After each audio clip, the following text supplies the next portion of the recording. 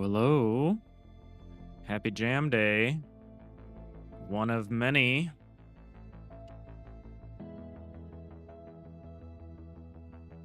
How's it going, everybody? Happy Friday. Started in a second here.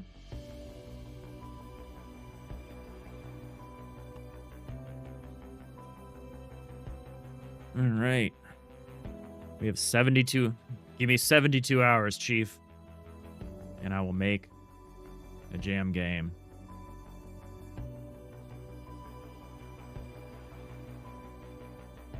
Just 72 hours. That's all I need.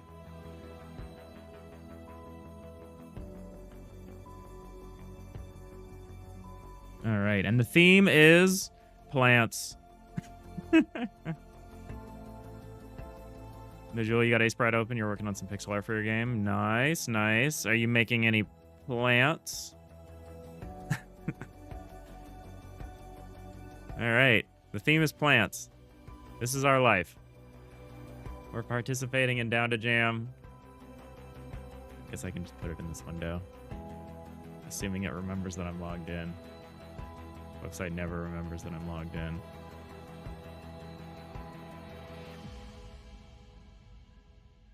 Gotta send the secure login information here. Oh man, we got some good people jamming.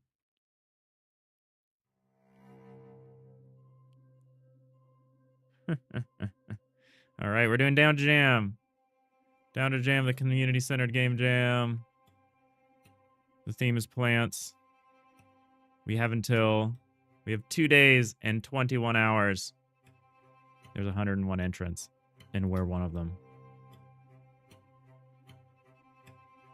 Bad cop. Sorry in advance. No one has said the game has to be good for the plants. Very true. Very excited. Keep this up nearby. I really need to start putting like little overlays or something, or like the jam countdown or something fun. I'm not really a big overlay streamer. You were actually hoping for that theme and had an idea for it yesterday? Nice, nice. I would be lying if I said I had more than one idea. I ended up oversleeping this morning. I woke up, by the time I woke up, the jam had already been revealed. So I've been thinking about it for the last few hours already, as I've been, you know, doing my morning routine of going to get breakfast at a local diner here as a little treat. And also so I have enough food to be in me to be able to get through the next, 6 hours of stream. Because we'll be doing a long one today. Hey, Outagon, thanks for the hydrate. That's a good idea. For the sake of the plants, this is going to be a hydration-heavy stream.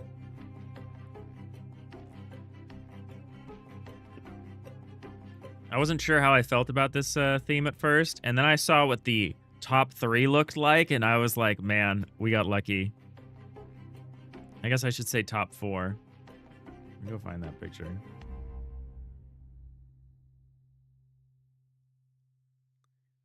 Here's the results. Plants won narrowly ahead of combination, point of view, and balls. The ones I was really hoping for were exploration and rainy day, but those were never going to win. So, this is preferable to any of the other ones. So plants, hooray. Hooray for plants. I do have an idea. Let's be clear. I have an idea. The intro radio seems weirdly appropriate for this theme. I'm going to leave it on for a bit.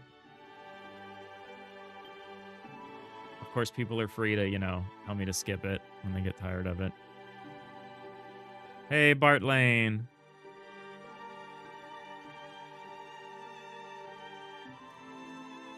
Welcome in.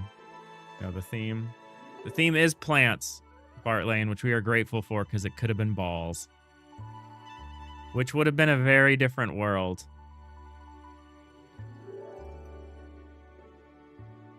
Yeah, poor Abyss. I could have worked with that one. I like depths. I always have regret that the Ludum Dare I crashed out on was the depths Jam because I was like, I have ideas for this. But yeah, I have an idea.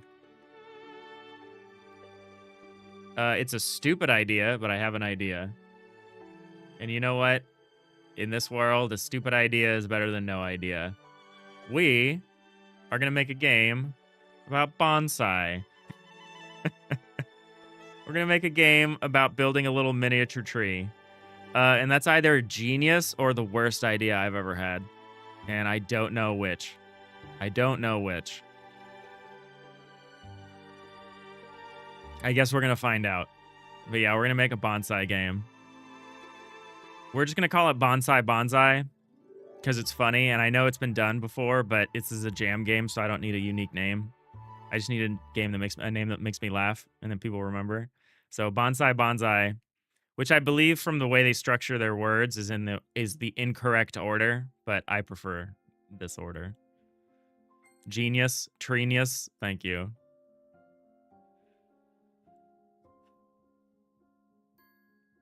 Forbidden was your number 2. Forbidden would have been cool. I would have enjoyed Rainy Day. We would have done some kind of, I don't know what we would have done, but it would have been like a very Bernard style, like lo-fi thing.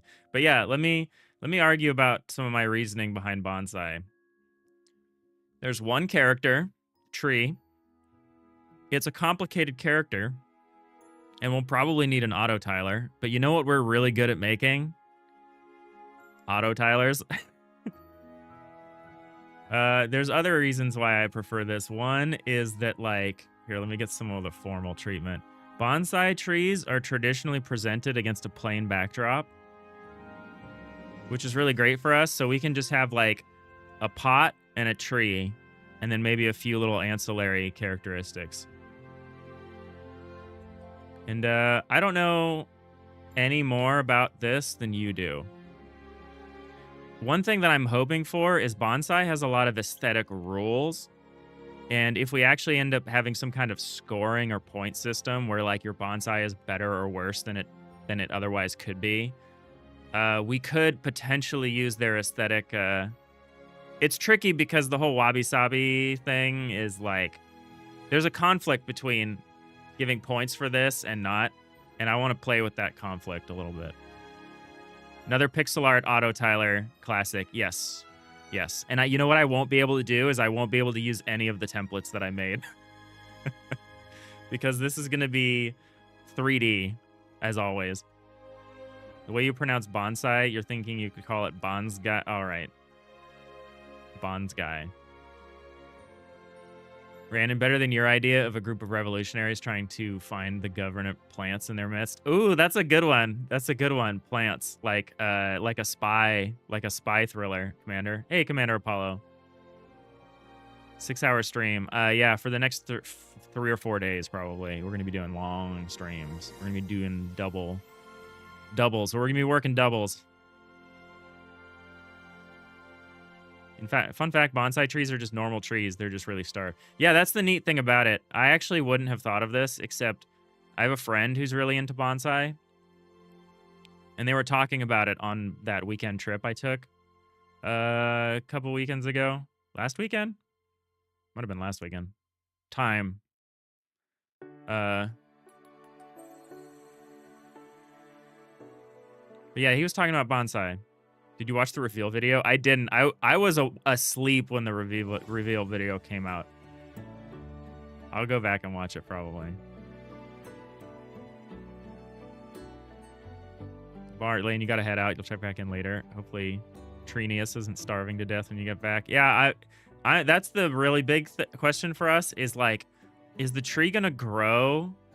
Like, or what's more likely? You're presented. Here's what's more likely. Based on what I think I can do, rather than have the tree like grow and you having to like maintain it over time, we're gonna do it like unpacking style, where the tree will be like generated and it will be like really bad. It will be like just a random piece of like there will be branches everywhere and like bigger branches above smaller branches and stuff. And like your job will be to just trim it into the best bonsai that it can be. I say best. I'm still not sure if we're gonna have some kind of fitness function, or if we're just going to have it be like a free play experience. I don't know. People were really upset about Bernard not having any kind of rules or point systems. Everyone at Down2Jam is like a score chaser nerd. So we got to have some kind of scoring. And I'm thinking the rules of Bonsai could provide a framework for the scoring. If we can scrutinize the field in such a way that we can actually tell if the players manage to do it.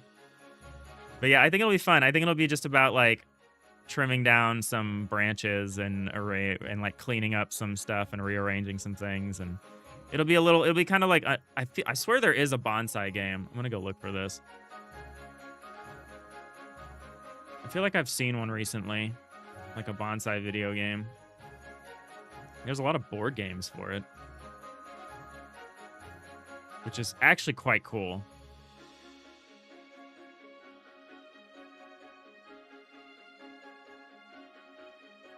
Prune it, yeah. Yeah, it's pruning. All right. I don't know. I don't know anything. Here's the reason why I think I'm qualified to make a game about bonsai.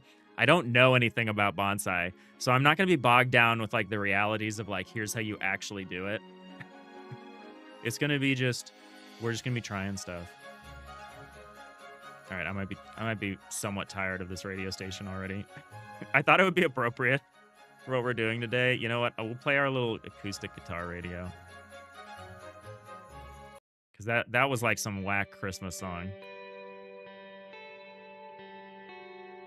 Not what I wanted.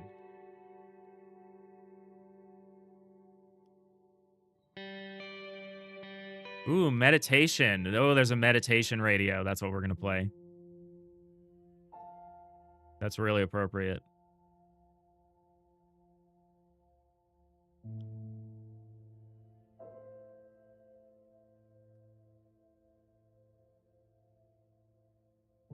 All right, I'm stoked. So I guess we'll start doing some actual planning.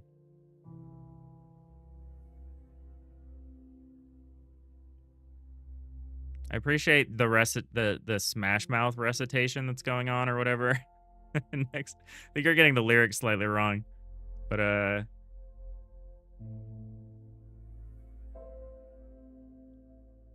actually don't know who sang that song. All right, so we have a bunch of stuff that we're interested in. We're really interested in the rules. So there's a whole nother actual article on cultivation and care, and we're also interested in the aesthetics. And we're also interested in the styles. There's a lot of really interesting stuff going on here. The plain background is going to be great. There will be some consideration for the pot and like the stuff happening inside the plant pot. But yeah, I think what's going to happen is you're going to start with this like crazy overgrown little tree, and your job is going to be to like prune it down into something that looks correct, based on the rules, the aesthetic rules of bonsai that I'm able to codify, which might not be a lot.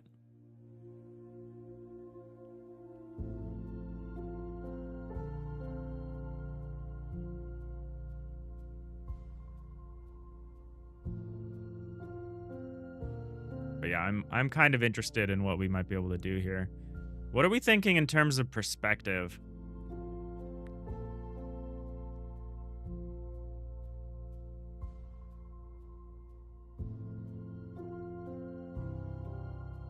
Are we thinking isometric? Or are we thinking dimetric? I think dimetric is somewhat more appropriate because the tree has like a front side to it. I don't know, maybe isometric would be better.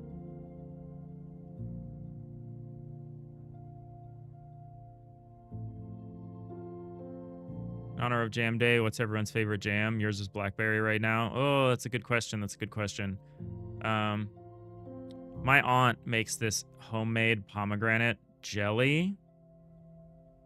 I don't know if that counts or not. I'm not going to get in an argument about what the difference between jam and jelly, and so I'm just going to give it to her.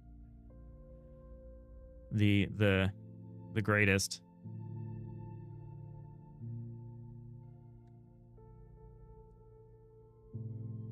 These are crazy reading up about this stuff. This like little pine that was like 550 years old. Crazy. Crazy how long people do this stuff for. There'll also be some question of foreground foliage, but that's going to be a stretch goal.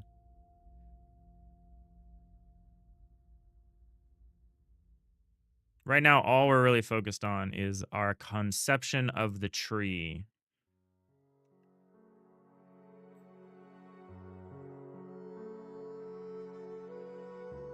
But yeah, I'm interested to see what you could do in terms of pruning a tree down to get something appealing. We'll probably only make one kind of tree because, like, there's no way I'm going to have time to do more than one. It'll probably be very much like the Bernard tree sort of deal because that's what I know how to do.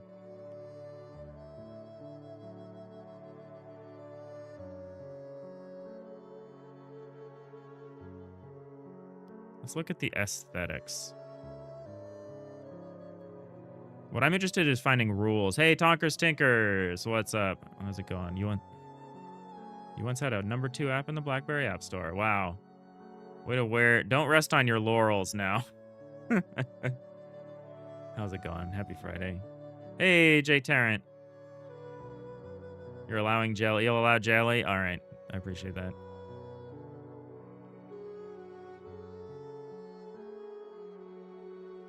You got an argument with your GF next about the difference between jam and jelly. You ended up with both are technically jellies. Oh, is it one of those things where it's like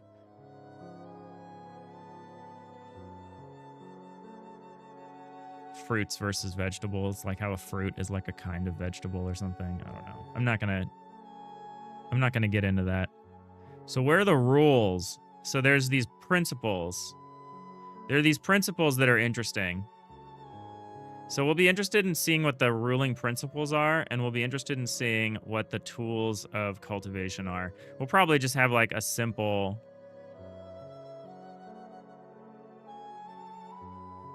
deadwood. Deadwood is an interesting thing. Leaf trimming. Maybe like lightening the leaves. Because the interesting thing about bonsai is trying to make a small tree look big. Extensive wiring can be seen on this specimen. No, it can't. Oh, yeah, it can. All through the canopy. Yeah, that's not desirable, I guess. Although, who knows? Maybe they've decided that's desirable. Maybe you have to remove the wiring at some point. Clamping, grafting, defoliation.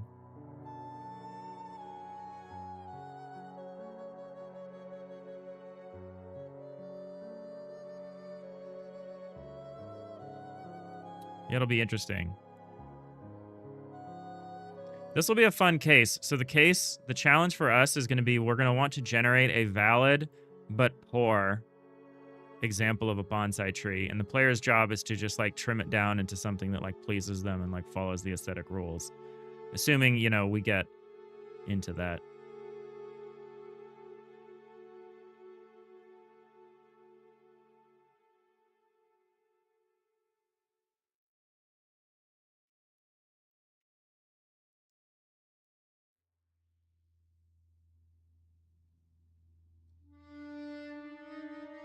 Hedge cutting method. Well, this isn't hedge cutting, you said.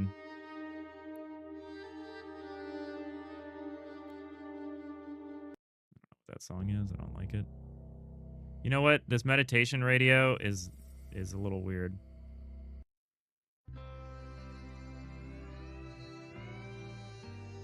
We'll give it a try.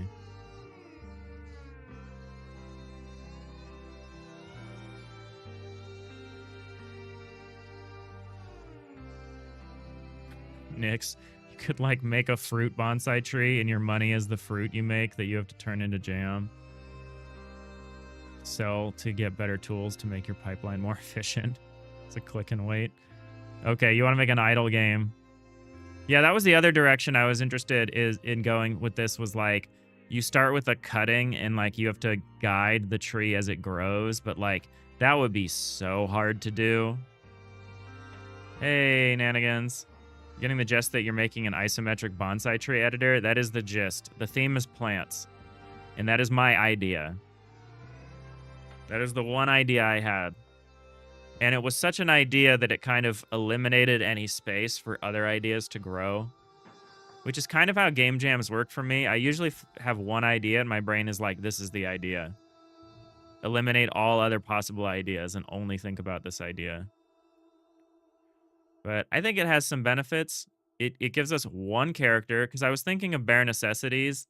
And Bare Necessities is our last game that we did. Who am I? Itch.io. Can I not spell? I can't spell.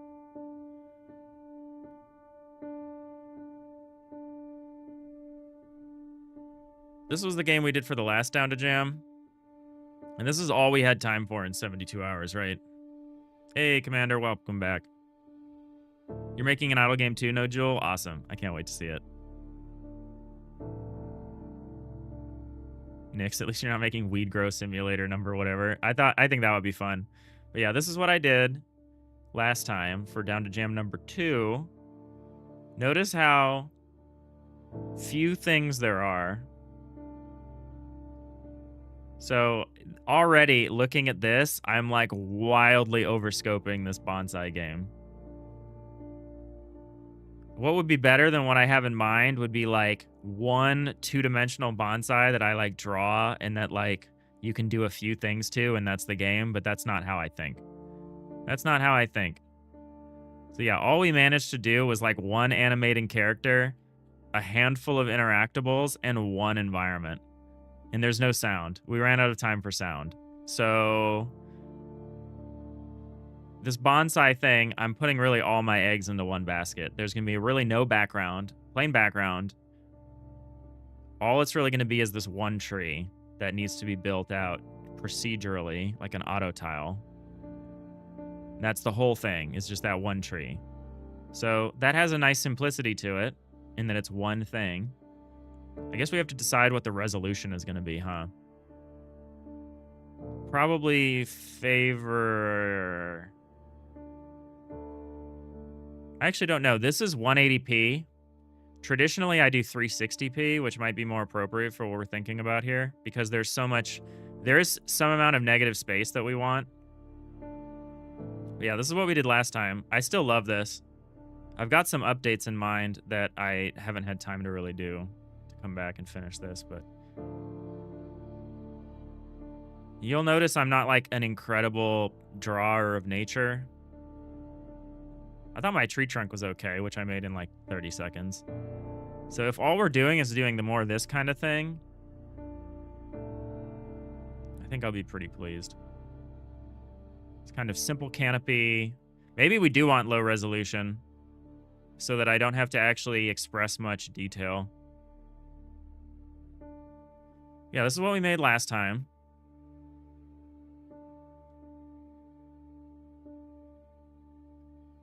I enjoy that. Sounds good. Looking forward to see where you go with it. It's all editors all the way down. Yeah, the thing we're going to have to do this time is we're going to have to make a 3D tile map layer extension. But I think I know how to do that. I'm not really concerned about the programming aspect of creating the space and navigating the space. I'm more concerned about the combinatorics of the tree, of drawing the tree. And I'm concerned about evaluating the space for the purpose of deciding whether that's a good tree or not, or even just for the purpose of building the tree. I know there's like speed tree, and like building a tree is actually a well-defined procedural algorithm, which is like good for us.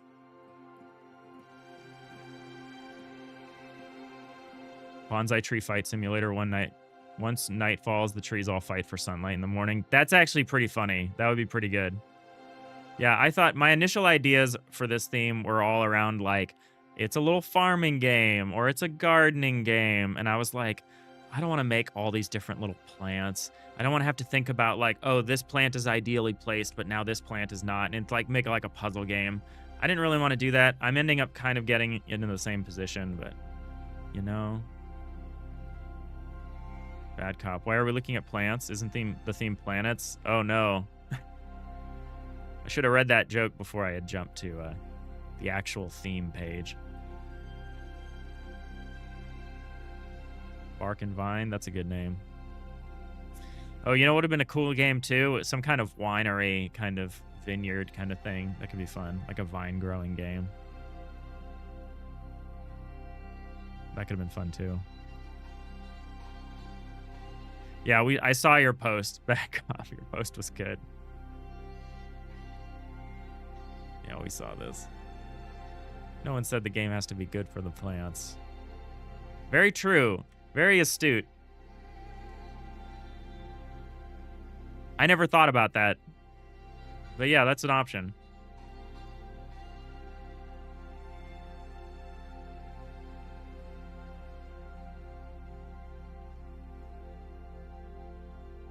You think Bernard, the game looks pretty? Yeah, it does look pretty. We got good. We got second for art, but that's all we did. There was no sound. There was hardly a game. So, you know, we got to try to do a little better this time. This is your way of pitching Factorio to the team. I think that'd be funny. It would be like a reverse Terra Nil. Terra Nil is slick. Terra Nil is that like environment regenerating game by like, I think it's like by like the Brotato team or something. I don't remember. It's like a team where I was like, who did this? I'm probably very wrong about that. Yeah, Terra Nil is really good. That's a game about like rebuilding the environment. You rebuild this like devastated environment. And it's really neat because at the end, you actually have to remove. So you build stuff like a strategy game to like rehabilitate the environment. But at the end, you have to remove all of the infrastructure you added and like make sure that the environment is like self-sustaining. It's like really hard, but it's really cool.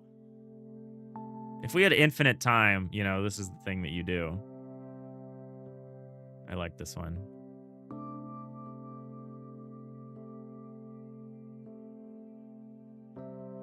A simple game with plants overgrowing and you need to keep them trimmed back with a flamethrower. There you go. Yeah, that was the other option for our bonsai thing is like the bonsai will keep growing and then your job is to like maintain it. Oh, there's like elephants with little birds on their back. That's cute. I haven't even gotten to these new biomes. I still can't beat the first level because I'm trying to perfect it. Which it seems like that's what the game intends you to do, but man, that's hard to like 100% each level. Yeah, this game is beautiful. This is the only ecologically interesting game I've played. That's like very ecological forward. Maybe I should try that like Beaver City Builder. I have a feeling that that's not what that game is about.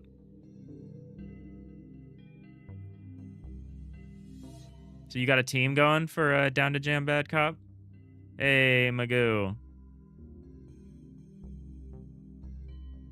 You don't know yet? Okay. But you've got the pitch. You're chatting with some people. Yeah, you just play it casual. You know, you don't want to... You got to be a little coy when forming a jam team.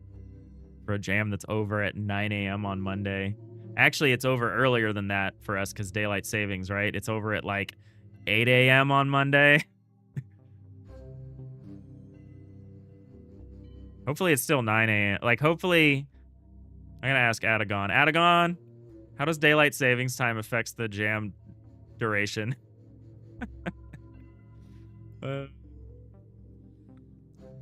For us who live in these barbaric regions that actually follow. So here are the basic rules. So this is nice. There's some... I was hoping there would be like a rule book. But I guess it's better that maybe there isn't a specific rule book for bonsai. But there are some aesthetic principles that I think we could...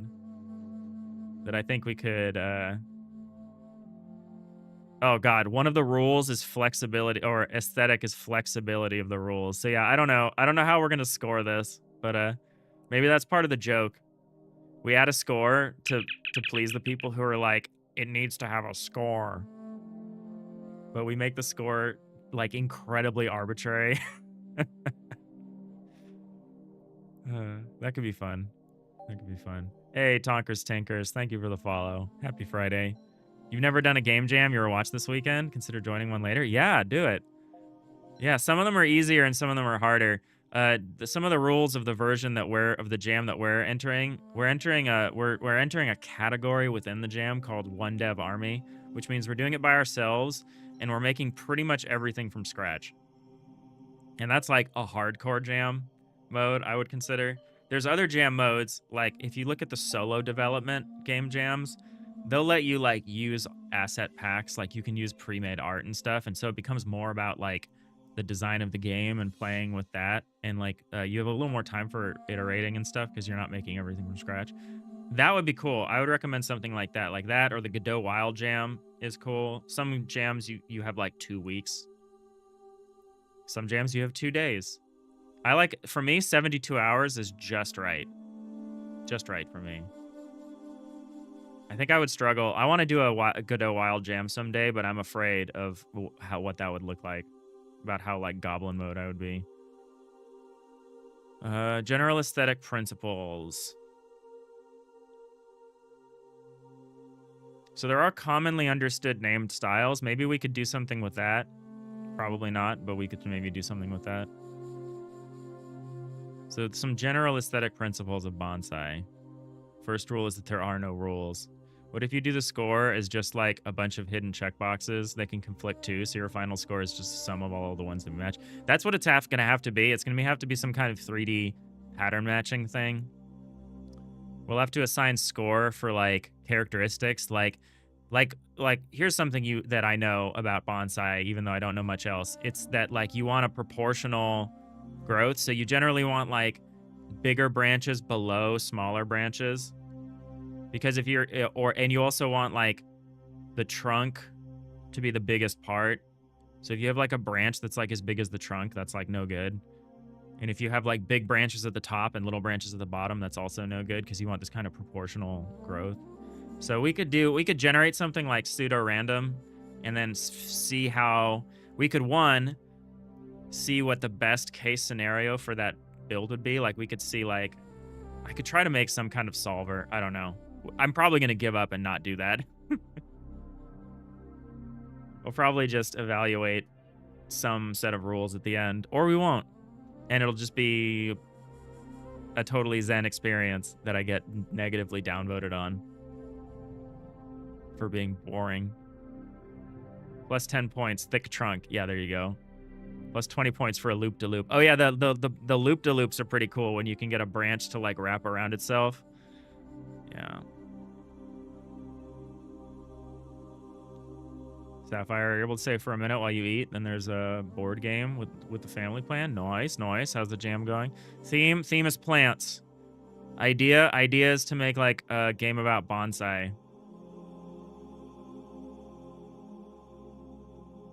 That's what we got.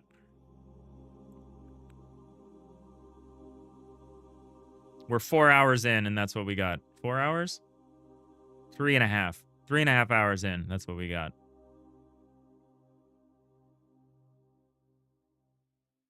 We're like 5% of the way through our time. But I don't have any other ideas, so, you know, this is what we're doing.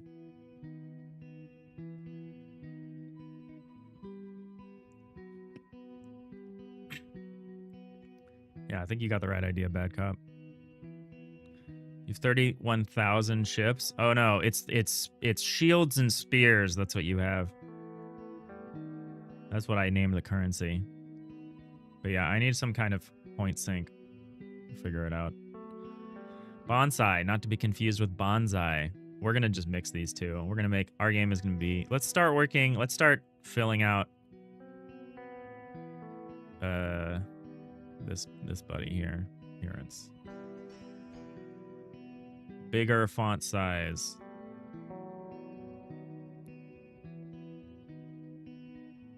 Make a new note. Bonsai.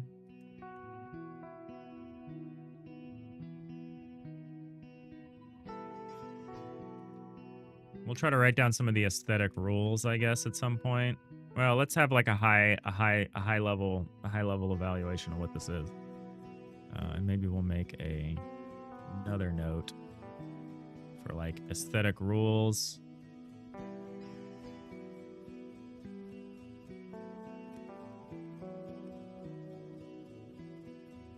We'll have another note for like cultivation.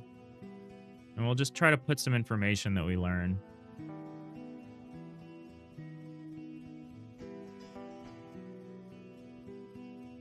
Split these.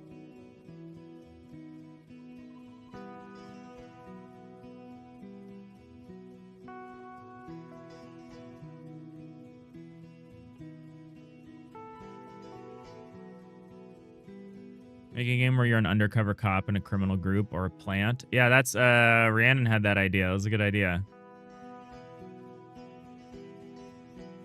Watch streak. Sapphire is at a 75 stream streak. Incredible. Incredible stuff. Manigans, you could do it almost like Minesweeper. Give the branch leaves a score showing how many valid tiles it is connecting to. Deleting a tile shows the valid ones on the next one. Yeah, I don't think I want to... If I do associate points with the system, I don't want to show it. I don't think. Although maybe I do. That would be good. That would be good gameplay, would be showing the point values. We'll see how cheeky I want to be about the scoring. Jay Tarrant, you love Minesweeper? Yeah.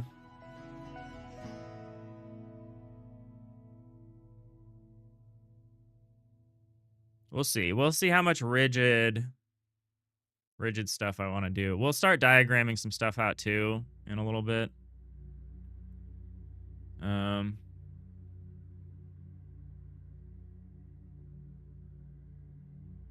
Would it be better to actually have this be in one thing here? Can I get rid of this or at least make this smaller? Yeah, I can. And then we're going to do a double window with Chrome here. There we go, like that. This way I can still look stuff up.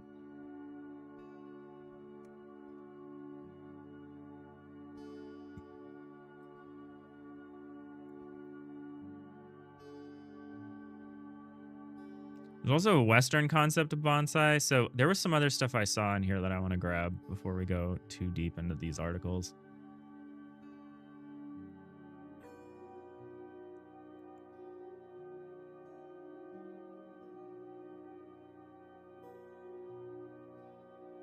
Great minds think alike, but fools seldom differ. I had forgotten that follow-up part of the phrase. It's funny.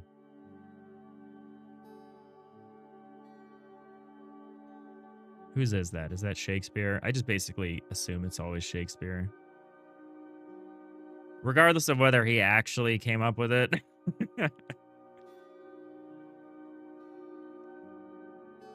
Purposes of bonsai are primarily contemplation for the viewer and the pleasant exercise of effort and ingenuity for the grower. Bonsai are not grown for the production of food or medicine.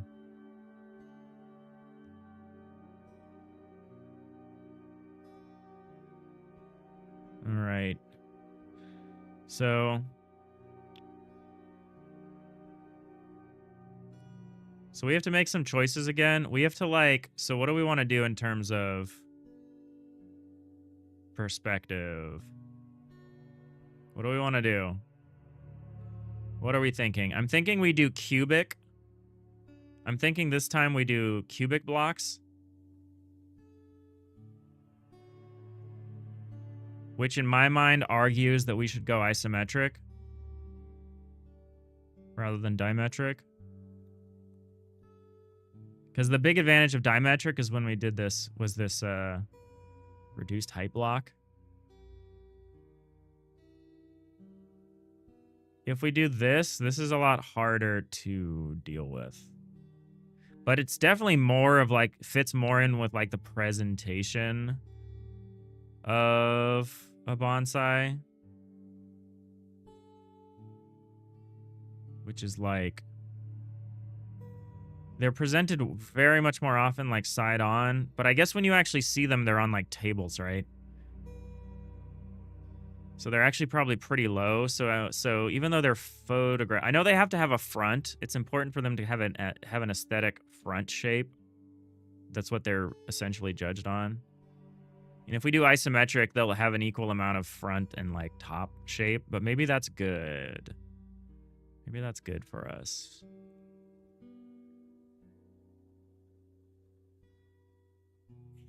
Because actually, ours will have a front too. The front will just be the combination of the X, Y, and Z faces. Like, its front will just be those 3 faces. And again, to get rid of the sidebar in Obsidian, you press the icon in the very top left corner. Ooh.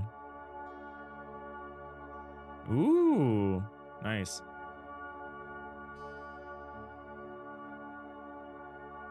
Like that.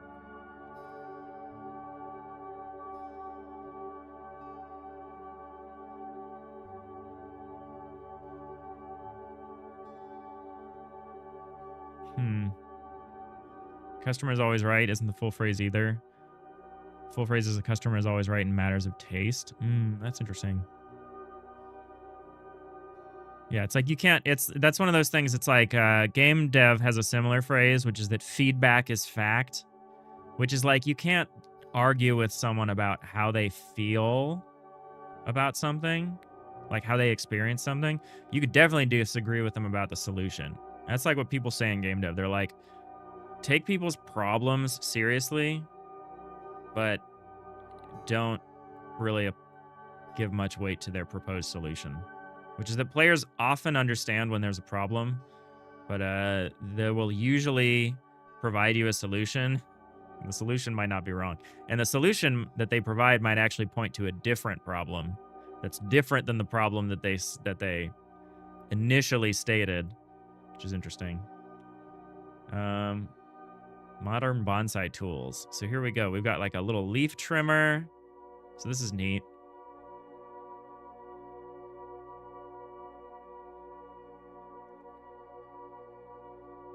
There's a little leaf trimmer. There's a little rake with a little spatula. I like that.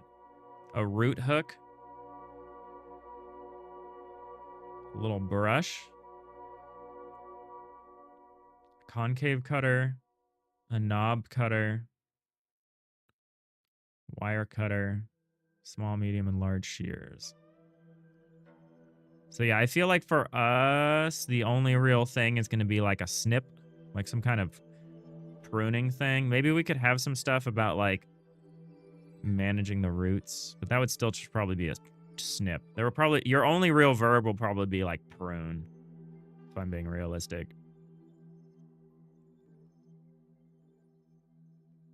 There was some stuff I was interested in. I think it was closer to the top. Thanks, Mago. Thanks as always for your totally out of context quotations of what is said on stream. Context is such a wonderful thing, isn't it? Yeah. People ignore it all the time, sadly. It's funny. It's like you prophesied. Yeah. It's like you predicted Magoo. Okay, this is good music for what we're trying to do here. I like this.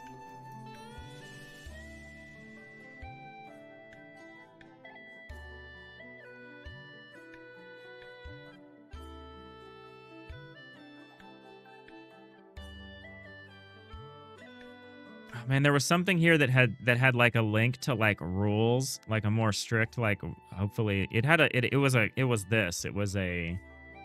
one of these citations. It was a citation, not a link, and I'm looking for it now.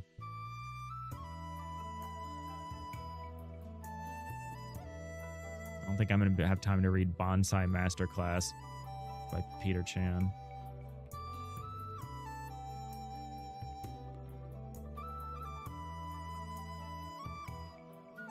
Yeah, so I don't think we're going to be able to do any kind of tree growth. I think we're going to do this like unpacking. Has anyone played unpacking? Where you're presented with like an unruly initial state, and it's kind of just about rearranging everything into a more satisfying. I don't think unpacking judges you either. It gives you achievements, but I don't remember. Does unpacking, like, judge you on like how good a job you do. I don't remember. I feel like it does like have requirements that you have to meet. If I remember correctly. So for sound, we'll need some nice little background stuff. I don't know if I'm gonna be able to. Oh, there's a little plant. Oh, that was a terrarium. I was like, oh, it's a bonsai. It's a terrarium. But yeah, we're going for something zen, something kind of just like less judgmental.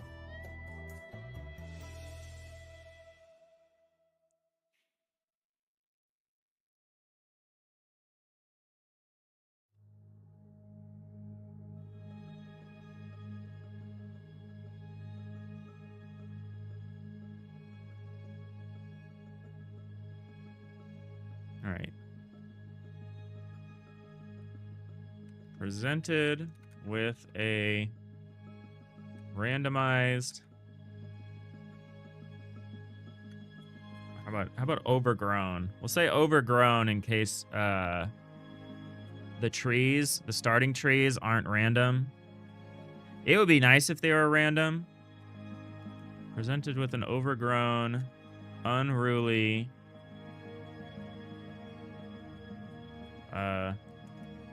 miniature, or I don't know, tree. The player, I'm just gonna say you must prune. You will prune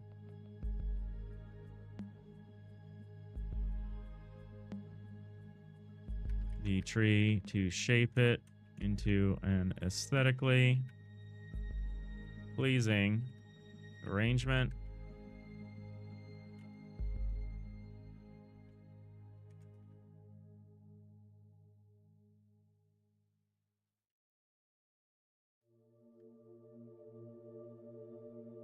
I'm gonna not say prune, I'm gonna say shape. You are going to shape the tree into an aesthetically pleasing bonsai.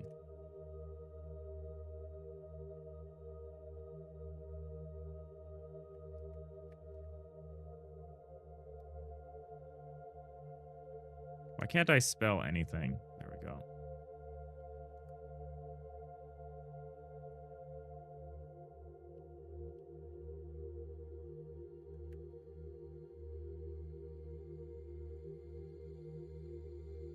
Accepted shapes and proportions. This could be interesting.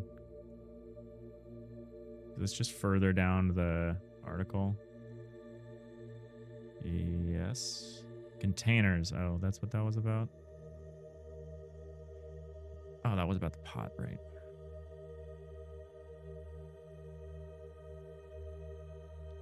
All right, let's look at cultivation a little bit. Finished up your food, you gotta go. No worries, thanks. Thanks for hanging out, Sapphire. I think it would be kind of neat to make a completely self-contained terrarium someday. I've seen some of those that are, they build it and then they're sealed and they're self-regulating. Those are crazy. I saw the one that guy had that had been like sealed for like decades and had grown this like almost like little rainforest like little environment. Yeah, that's super cool. All right. Go win your board game and crush your family.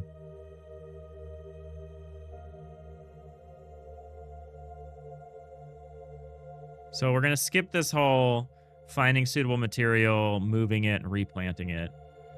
You're going to start with a tree pre-planted in some kind of container. So we don't need to worry about collecting. You will start with that. Styling is interesting.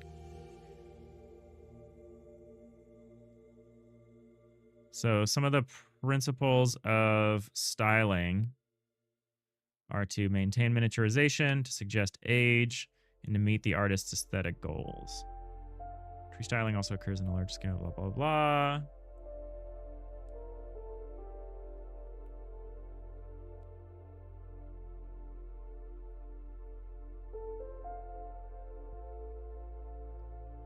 Bending. Maybe you can bend the branches. Maybe we'll allow for that.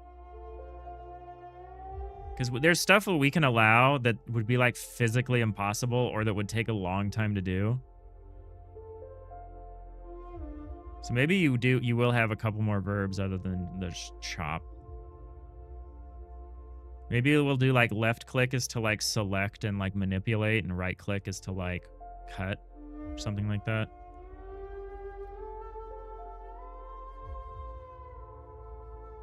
What's this about crushing people's families? Sapphire said they have a board game night with their family that they're going to go participate in.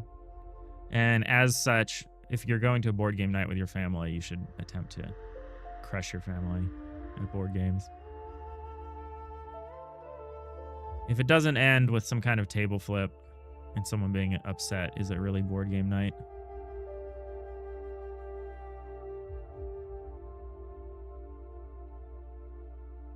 Pruning with the camera, more bending or forming individual branches. I'm interested in that.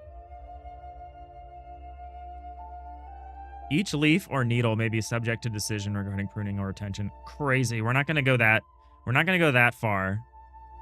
We're going to need to decide some kind of size, some kind of block size.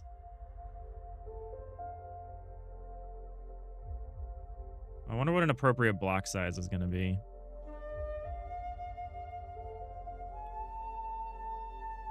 Do we want to do something big or something small? Probably big.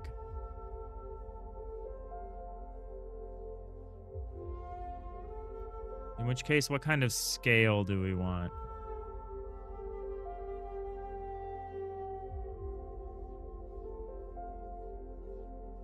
Let's make a new canvas here.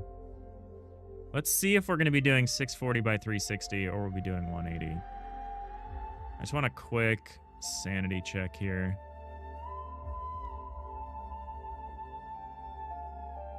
I don't think I can do this perspective because this perspective is hard.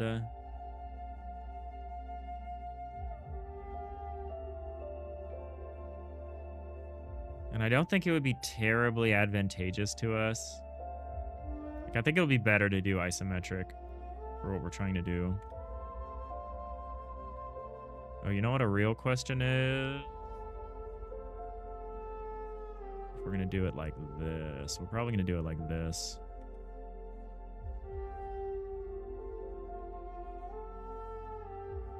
Actually, I guess it doesn't really matter.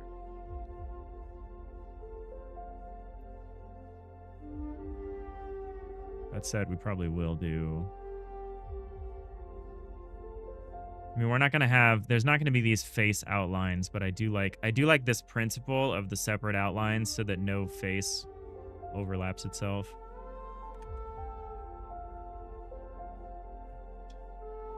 So how much space do we have if we do this like this? Let's say...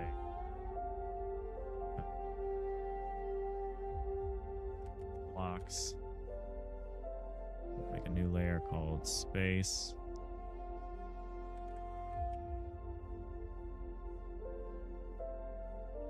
Keep the block here. We're gonna move this up.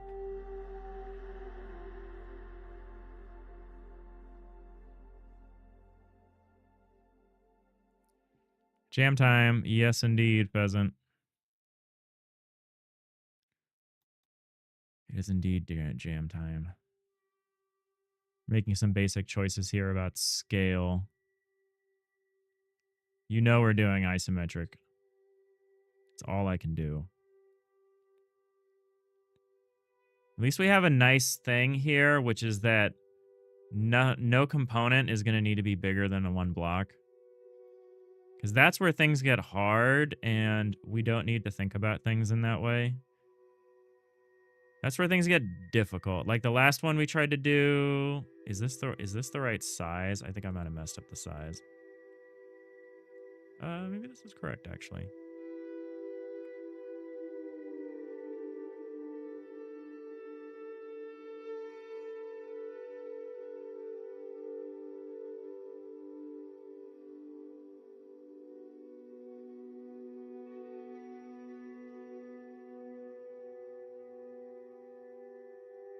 How long is this? 17? That's an awkward number. This is also 17. This is 15. Yeah, we'll maybe move this down a little. Probably do this one instead.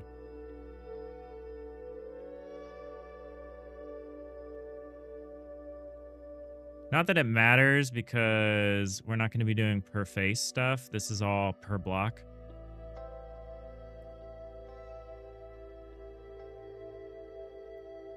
I think we're going to do this.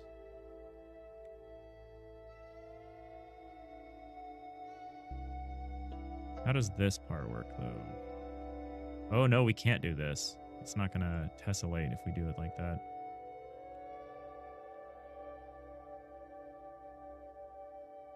Actually, maybe it will. No, it won't. Move that back up. Now it should tessellate fine. Yes, it does. Excellent. All right, now it tessellates with no overlap. So this is the basic block shape. We'll move this up to the side somewhere so we still have it. Now let's figure out what kind of play space we have. You got the rough art style ready. Now it's time to start up Godot. Nice, nice. Shenanigans. Isometric should make it easier for you to lay out the branches in an interactable manner. Yes, I think so. I think so. Peanut butter jelly time. All right, where's the center?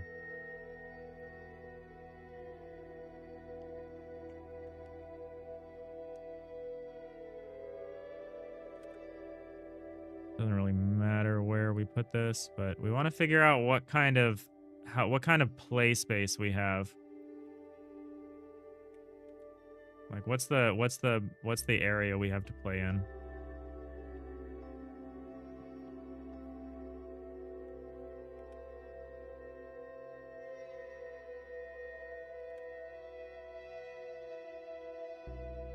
We're probably aiming for something about maybe 8 or 16 across. I'd probably like 16 better than 8.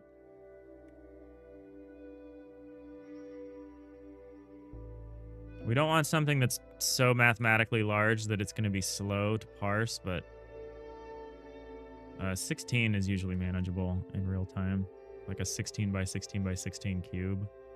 Pretty easy to update without slowing anything down. Oh my glob.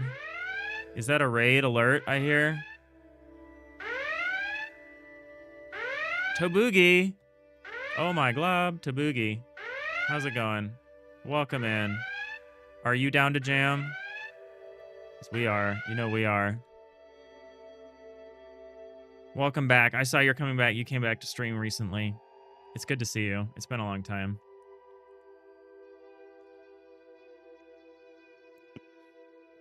We're down to jam. We just started. We're a little behind. The theme was revealed this morning while I was asleep.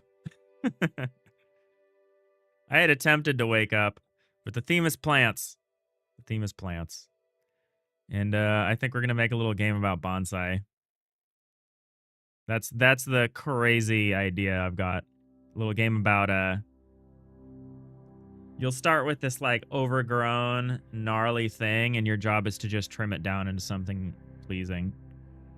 And we'll see. We'll see what we can do out of that. There's some good reasons why I picked this. One is the plain background that bonsai is traditionally, I don't know what the right word is, juxtaposed with. You're jamming too, right?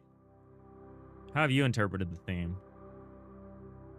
Down to jam. We are. I am down to jam.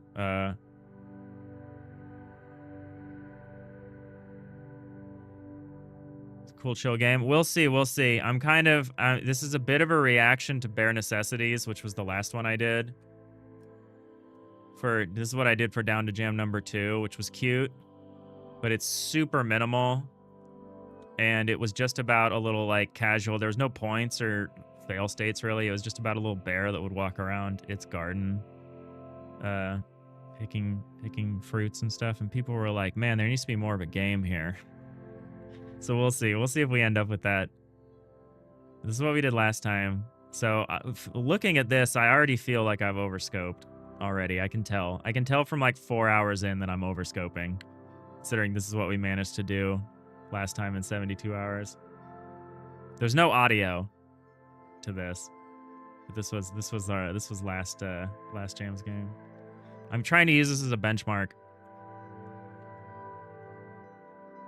We had an animated character, we had some pickups, we had one environment that I drew. So the only benefit, you're gonna make a mix between Terra Nil and Sizable, a bonsai 3D diorama where you were to guide water to irrigate plants. Nice. That's similar to what I'm thinking and also different. I was just talking about Terra Nil. I love Terra Nil. I'm still stuck on the first level because I want to 100% it.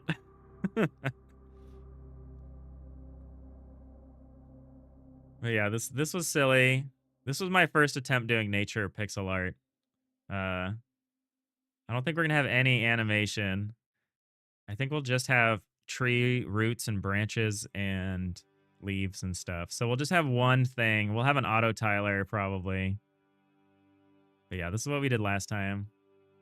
I enjoyed it. Yeah, Terra Nil is great. I keep talking about Terra Nil. Terra Nil is incredible.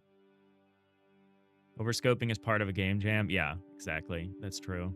Very true. Well, good luck to you. I'm sure it's very late for you. I appreciate the raid. If you need to run, no worries. Give it a shout out. It's good to see, it's really good to see you.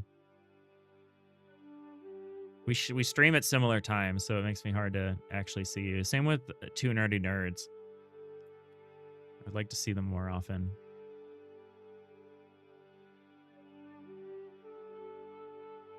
You're ashamed you didn't have time to play it, Leia. Oh, Terra Nil? Yeah, it's really good. It's hard. It's a surprisingly hard game.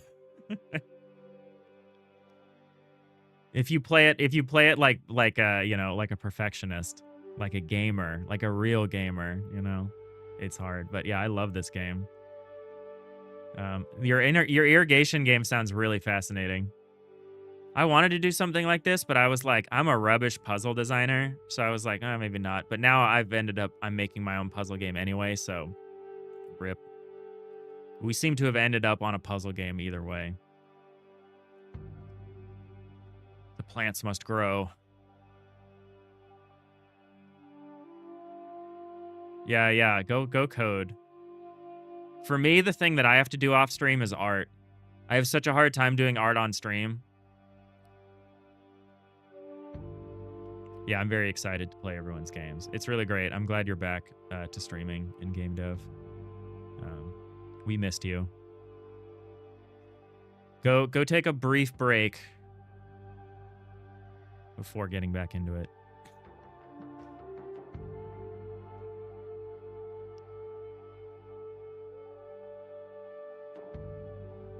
All right. So this is what we're thinking. We're thinking the theme is plants. The game is bonsai. We're trying to collect information on cultivation and aesthetic rules. Just to think, we're thinking roughly about verbs. So so far we've got trimming and we've also got like bending, which in reality they have to do with things like clamps and wires and stuff, but we could just be like, boop.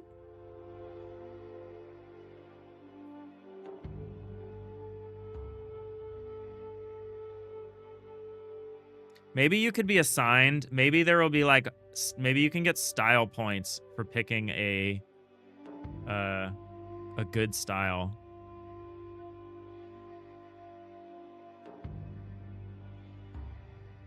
There's so many rules. It'll be really interesting to see if we can evaluate the game state. Multiple trunks, right? Like, are you doing this kind of a thing with multiple little trees?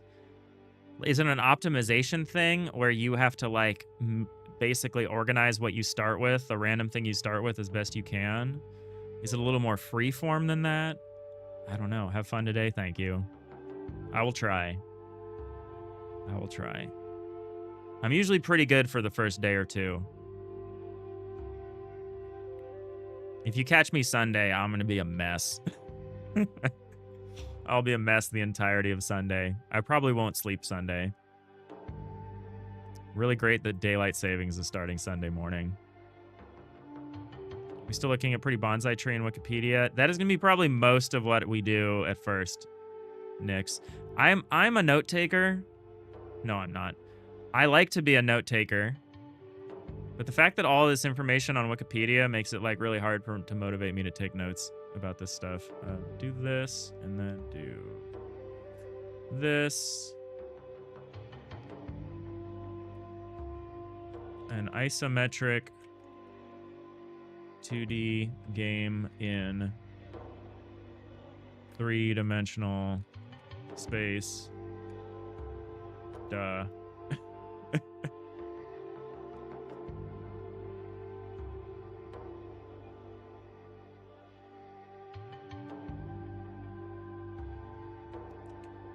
With the tree being rendered by an auto-tiler.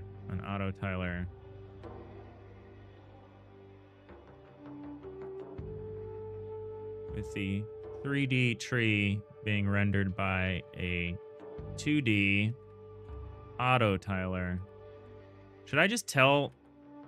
I'm just gonna tell Obsidian that auto-tiler is a word. It's a word to me.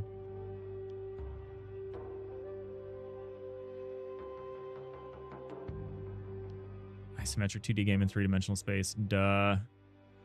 That's like all we ever do. But you know what? We're good at it. And I actually have an idea for how to set this up technically. This is probably the first thing we're going to do is set up the 3-dimensional space. Because while we have one of these in C# in our own system, we need to build one out of a tile map layer or a system of tile map layers. And you know what? That'd be okay. Thanks for the hydrate in the stretch, Nix. Auto Tyler? I barely know her. That's the joke, Nix. Host an Auto Tyler jam? Yeah, there you go. There you go, Rhiannon.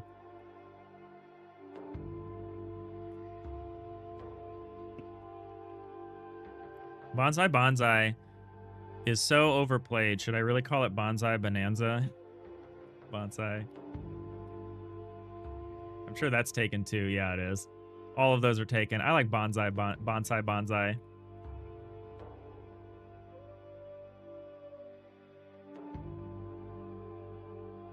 Last time you said you never would remember that joke. I don't until someone like makes me think of it. My external chat, it acts as my external memory, which is very helpful. Bonsai banana, and it's a banana tree bonsai. That's not bad. That's not bad, Nix. If banana trees were structurally more interesting, that would be quite funny. So there's so many bonsai styles. There's the informal upright style. Ooh, a semi-cascade style. I like this style where it kind of droops down. The thing that I'm actually most concerned about this game is like communicating some of this stuff. But maybe it's more fun. You know what I have to remember? Down2Jam has achievements. So maybe that's what it is. Maybe there's a point system, but maybe it's more about achieving certain styles and getting achievements for that. Maybe people would like that. Then I don't have to come up with like a numeric score. It can just be like, did you achieve a style?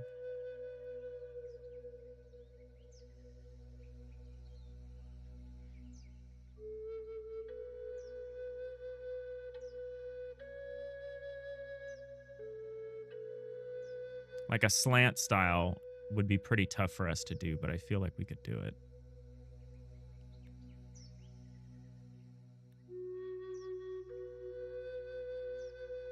The thing is, the only styles that are terribly valid for us are the ones that we can start from. So I'm a little concerned about the generation of the initial tree. But maybe it's not as much of a problem as I'm thinking of.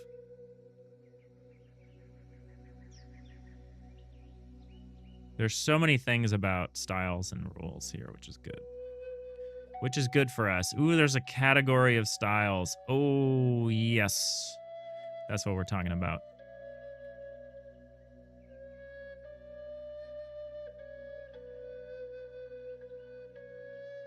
Sick. Bonus.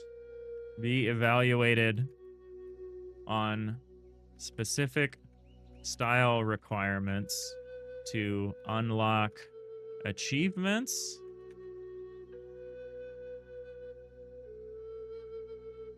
On the Down2Jam website. That could be fun. We could also do scoring.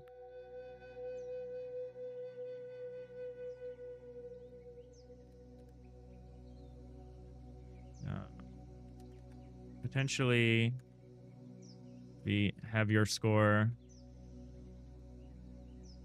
We'll see. We'll see. I'm not sure. I'm still not sure about scoring. About whether I want to do scoring. Styles can be calculated based on branch and leaf structures. It should be pretty easy to do. Like, branches progressing regularly from the thickest and broadest at the bottom to the finest and shortest at the top. That's easy to evaluate in 3 dimensions. This gives the branches a triangular shape and symmetry, which is sought after for a formal upright style. So anything here that's well-defined, like the tree has a straight, upright, tapering trunk. Tapering is going to be a bit of an issue, but...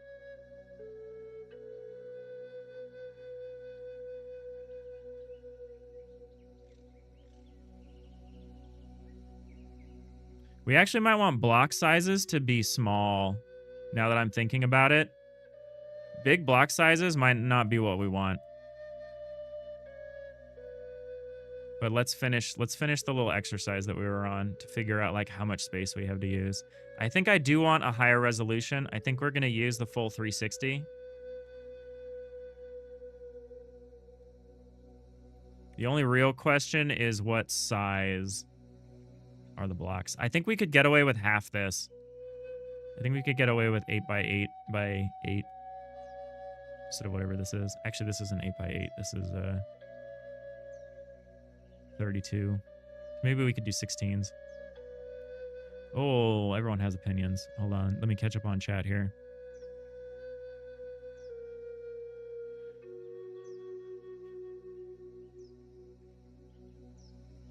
Nix, you could make it all peaceful and just watch the bonsai grow like incredibly slowly. Game takes 2 hours to finish. It's a meditation exercise. You have to water it every 10 minutes or the tree slows down more depending on which side the sun is on. It grows towards that side, and at the end of the game just asks you if you achieved what you wanted, which is a yes or no answer. And the game lets you export the tree as an object. That's neat. That would be cool if we were doing this seriously for like a long... If this was like a 2-week game jam, I would be tempted to do something like that. Rhiannon, you give them the most overgrown possible tree at the beginning and they have to get into style. That's what I'm thinking. That's what I'm thinking.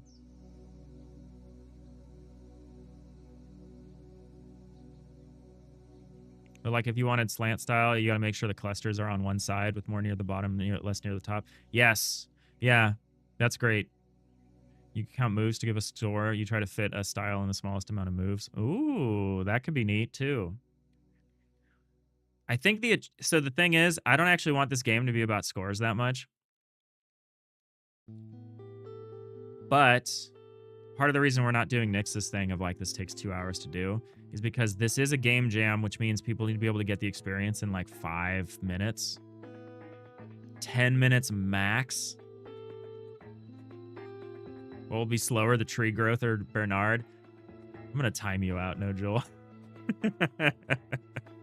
Hey, I am considering increasing Bernard's speed by 33%, I'll have you know. The post-jam version might have an increased speed of up to 33%, which is still agonizingly slow. No, I think the achievement thing would be pretty funny. And I think it would address the criticism I get with jammers, which is they want to be able to win something. They want to put a few minutes into a jam game. They want to be told they did a good job or that they did a bad job. And Down2Jam provides an opportunity for that in the achievements, which I think is neat. 33% times 0 equals 0. Yeah, that's like the Jane Cobb, like, let me see, 10% of nothing, carry the nothing. Jay Tarrant, do a bone meal-like thing from Minecraft that you can use to make the growth explode. Yeah, that would be cool too. There will be no tree growth in this game.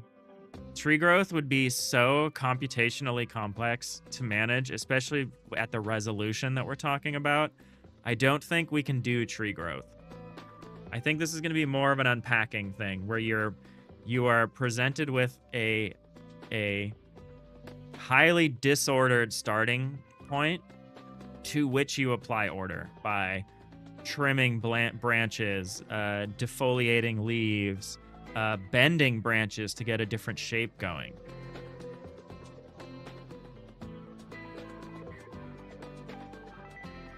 And there might be growth rules like how leaves grow off branches. Like if you bend a branch, the leaves should come with it, right? Like anything higher up the tree. So we're going to need to be able to define some kind of tree structure in the game, probably. Sorry, you only been half listening, trying to keep up at work. It's good. Oh, no. Do not apologize. Nick sent me a whole paragraph on the idea of growing the tree. It's a good idea. And it's actually what bonsai is about, which is, again, why it's good that I've never done bonsai. So I'm not constrained by the reality of doing bonsai. If you want to make a game about something, don't become an expert in it. Don't do that. Because you'll become obsessed with simulation and not about game and not about the aesthetic of the experience you actually want to have. I'm mostly joking. Let's be clear. Don't leave a comment telling me I'm an idiot and I don't understand how to make a simulation game. Which is true, I don't, but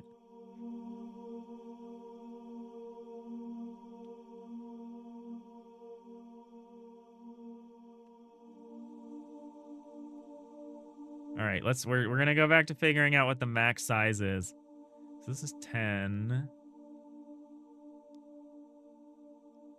10 is maybe too much. Let's go back to 8.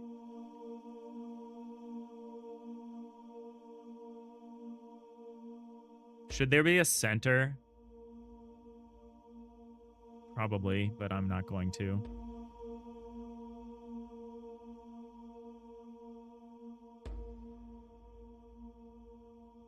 All right. Oop. What? Oh.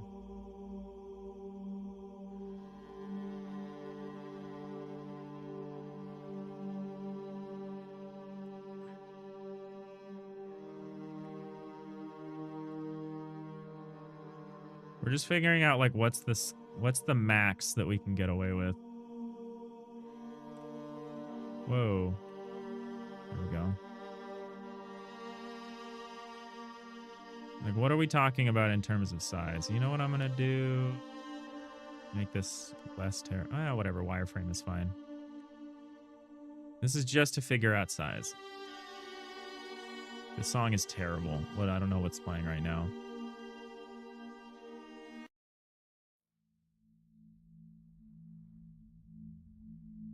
Rhiannon Journey, there should be a center for the trunk, right? There should be a center, but it also needs to taper. And center can be evaluated in a number of ways. Nanigans, potential easiest way to do your tree generation and scoring is to just draw your starting tree out and then draw what the various different styles are. Yeah, maybe. I'm not sold on whether we're going to have static starting points or if I'm just going to lazily generate a starting point. I would rather generate one, but obviously that might not be practical. Obviously, if we... I gotta stop saying obviously. If we want any amount of replayability, generating a tree would be pretty necessary. But that might be hard, so we might not do it. So this is an 8x8.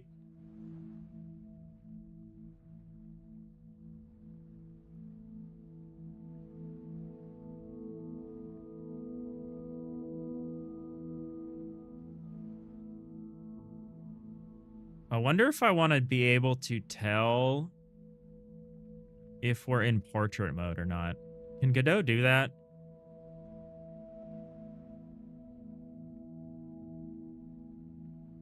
Because if that's possible, I kind of want this to be a game in portrait mode. Or it possibly switch to portrait mode. So here's an 8x8 grid. Let's move that down.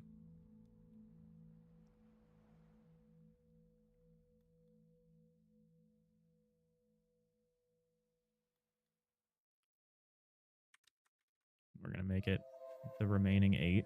We're going to go up 8. We're just figuring out what kind of... Whoa. Holy outline, Batman. I messed this up somehow.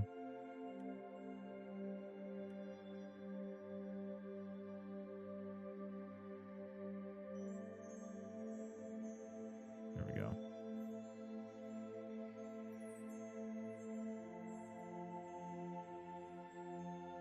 Why is this desynchronized? To some extent.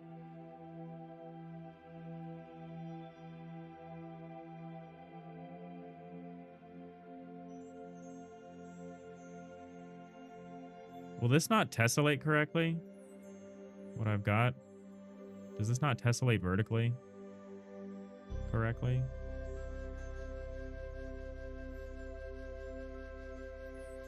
Why does this form like a triple outline?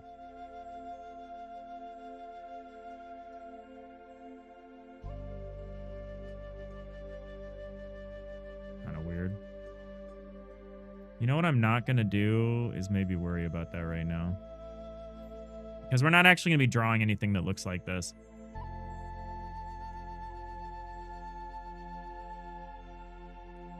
So why do you behave like this?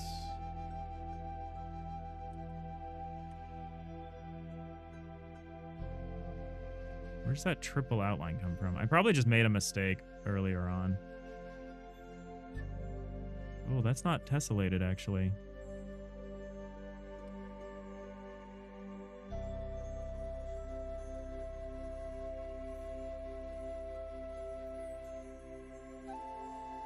I think I messed this up.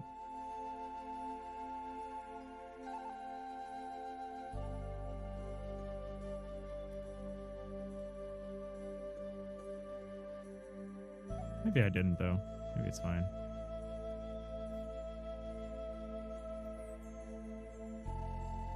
Yeah, I did something. Oh, well, that's in the wrong spot, for one thing.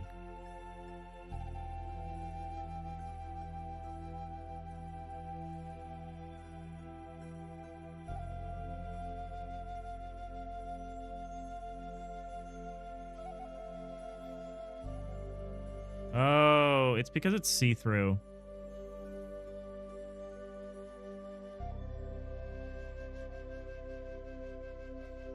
If it wasn't see-through, I wouldn't notice.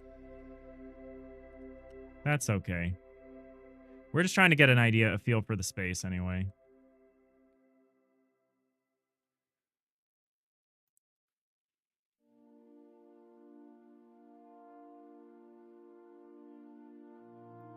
And again, so you can then check how close a particular style to a particular style someone is by diffing what blocks they removed compared to your solution. Nobody will ever get exact, but you can check for over a threshold. I think I would rather do some kind of evaluation. I think I would rather do a different kind of evaluation, but what you're describing is probably the only practical solution. I don't know why my tessellation is wrong here, but I'm not going to worry about it.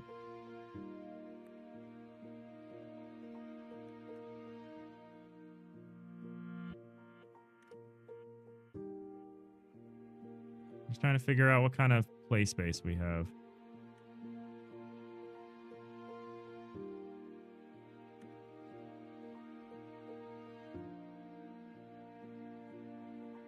It's kind of neat what it's doing in the middle there.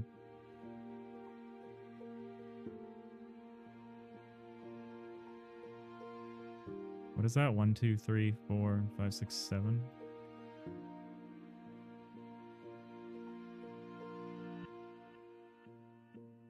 So yeah, I think this is about... That's a really cool effect.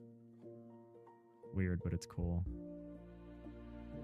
So this is probably about the amount of space that I think I want to take up.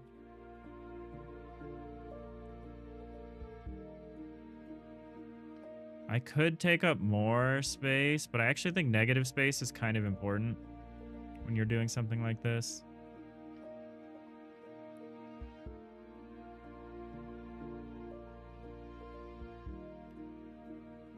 Oh, you know what's wrong with this, I think? I think this is too long. I think this is supposed to be like this. Is it supposed to be like this?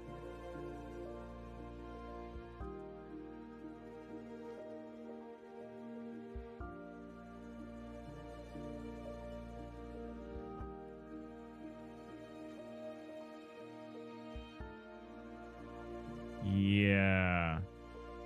I think I messed up. Yeah, this tessellates correctly. Well, we made this weird. Super cool.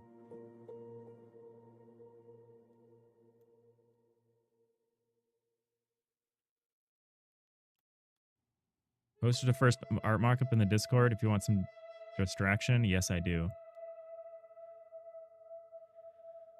All right, what do we got? What do we got, No Jewel? Ooh, this is beautiful.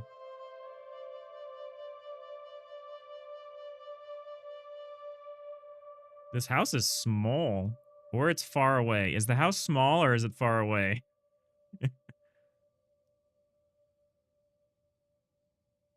These creatures look enormous then. I assume it's just far away. Oh, it's small. Okay, okay. All right. I'm very excited to see this come together. You're pretty good at drawing foliage. Oh yeah, we gotta pick a palette. We gotta pick a palette in a bit. I might just use the Bare Necessities palette, but that's like a fallback.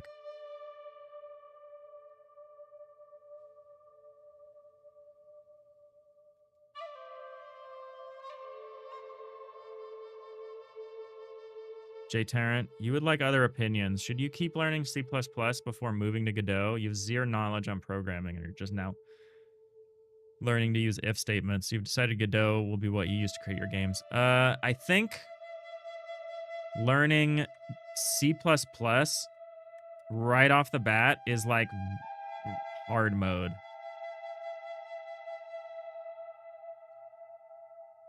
So I think this will be the tree area, and then there will be a little pot beneath it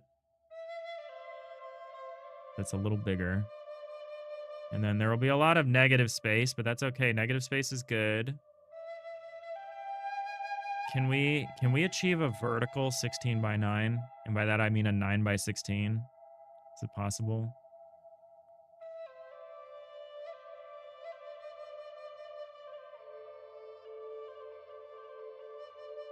You would start with GDScript, Rhiannon? Yeah, I'm thinking you could just dive into Godot. Godot would actually be a pretty good way to learn basic programming principles with GDScript. It would probably be pretty easy to get started and do something practical. Because I feel like if you're learning C++ and that's your introduction to programming, you are going to be in tutorial hell for so long trying to understand how all that works from a practical standpoint. That feels like you really are going off the deep end. Like, come join us in the kiddie pool. Come learn GDScript and make little Godot games with us. This looks really, really sick, but it's not what we need. I'll rename this to 16x16. We'll say 16 cubed. 16 cube space. So let's make a smaller block. Let's see if we like that.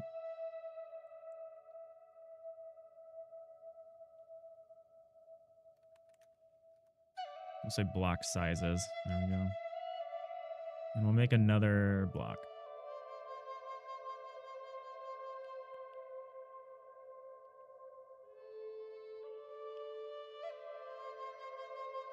Do I really need to be this picky about this? I'm not going to do anything per face, right? That's like not the world we're living in.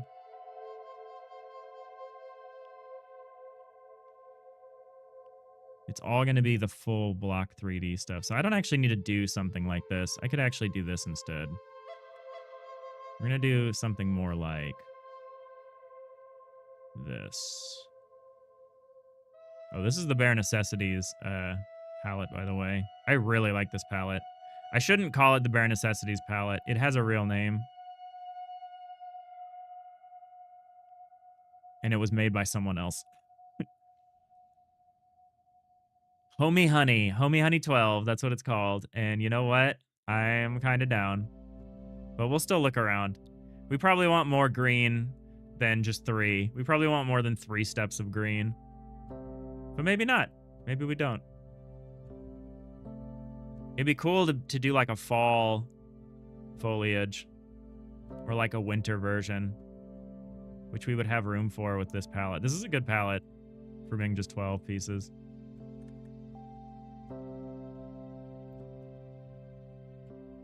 Based on what you researched, DGScript is based off C++, C#. I wouldn't say that. Superficially, it's most like Python, is my understanding. The Godot engine is coded in C++, but like you don't have to interact with that. I mean, it'd be cool to know how, because then you could interact with it, you know what I'm saying? But you definitely don't have to.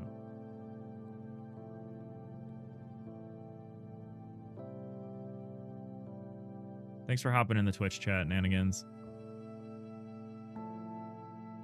Yeah, it's like, if you want to learn programming, C++ is great. If you want to learn how to make games, C++ is superficially like Python. Is how I'm told. There we go.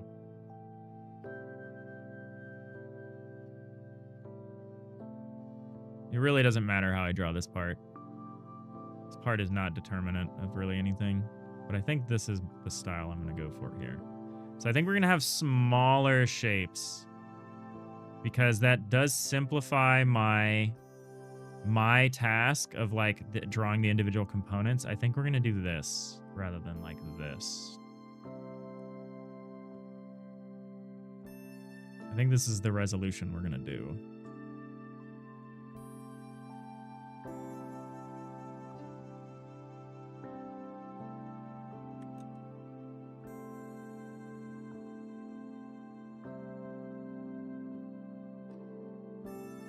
And I'm going to maybe color it so we don't get crazy wireframe. So I think that the goal for today is going to be to set up this technical building area. Our goal for today is to set up the potted plant and like the buildable area and like how do we navigate that? Because that's a programming thing and that's something I'm pretty comfortable doing with on stream. I kind of like this. I don't know what this is, but I like it. This is what happens when you get your tessellations wrong. It looks beautiful, though.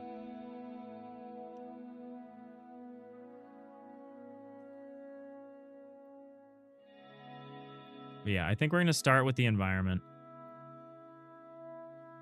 I think we're going to go for uniform blocks. And I think we're going to go for small block sizes because then it's easier for me to do transitions.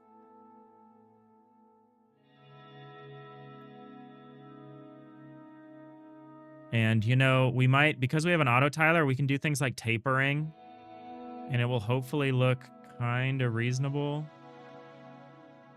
Hopefully. Not sure. Not 100% on that.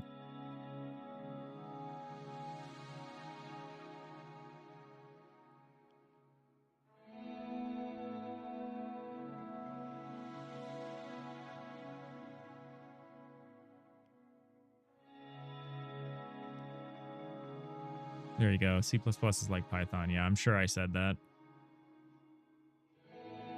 Do what I do, not what I say.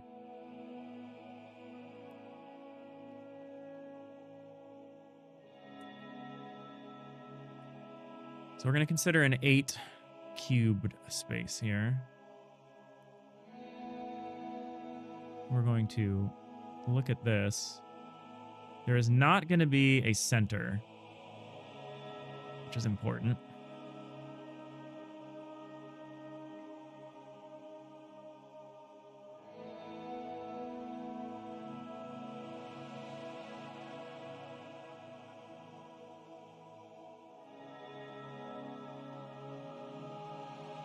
Yeah, it really doesn't matter how we do this.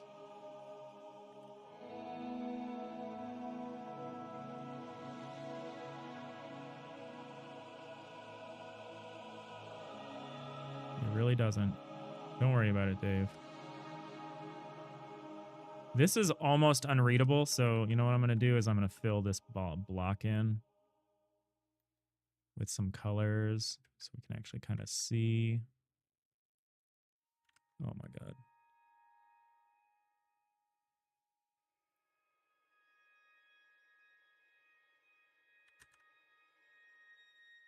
Sorry, these are going to be some of my most distracted streams over the next few days, so if I miss the chat,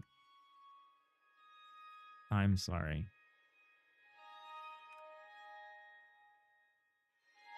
This is going to be a struggle. Keep up and still do what I'm trying to do here. I have an idea of how long it takes to do things and how little time there actually is in a jam to do said things, but you know, we're gonna do what we're gonna do.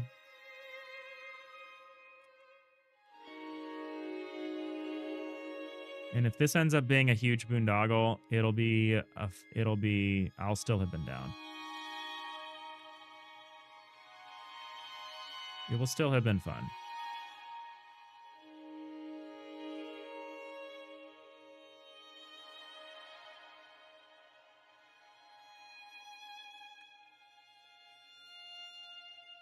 I don't know if I love this, what I've got going on here.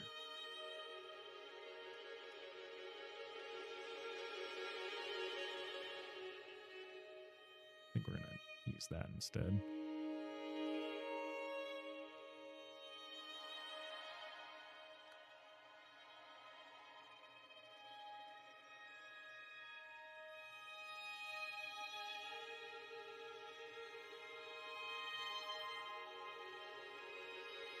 This is also, I think, still wrong.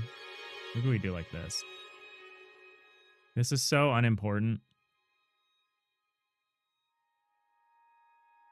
Actually, that's a good question. Do we favor the top face over the other faces, or do we not? It's actually like a legit question.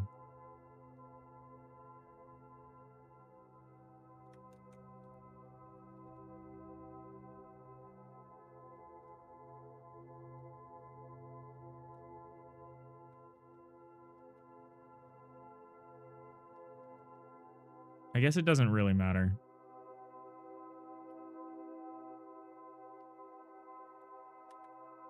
Maybe this is the better thing to do. Favor the side over the top.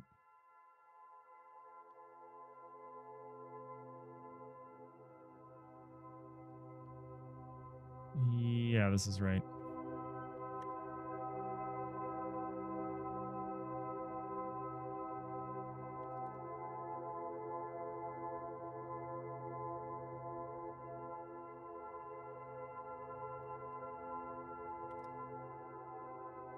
Everything we do is a boondoggle, Nix.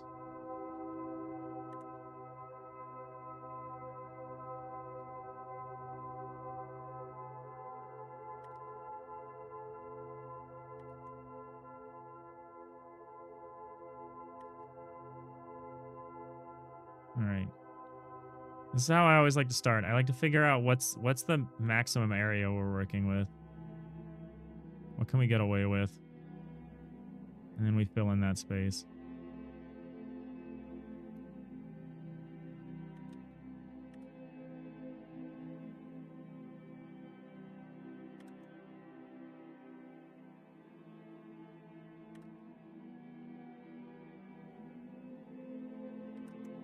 Anyone have fun plans for the weekend?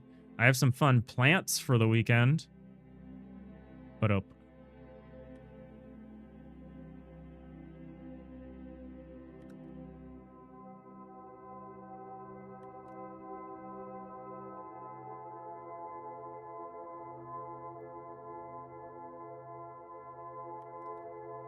Thanks. Thanks, Tarrant.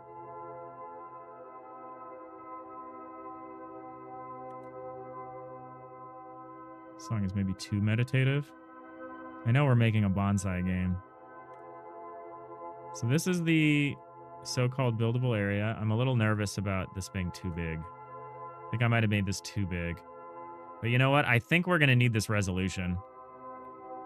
This is still just 16 by 16. And I said a 16 by 16 is about the maximum size where performance becomes trivial. If you have a volumetric grid that's bigger than 16 by 16 by 16 and you're working with tile map layers, you are going to start running into performance problems, in my opinion.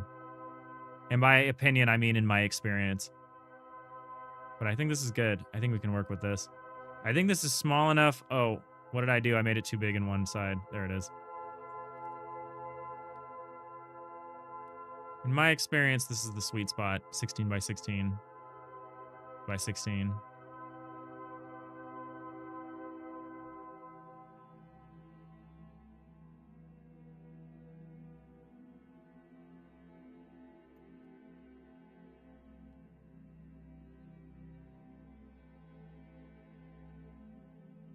Something like this.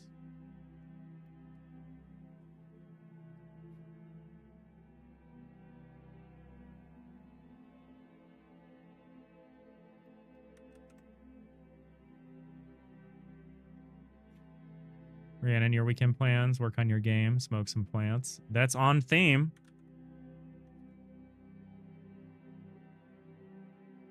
Are you down to jam?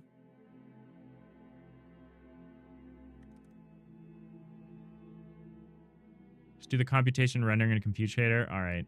I deserve that.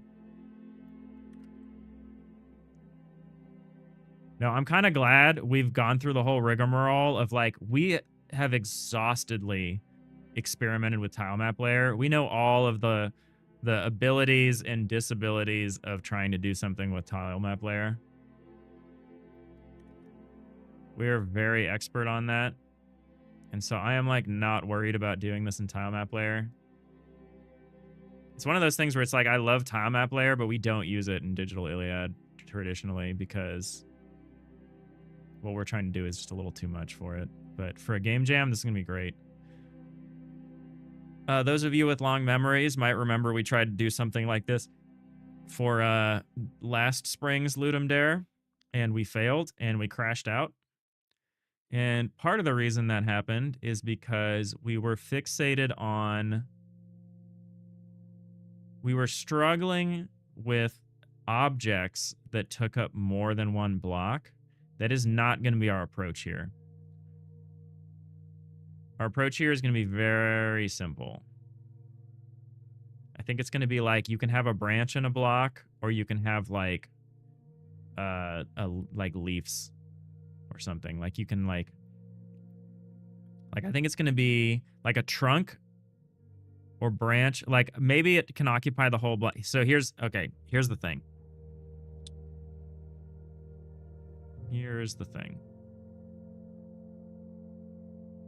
So we want a high resolution because we want to be able to have like bigger branches and smaller branches and stuff. We want to do that. So we're picking a relatively high resolution. And by that I mean how big is the block grid. But we want a small resolution because I still have to draw all of this shit. Is this 12? We're at 12. 6 by 6. 12. 16, so 4 more.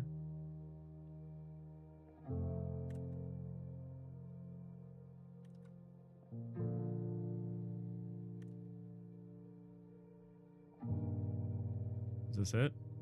So I think this is what we're working in. I think this is going to be the buildable area. Something like this.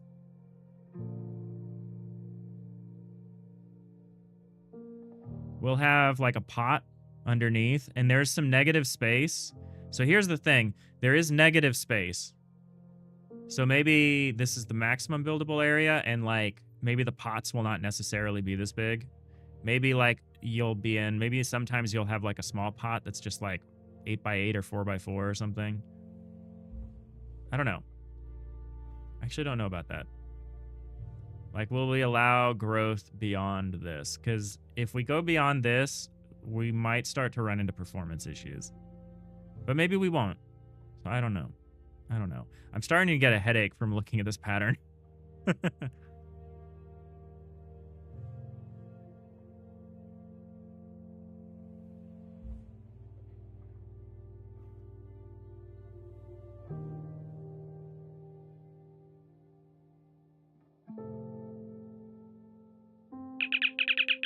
Hey, Zexmorph, thank you for the follow. Appreciate you.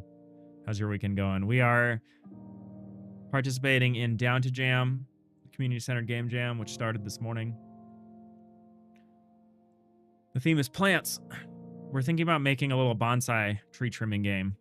Kind of like unpacking or something. Kind of like a little zen, kind of little organizing game.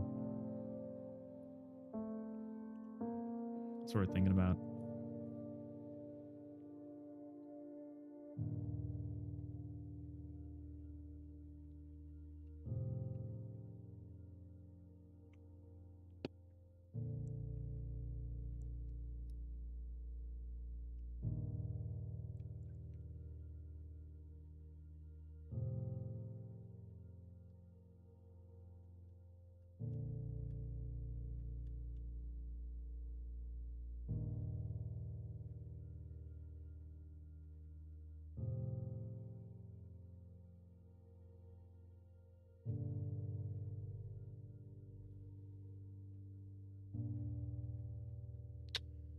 So we can work with this. This feels like enough space to do interesting things.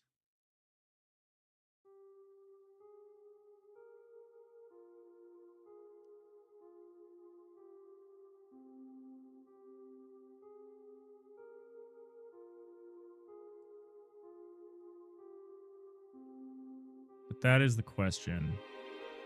I don't think we can go smaller than this. I think at that point things will start to break down. So the only real question is if the playable area is bigger than this. I mean, I think it's kind of neat. Like, could we, like, what is the 16:9 portrait ratio of this? Because the thing I've been doing recently, my last few game jams, is I've made them very phone friendly. And I think I kind of want to continue that here if possible.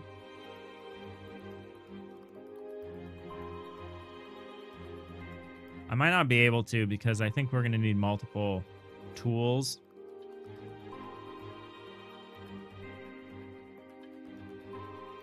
Maybe not.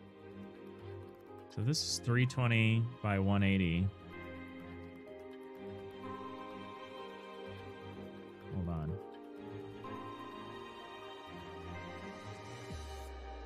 $180 does not cleanly divide into 16.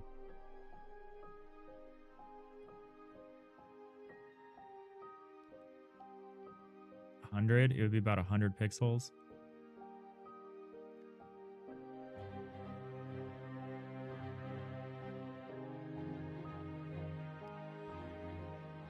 So it would need to be more. I'm trying to figure out what the view would be for like a...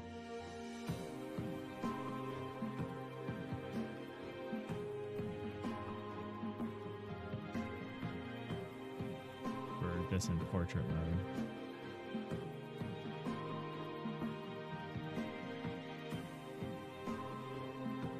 I don't know. We might be able to play around with this. We might actually be able to have more horizontal space to play with, because right now we're not really using any of it, which might be good from a negative space standpoint. Like the tree area will probably be a little bit higher, and there will be room for like a potted plant underneath it or something. So it probably won't be exactly centered. There'll probably be some kind of shallow pot underneath. I don't know. Let's not worry about this right now. So I think the thing we want to focus on. Hey, Boolean, how's it going? Let's save this somewhere.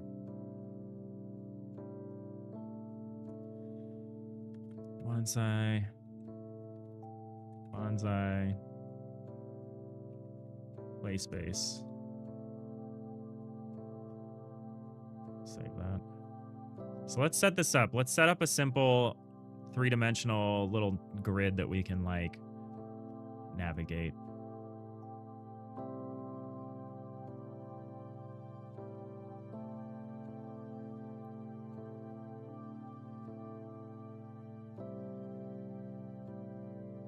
That's the main programming thing that we need to figure out. And I think I'm most comfortable doing something like that right now. So we need to make a new... I want to take this logo. I want an SVG of the DIGITAL logo. Anyone have that?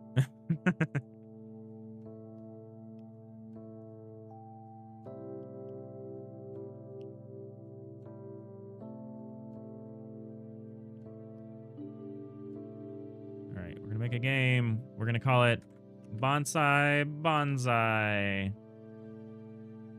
We're not going to make it in OneDrive. I don't know why Godot is obsessed with putting my projects into OneDrive. It's like, please, Dave, please, can we do it in OneDrive? It's like, I don't know. I think Microsoft is really abusive about that. Put it in document. We need to make a folder. We will make a folder. We are going to use the compatibility render because this needs to work in web.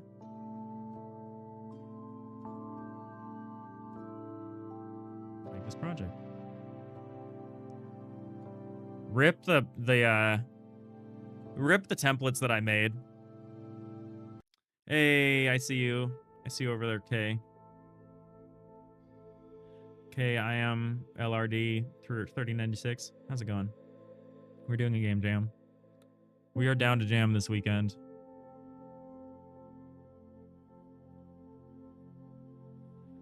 All right. We're going to be in 2D because we're always in 2D because that's where we live. We are going to not worry about folder structure very much. We'll make I'm not going to worry about scene structure very much either. Probably won't be much to the menu sequence for this game. There might be a few buttons. Maybe some of that empty space that we'll have on the side will be for, like, undo, redo, regenerate. Maybe you could have a score button or something like that where it, like, evaluates what you've done. And it, like, maybe if it's really smart, it'll tell you, like, how much more points you could eke out of this. But those are stretch goals. Those are very much stretch goals. So what we need is a node 2D because it needs to be spatially located. We will call this, I'm tempted to just call it the play space. Call it tree space. But the play space is going to be the area that you can interact in.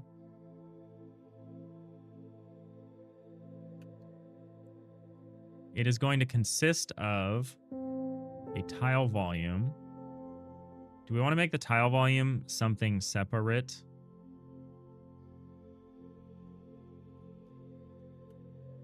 One point for each second you're playing. That's a good system. That's a good system. So how do we want to organize this space? Obviously, there's going to be a series of tile map layers.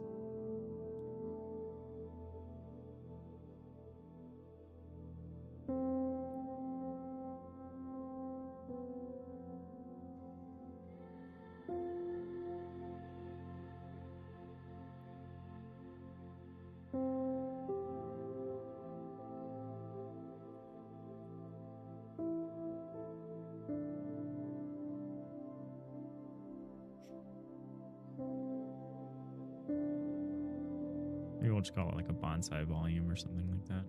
Tree volume. I don't know.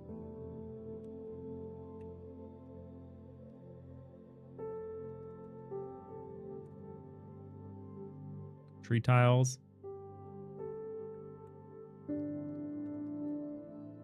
Tree tile layer.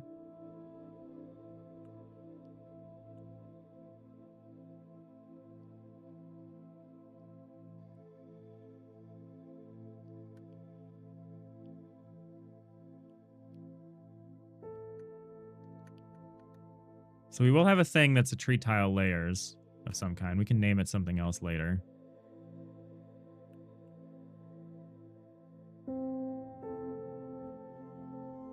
And there will be a scene.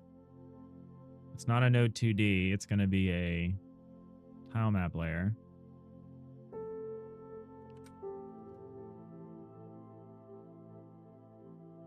It's going to be a tree tile layer. I might call it area. We're going to call this volume.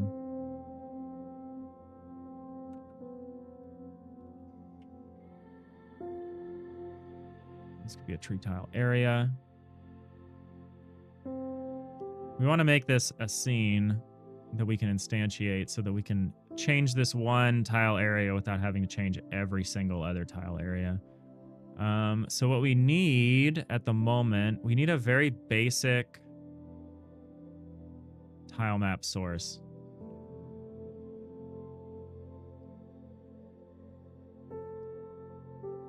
We could probably use something from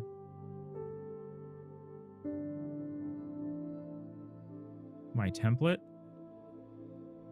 temporarily. Where's my template at? It's here.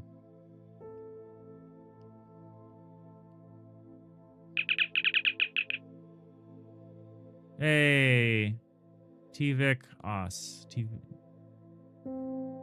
Thanks for the follow. Vikos? How's it going? Happy Friday. Can we start with this just as like a sanity check? Is this an Ace Sprite file? This is.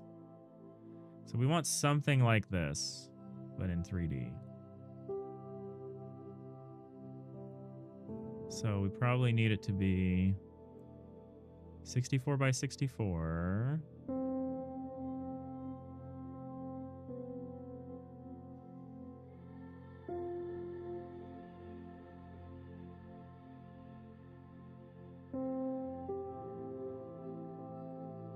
We do need to do it in such a way that nothing overlaps terribly. But we also don't care right now.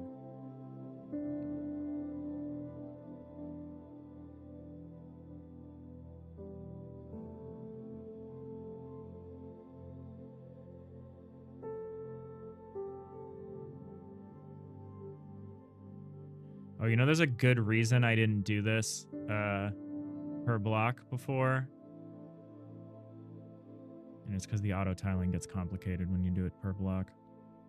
Hey, thanks for the hydrate and the stretch.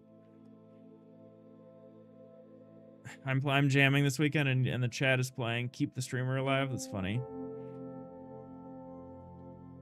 Do you think binary trees are called that because you can access them as a root? Yeah. There's some fun. There's a lot of tree puns to be had here.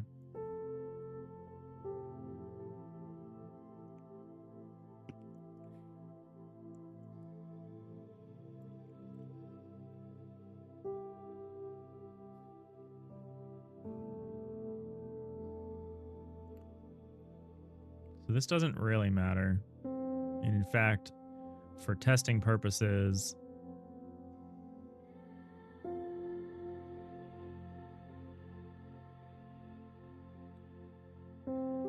you know what? I think I can still make this work. I'm going to try this. New. 64 by 64. Oh yeah, we got to shop for pallets in a minute. I love doing that. So what we need to do, just use this first for a start.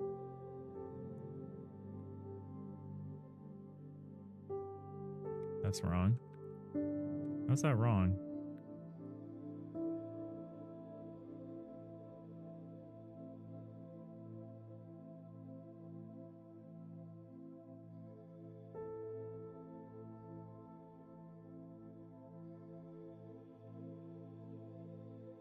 Okay, that's right.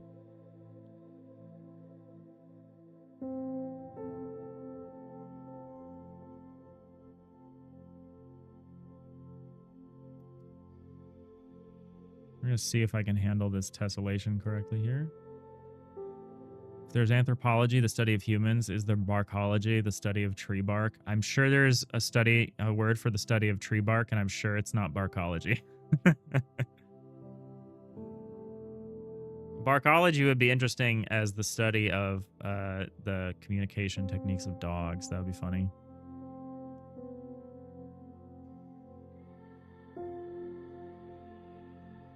The barkonomy.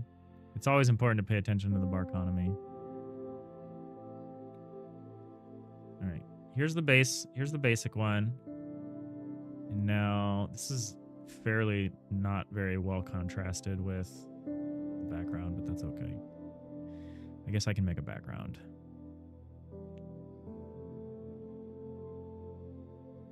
Call this like the sprite sheet. The sprite atlas. Block atlas. I don't know. There we go. That's got nice contrast. But now I need to actually see the grid. 16 by 16, is that right? Yep. So now if we do this one,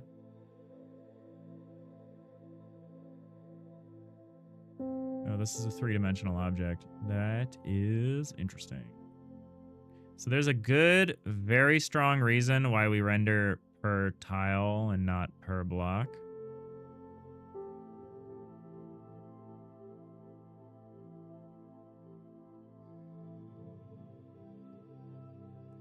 And I have to decide if we're going to do that here. I don't think so.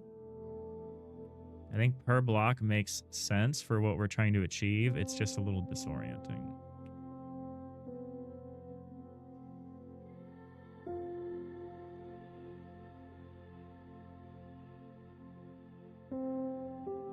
So what we would do here is we would get rid of this.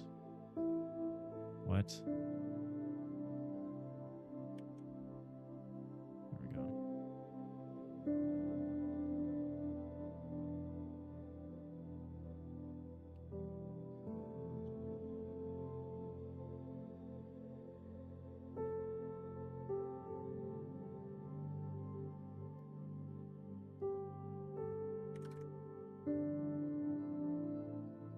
Can this be easily expressed this way, is my question.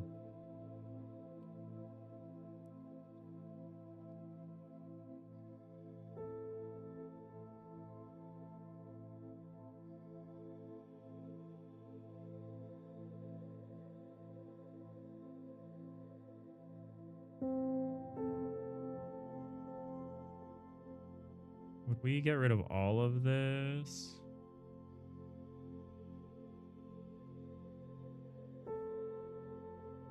Yes.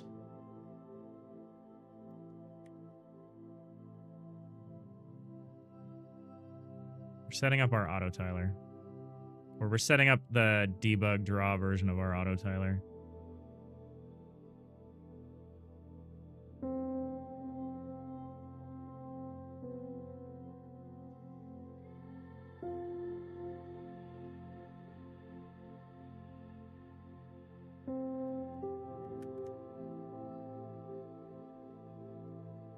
Is it worth it to solidify these? I think it is.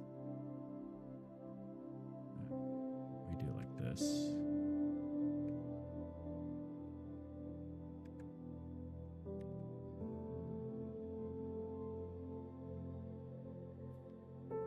Actually, maybe we use green.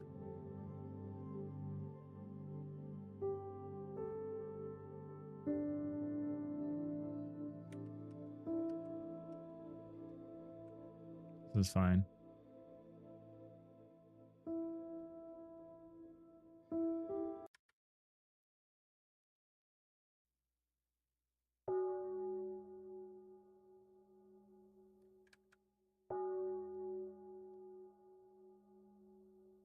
Music's nice today. Yeah, we're doing a different radio. We're doing meditation radio, which is mostly nice. And mostly nice.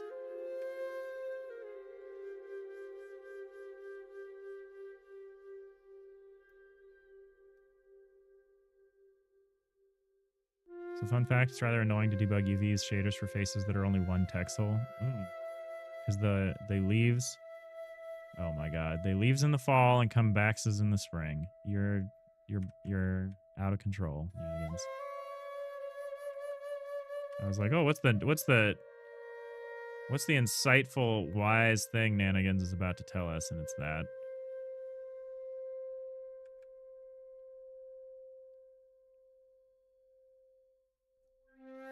Does this work the way I think it does? Yes.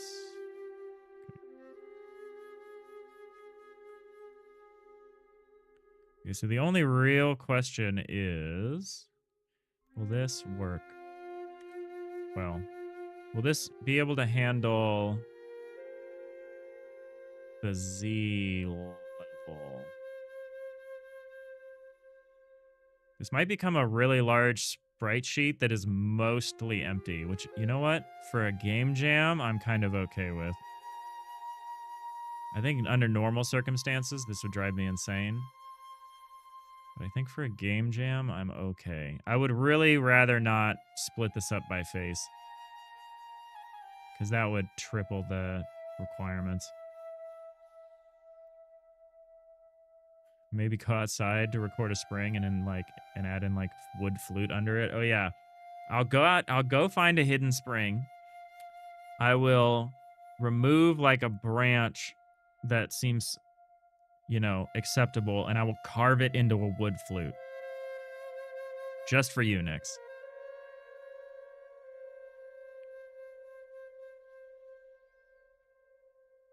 Oh, you know what's maybe kind of neat? Could we actually do this with alt tiles? Like, do I actually have to describe this for the other direction? Or is it possible to use flips to express this? Like, can I... Let me think about this for a second. So normally, this way, I would actually put this here, like this. And then for the two of them together, it would be like this.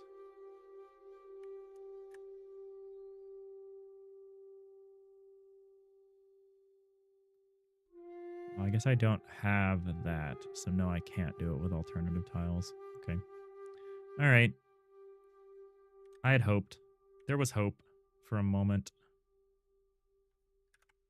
For a brief moment. Maybe I still can do it, actually.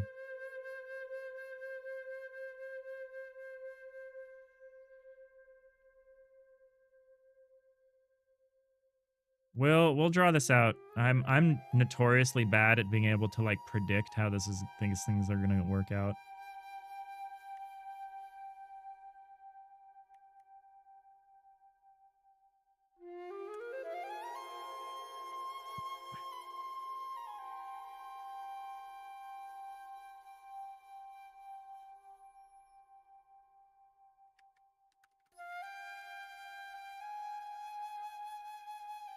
Bonsai blocks.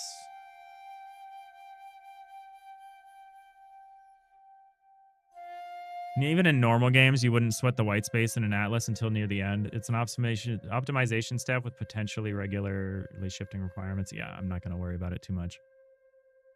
We have a really neat solution in Digital Iliad where our auto tiler is mapped in 4 dimensions, but obviously the tile map itself is only in 2 dimensions. So there's a fun, I say fun, there's a neat system that converts the 4-dimensional auto tiler coordinate into the two-dimensional tile map layer coordinate, and we could do something similar if we had to. But yeah, that's something that we would just figure out later. That is a not right now kind of problem.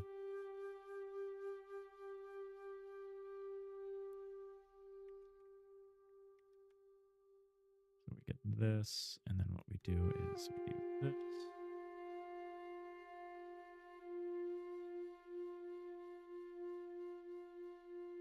And we erase.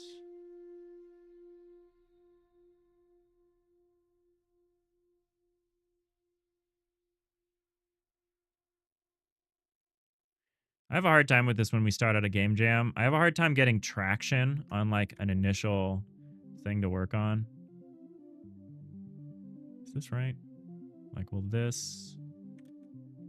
If I put this here, and I put this here, will this tessellate correctly? Wow, it's like I understand how auto tilers work now. It's crazy.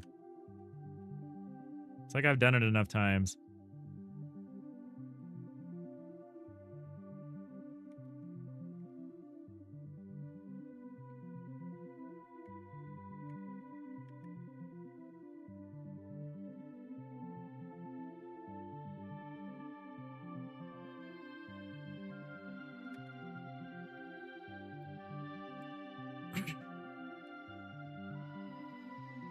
You're gonna lurk, pay attention to the dogs for a while. Oh, always pay attention to the dogs.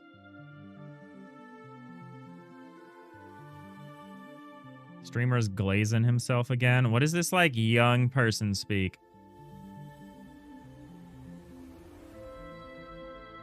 You're hanging out with too many young people, Pheasant SE2. I don't know half of what you're saying anymore.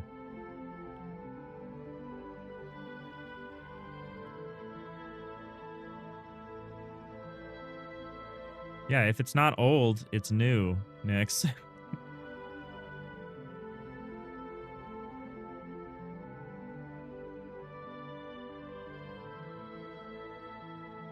All right.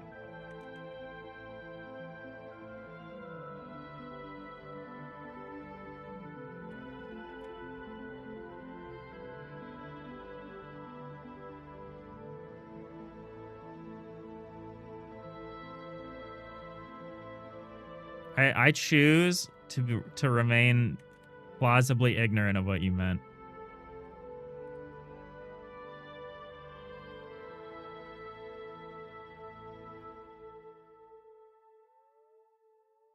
Still trying to make sure that I'm tessellating correctly.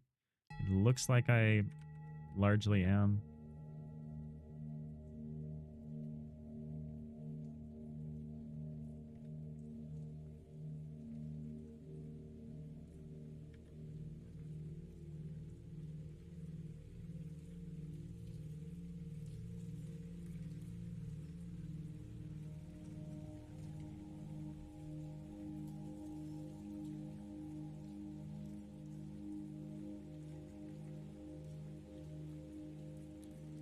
I was thinking about game jams the other day and how something that strikes me is that I never have any idea what's about to happen. Like I was thinking about like Bare Necessities and like Grave Escape and like whatever the other game jams I made, and just how I would have never thought of those things outside of the game jam. Like if I hadn't been prompted by the game jam to come up with them, they would have never occurred to me. And it's just really interesting. And same with this, like I don't know what we're going to end up with. I don't know what we're gonna end up with at the end of this, you know, 3 days here, but it's gonna be something I could have never imagined making. Like a game about bonsai.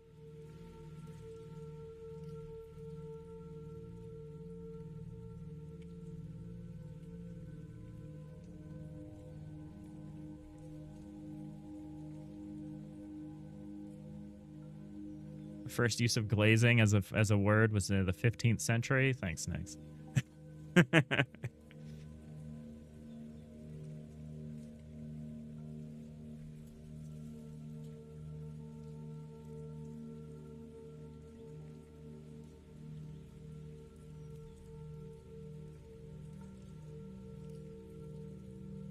Is there overlap? There's no overlap, right? I was very careful not to make any overlap. Yeah, correct. Okay.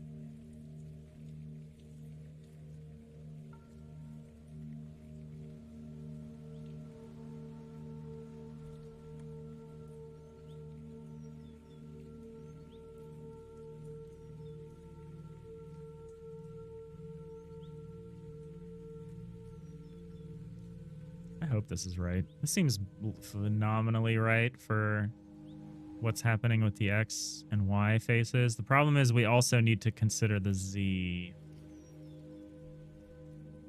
Just gonna be awkward. Maybe we don't need to consider the Z. Like, this kind of auto tiling is what I'm doing because of outlining. If we don't outline, do I really need to do it this way? Is it really going to be more like there's a block here, the block is like a branch, and the branch can like go forward and be connected? I'm actually not convinced that this is how this is going to work, but we're going to start with this because this is what I know how to make.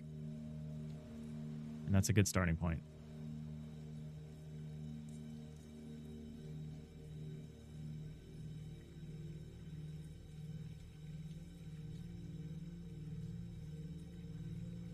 I may be a vampire.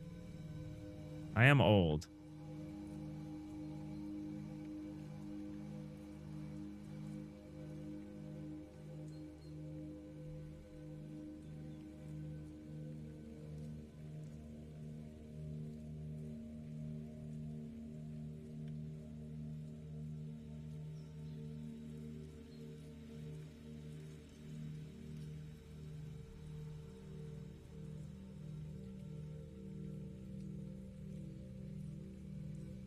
I am old. Let's be real here.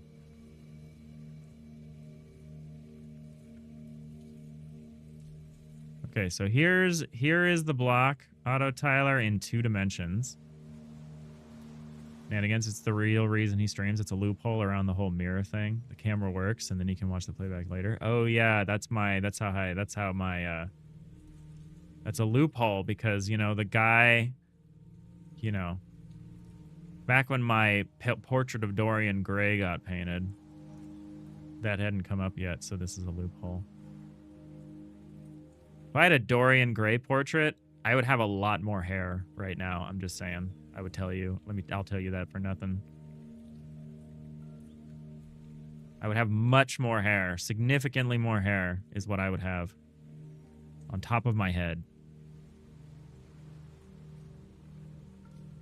If I had some kind of youthful portrait secret.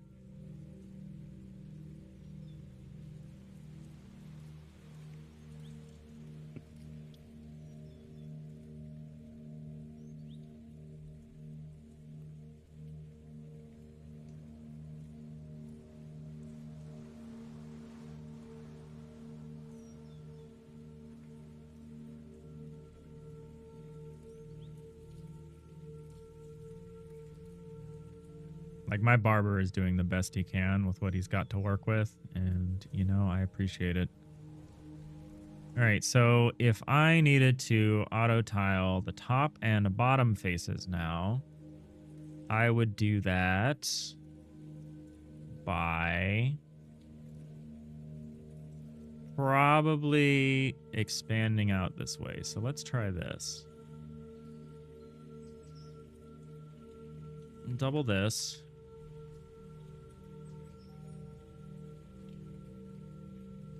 That's not what I wanted to do, but that's pretty cool that that worked. Canvas size.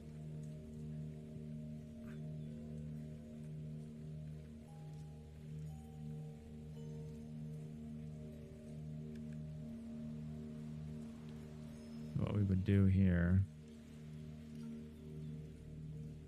So what do we want to do? How do we want to organize this? Do I want to say like negative X is like, or we want to say X is like up and down is down? Yeah, whatever. Who cares? Who indeed? And in fact, do we really care about the bottom auto tile? Maybe we do. At the moment, we're not trying to make qualitative decisions about this. We're just trying to figure it out here. Yeah, this will work. This will work just fine.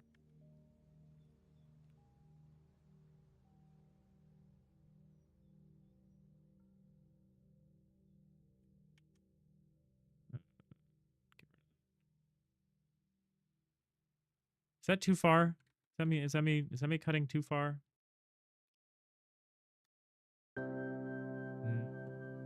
No. No. Okay.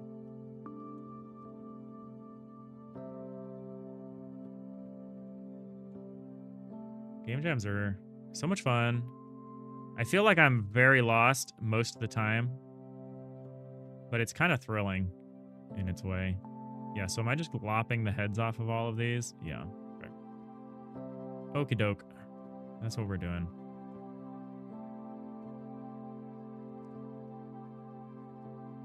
We're going to do the thing that I feel like is smart, which is to like... A lot of people will say have the gameplay on day one, which we're obviously not going to do. But what we could have day one is like a system for manipulating things in this cubic. You know, this is the template that would have been really handy, if I'm being honest. But, you know, maybe we'll get a template out of this. And then next time we got to do an isometric 3D volumetric game. We'll just be ready to go. Each jam gets a little easier. Which is good because I get a little more ambitious every time. Like, it's kind of insane to me that I managed to finish my first game jam. It's insanely ambitious. Oh, you know what this is not going to cover is, like, crazy corner logic. But you know what? I'm going to survive by not worrying about crazy corner logic.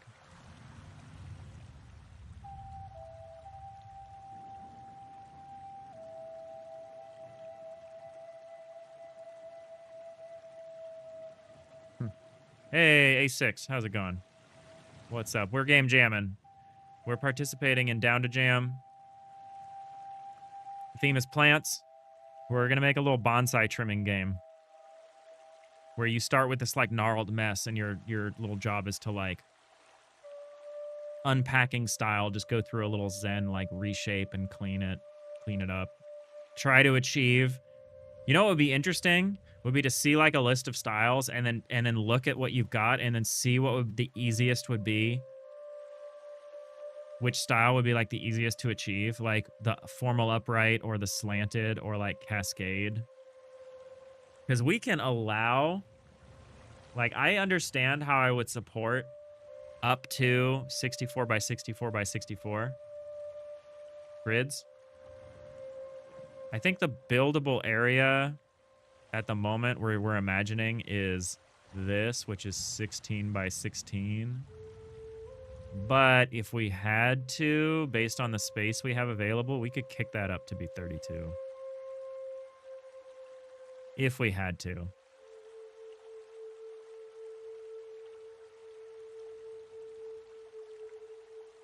So yeah, the thing we're gonna start with is a little system that lets me build. I honestly might build some of these trees by hand. We'll see. I would like to generate them, but that might be a whole mess.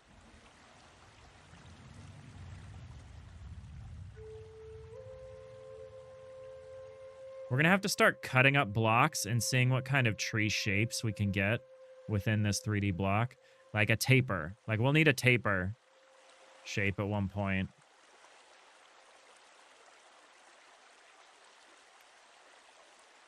In which case, the auto tiler is diagonally sensitive, which is interesting. Now that I think about that, that's okay. We're just gonna start with something easy. I don't know why I'm making them blue. Blue is gonna be not good. I might make them like orange or something. Or yellow. so that I can actually see them. Blue is going to be rough because I feel like the environment... Oh, no, the environmental clear is gray. I think I made it blue. I'm not going to say it. Not going to say the Arrested Development joke. I have some sense of decorum. Not a lot, but you know, some. We're just gonna keep working on this. Eye on the prize. And by prize, I mean the immediate next thing that we can work on.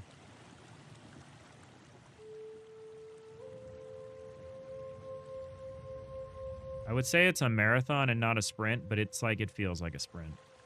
It just happens to be a 72-hour sprint.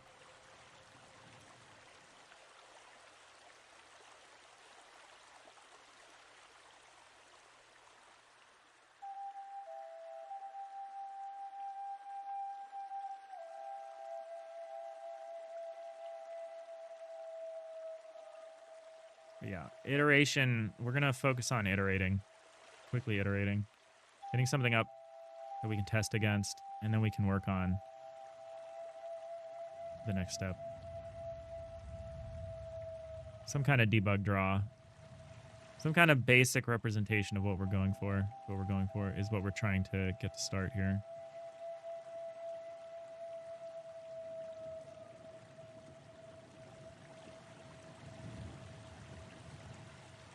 I think this radio is working for me.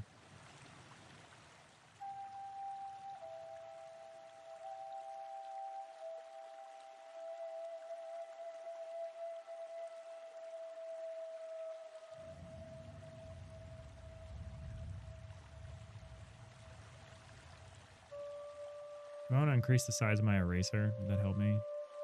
2 pixels. Would 2 pixels just be much easier? It's a little easier.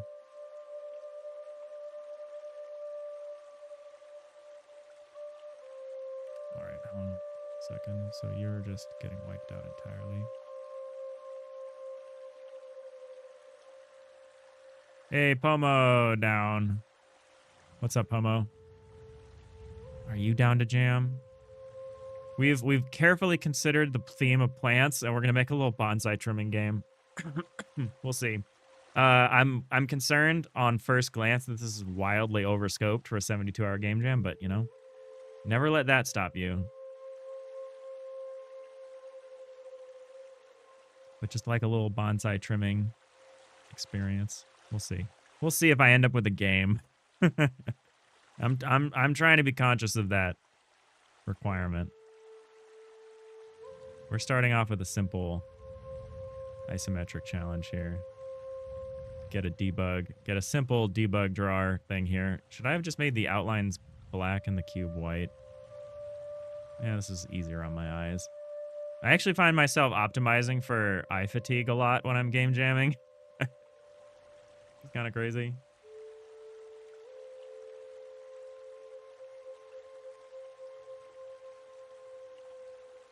All right, so what do we do in this case? How does this case work? Nanigans, you just posted a voxel bonsai tree in the Discord if you need inspiration on how to lay it out. How?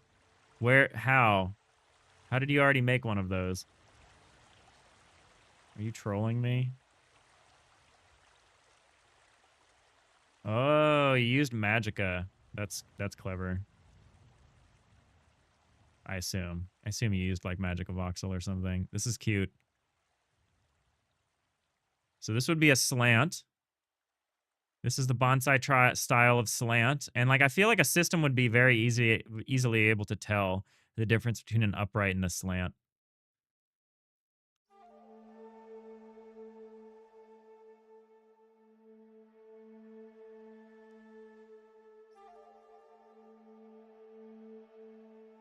It would be interesting to try to make a cascade, one that bends over and down, that like overflows over the pot and is below it to some extent. That would involve probably expanding the buildable area quite a bit, but you know, nothing is beyond our reach at the moment, in my opinion.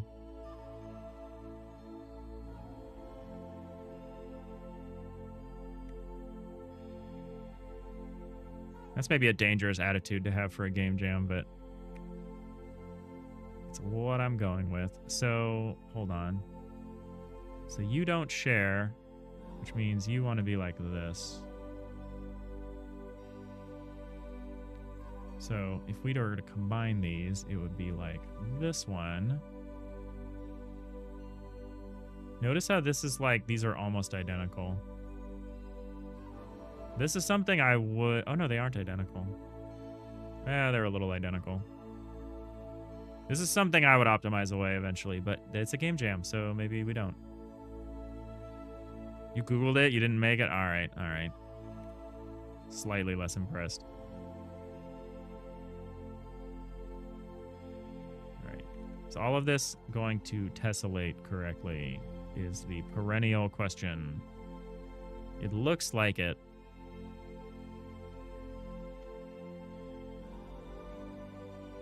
So, you know, we might have multiple layers of this.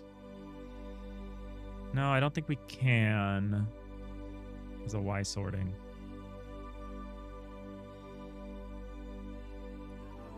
I was thinking about we could have the branches separate from the leaf layers, like the foliage, but I actually don't think we can do that realistically. Considering.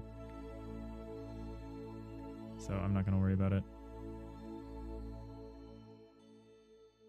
We're probably going to follow a similar process to what I normally do for this sort of thing, which is each day I'm going to try to do about 6 hours on stream and then another 6 hours off stream.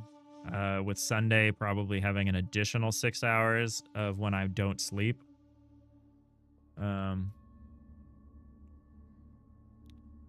But there's certain stuff that I like working on off stream. Art and audio are very much those things, especially audio. So we'll probably be mostly designing and programming on stream, and then I'll probably be doing my art bits off stream.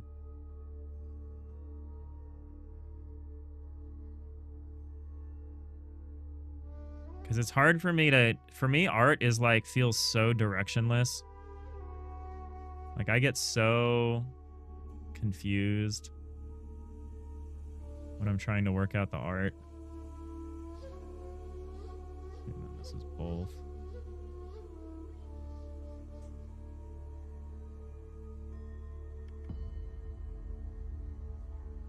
All right, well, this is it. This is the initial debug auto-tiler draw thing. It should give us an opaque auto-tiled surface that we can just draw around. We probably will add a drawing thing for me.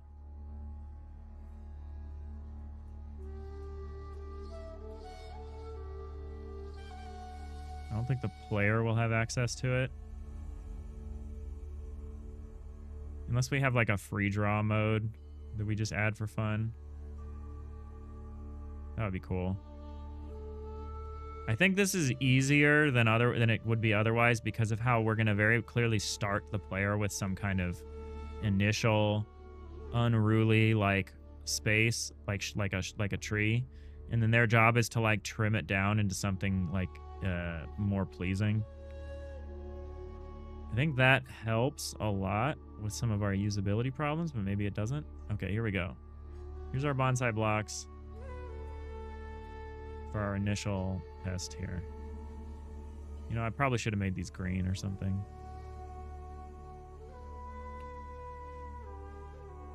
I figured voxel bonsai tree was a more likely search result than isometric cube pixel art bonsai tree. Oh, that's funny.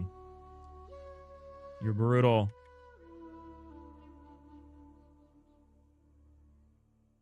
All right, cool. This will work. We'll take the background off. And we will export this. And we can start programming now, I think. We need to make a tile set.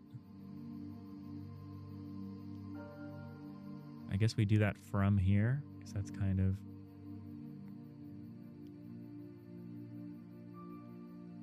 Make a new tile set. So our tile set is isometric. can't I see the shape? Have I not defined the shape yet? Normally, this would let you see the shape. Is it because I'm not in tile map view? Yeah, there it is. Okay. So we're working with 16 by 8.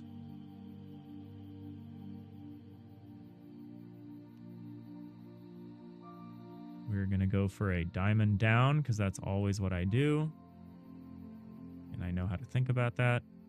Diamond down is when the x-axis goes down and to the right and the y-axis goes down and to the left. And I like that.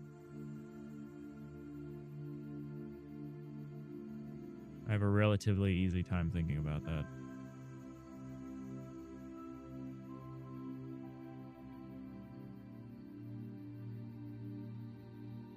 Turn everything off. From our tile set. We will save it. We'll save it as something. Call it tree tile set for now. We will add one atlas, which will be our debug atlas. No, I will do it. I will set these up.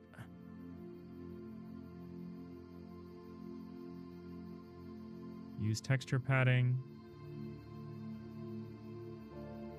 We will turn this off because I do not need that.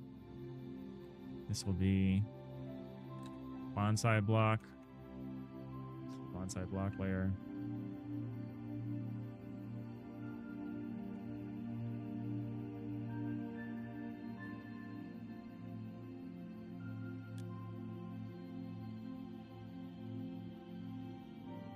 Be interesting to use some kind of dual map thing with this. That'd be neat. Texture region is 16 by 16. These are mostly usable. I actually want to turn all of these on, even though they can't really be gotten to. I mean, they can, which is why I'm turning them on, even though they're a waste of space here. And then we select them. And we move the texture origin down. So, right? Yeah.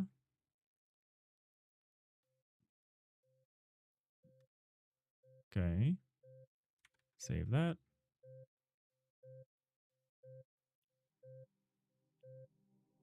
And so now, if I want, I should be able to just paint out my own if I would like to. So I could say like that. Whoa. Holy texture filtering, Batman.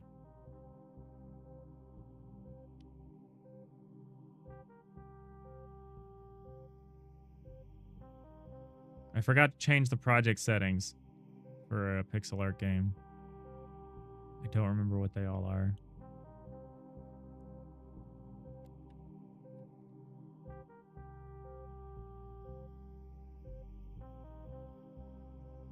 Classic. I know. Stretch mode, viewport, aspect keep, scale mode, integer.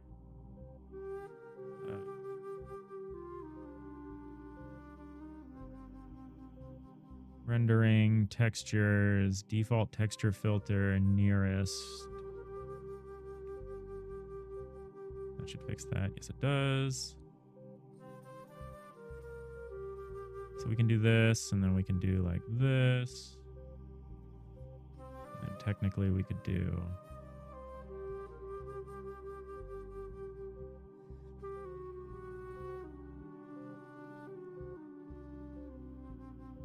Where's the other side of this?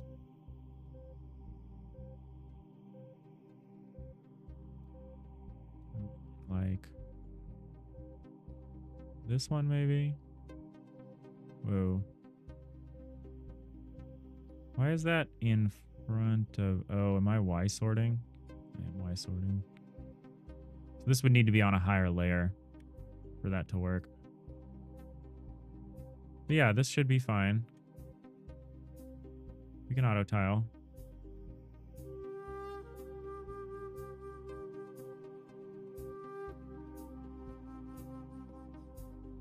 This is not meant to be done by hand, mind you.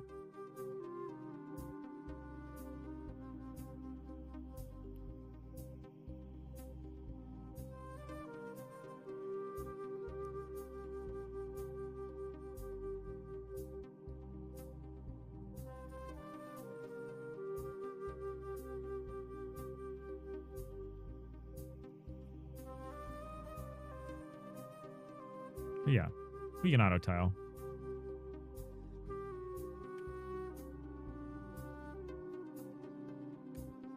Hey Corolla, hey Elliot, what's your jam game about? The theme is plants, and we are making a game about bonsai.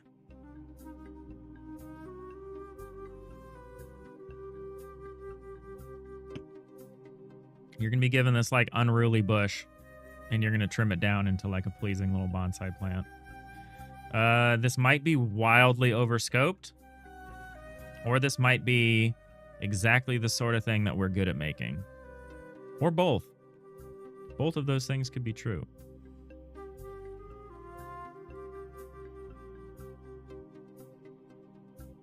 All right, we're coming up on the 3-hour mark when I will take a break at that point.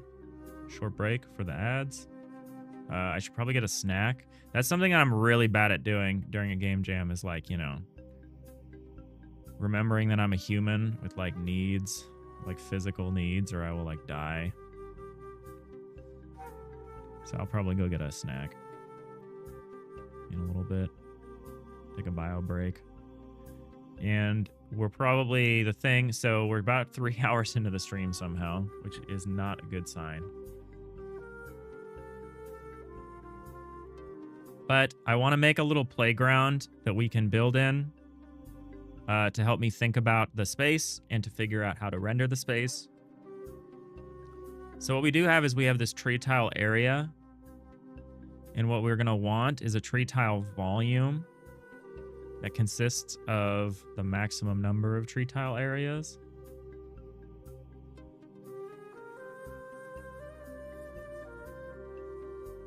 And we'll probably use the same kind of spatial reasoning that we do where like Z is up. Yeah, that's better than Z is down, I think. So we'll probably say something like, we'll probably spawn a bunch of these tree tile areas. Oh boy. Yeah, we can't spawn a tree tile layers in a tree tile layers. Godot is like, that is not a thing that you can do.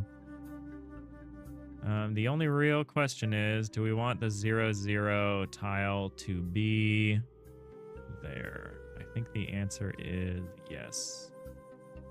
So we'll move the tile over a little bit. -4. Nope. -8. But happy Friday, Corolla. How have you been doing? I keep forgetting. I mean, I don't forget, but it's like I took today off of work, so I'm conscious of the fact that I am not really thinking about the fact that, you know, it's a regular weekday. Hey, Matanskio, with one death, we are all indebted. Old Romanian saying. That has the great markings of an old Romanian saying because I have a hard time understanding what it actually means. But it sounds cool. How's it going, Tanskiot?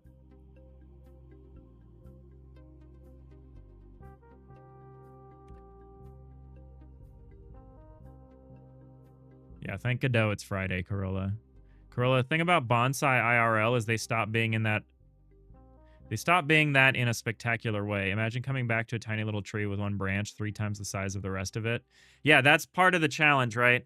And we're not going to do that version. We thought about that version, which is like the more correct, quote unquote, correct version, which is like bonsai is about constraining and manipulating a tree as it grows, right? That's not something that we're going to be able to represent in a game jam that someone plays for like 5 minutes. So we're going to have a way more static environment where you start out with this big unruly thing and you have to make choices. So like you might start trimming branches so that the big branches above the little branches are gone. Like you'll start, and it's cool because there's different styles with some pretty explicit rules that we were reading about, which might make it possible to actually evaluate what other players are doing. Like we were looking at styles. Oh yeah, there's like definitive styles that we can evaluate. Like if we're going for a formal upright one, you want branches progressing regularly from the thickest and broadest at the bottom to the finest and shortest at the top, which is neat. You also want strong surface roots visible, which is neat, moving from the base of the trunk downward into the soil and radiating evenly around the trunk. So that could be cool. So I think you'll be able to trim stuff and also move stuff. I think those will be the two verbs. Like you can click and drag a branch to like bend it around. I think would be something you could do. That might be complicated, but that might be cool. So you can probably trim stuff and you can probably bend stuff. Oh, that's really interesting. Here's an interesting rule. You want the roots visible, moving from the base downward into the soil and radiating evenly around the trunk, preferably with none pointing directly toward the viewer. That's neat. That's neat.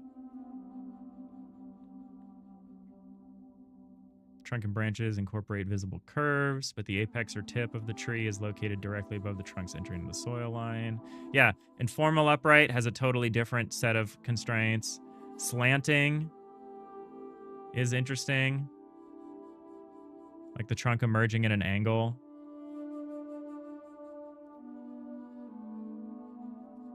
Branches need to be parallel to the ground. Like there's all this cool stuff. I don't know about the surfaces. I don't know what we're going to do about bark surfaces. But, you know, maybe that's some interesting stuff we could do. There's interesting stuff here. Whether we have time, like this is cool. Like there's 2 trunk, 3 trunk, 5 trunk. Notice how there's no 4 trunk. Kind of interesting. There's a clump style. Like, I don't know how much of this we're going to be able to represent.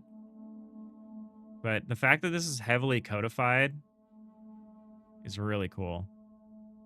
There's branch placement rules. Like, it'd be really cool if we could codify this and evaluate what's happening. Windswept is cool. Oh, there's there's diagrams. Oh, there's diagrams. Oh, I didn't see these. Really did your research? I'm like literally just reading this right now. I figured this out at at breakfast. When I was at breakfast before the stream, I was just sitting on my phone, like reading bonsai Wikipedia articles.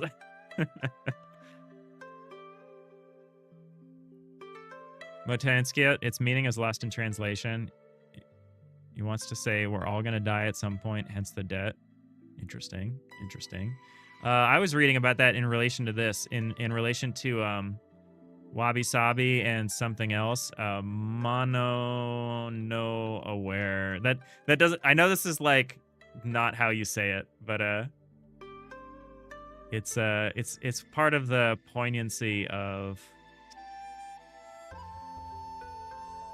bonsai. Is this? It's about the very transience and the sadness of the very transience of things. And I think that's neat.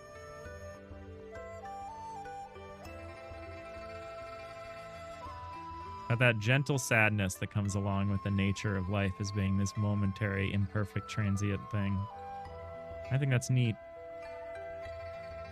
I don't really follow any of this stuff, so I'm hearing about a lot of this stuff for the first time. But yeah, this is dope. Literati style. Okay, literati style is like we go up and there's like little branches at the top. Multi-trunk style. Semi-cascade. Cascade. Ooh, cascade. Yeah, this is cool. This could be like the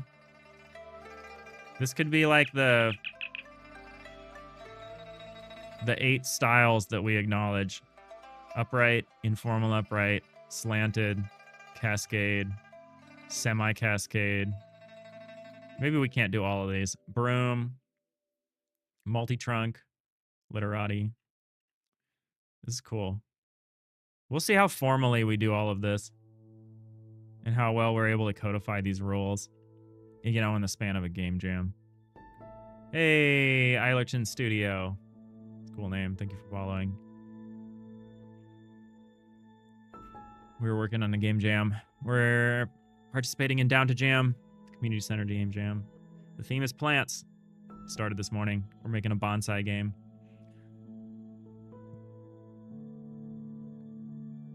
You're interested to watch how a game is made in so less time? How to make a game? It's tricky. It's tricky. I'm probably overscoping. But we'll see. You can do a lot in 72 hours if you don't sleep or do anything else.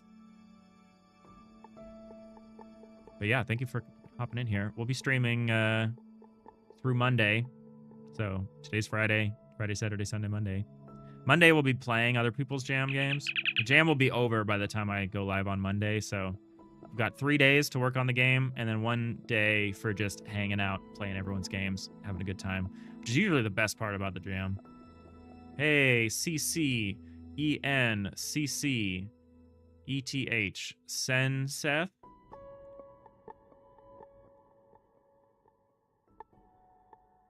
Cool name. Hard to pronounce.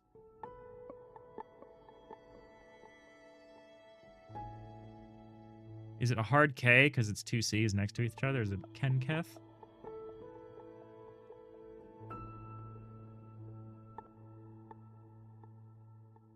Or is it Chencheth? Sorry, I'm not trying to make fun of your name. I'm just trying to pronounce your name correctly. I hate it when, you know, someone pronounces names wrong. So I do try to make an effort. But yeah, thanks for hopping in. Hope you're having a good Friday. Nanigans, what's tricky is Taraka rhyme is right now.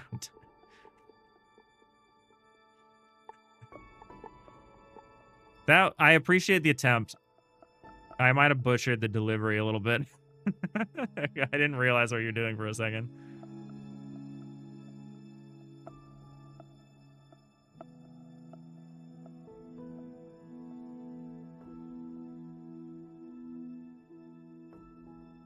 I'm really worried about creating an adequate soundscape for this game, too. All right, so what we're doing now is we're going to try to make a little isometric play space that the player can mouse around and both place and select blocks in 3D.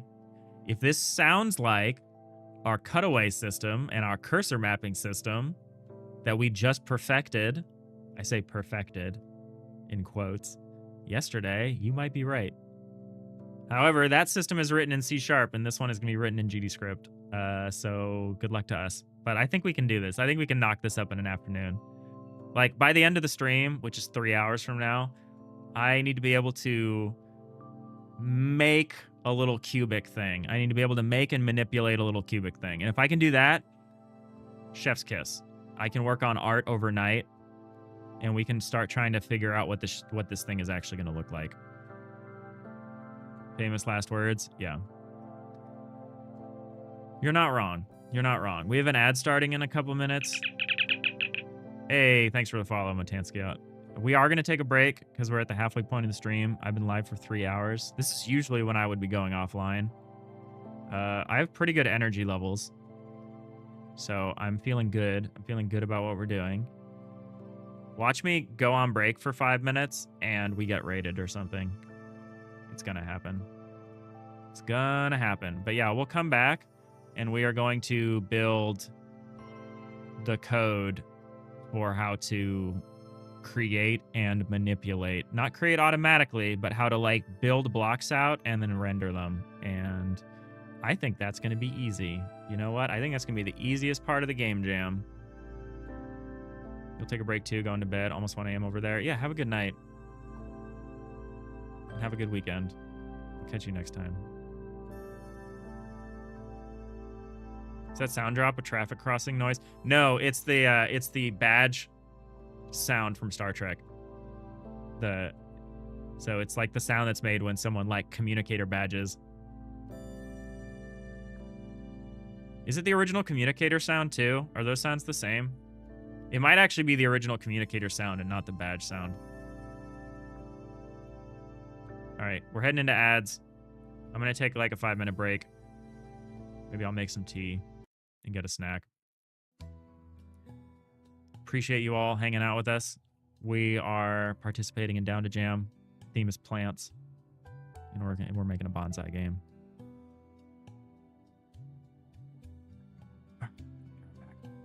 Thanks for hanging out.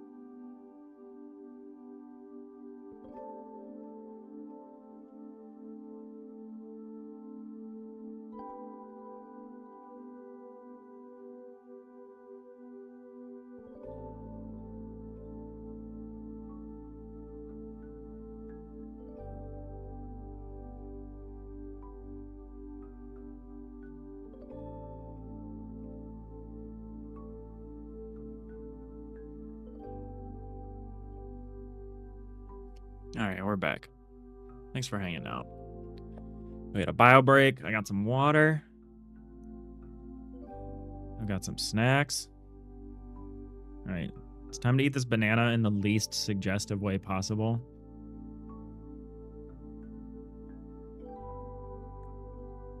It's a good snack. Banana's a good snack for this situation. You got to get your potassium. You don't want your eye to start twitching in the middle of a game jam.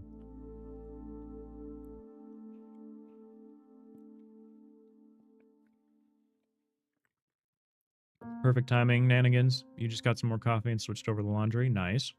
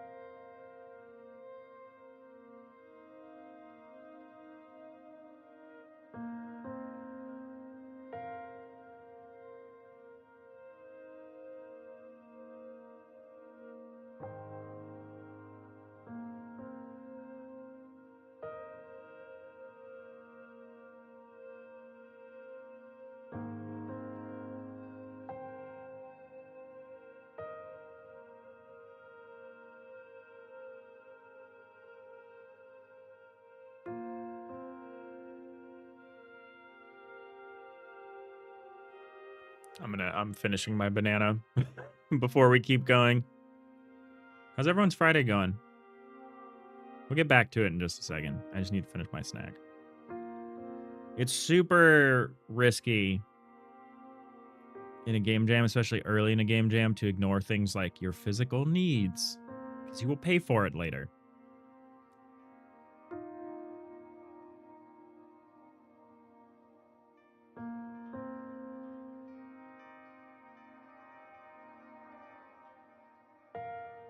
Hey, Jacob, how's it going? Are you down to jam? I know you're down to jam. I'm very pleased with this theme. You're jamming so hard. Nice. We're making a bonsai game. You just got ice cream? That's just jam fuel. It's got sugar. It's got protein. It cools you down so you're not overheating. You're the big brain, galaxy brain working overtime. Yannigan's doing good, making some eyesore debug textures right now. Yeah, I love a good debug texture that like gives you a headache.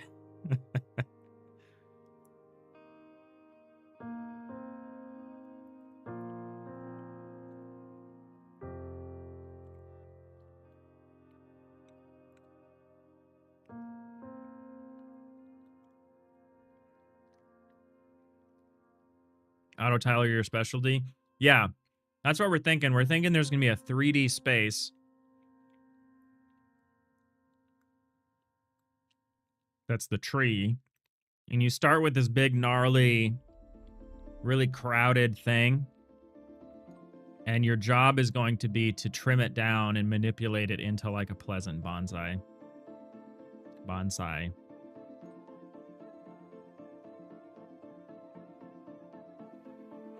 Yeah. Arnio, you're learning just how much you hate music. I'm sorry. Is it this radio's fault? Or are you talking about making music? Sounds great. Yeah, I'm pretty pleased with this.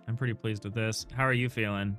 Because my problem is I come up with exactly one idea for every game jam. And the way my brain works is as soon as it latches on to one idea, it can't come up with any other ideas. So like I was walking to breakfast this morning. I woke up after the theme was revealed. And so I'm like, well, whatever. Let's go think about it for where we hop on stream. Normally we do our ideation on stream, but it worked out this way. And yeah, I fixated on this after like the first 5 minutes. I couldn't think of anything else. I was like, I guess I could do farming or gardening or like... I could think of some fun stuff to do, but I couldn't think of anything that was simple, quote unquote simple. And this is not simple, but at least this has the benefit of being something we're familiar with and has only really one moving part, which is this tree. Just how to draw and manipulate the tree. So that's what we're working on the rest of the stream, is just the technical aspect of having this 3D block space that you can manipulate. I'm not going to make the mistake I made last year, which was to like focus on the art first and then be unable to get to like an actual mechanic because I couldn't actually make it work. I'm going to try to do it mechanics first here. And then have the art kind of fill in and fit with what we end up with. You were really hoping for the combination theme. It got second. Combination would have been fun. I forgot what the third. I looked at the list, and like the ones I wanted were like 5th and 6th. And you know, at least it's better. At least it wasn't balls. At least the theme wasn't balls. I was really worried. I almost guarantee you if it gets nominated next time, people are gonna like go for that. There's always some kind of meme theme, and I'm always worried that the meme theme is going to rise up and just win because it's funny. It's so concerning. No, the music you make? Okay, Arneo. You got a plan? You like plants, though? Is your backup idea? Okay, cool. Yeah, my very first game jam, I sniped the theme. I prepared for one theme, and it was the exact theme that won, and I was like, wow, I'm so amazing. I've not done that again. You're shocked how close balls was to winning. Yeah, it was like 4th. I'm like so grateful. It was above my choices. All right. So what we've already made is we've made a little, it's hard to see. Let me turn the background on. It's not easier. We've made a little tile map for the auto tiler.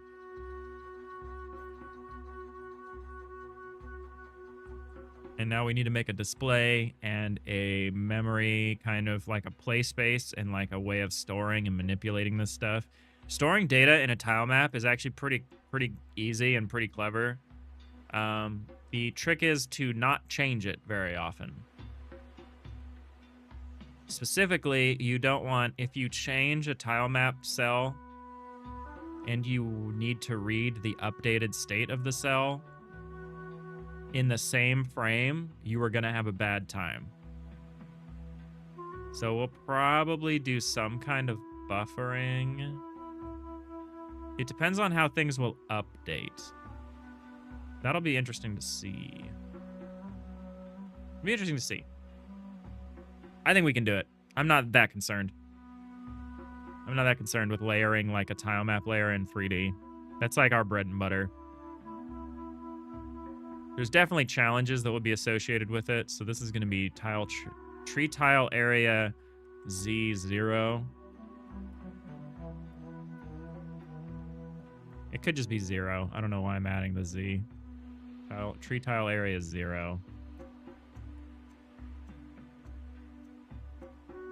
It's compute shader time. I thought this was supposed to be a break from tile maps. No.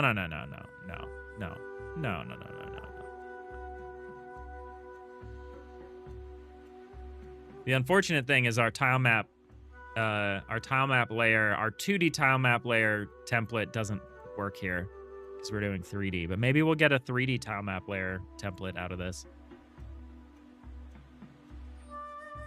All right, so as we iterate this, we need Y-sort enabled. We just need Y-sort enabled in the parent ordering. Y-sort enabled. Z is relative, seems fine. So the parent needs to have it like that. I'm also going to call this tree tile volume. In which case I might as well call this tree tile area Z0. Shenanigans. New Godot dev builds have paintable textures. Wonder how that would be with updating tile maps. Paintable textures. Huh. Yeah, I don't know what that would be like. All right, so what we're going to do is we're going to add this. And so the way this works is each one is going to be offset from the last one by what? Some amount, an amount. So if it's 4, is it going to be negative 12 now? And does it go up? Yeah, it does. Okay. So this is here, and this just goes up. Okay. I've got it.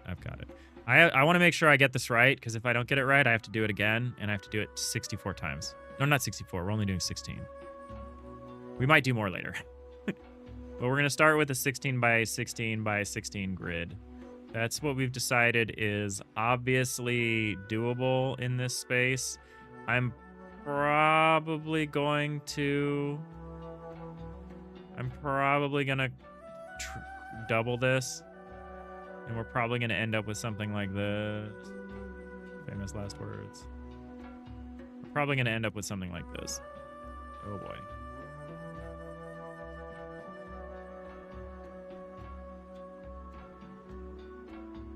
I know this is like really hard to look at. Apologies. We'll probably end up with an even bigger buildable area, and we'll use the middle of it because I want to be able to support these cascades. So I want you to be able to build below the potted plant, like have things hang over. I think this is okay because the player isn't going to be able to build anything. Their job is to manipulate what already exists.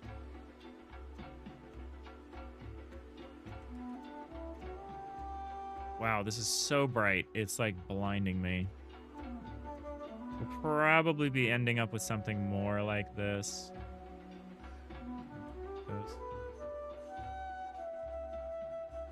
This uses the space better.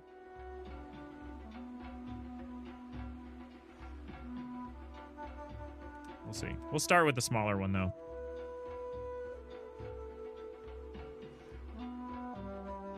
Back to OS Dev and Web Dev. That sounds like your jam, and go.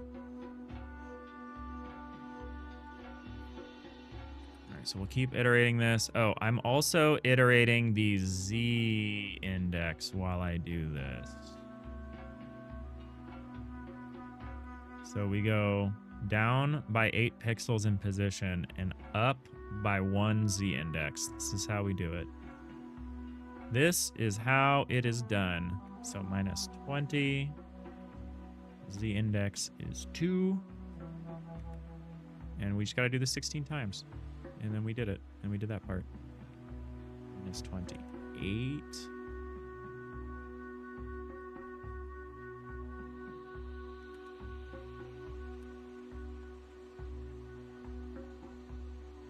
That's 36.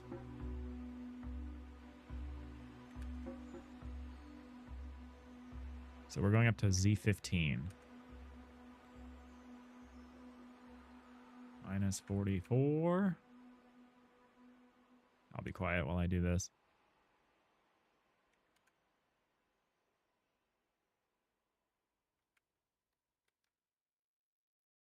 I say, hoping that the music would like kick in, and then there's just no music.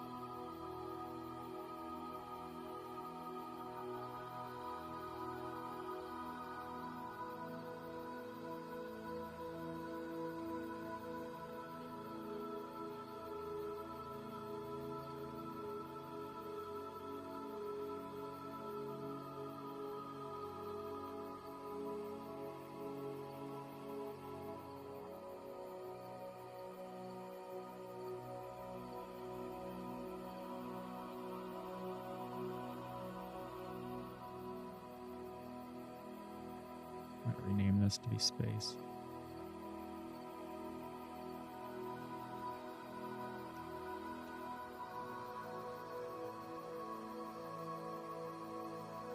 I might generalize this in the future to be a representative of block space that uses a tile map layer array. That'd be a neat thing to have for just the future.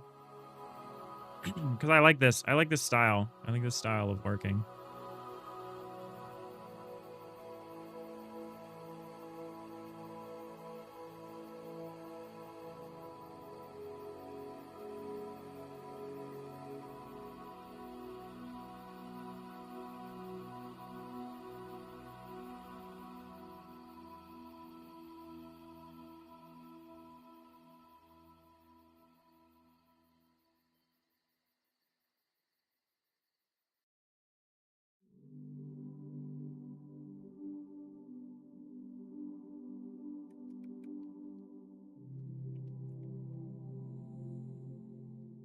Maybe volume was better.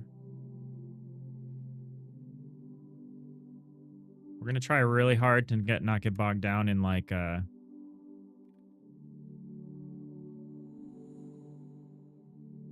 things like naming things or like software architecture. We're gonna try really hard to stay super focused on what we're doing. It's gonna be difficult, but we're going to do our best.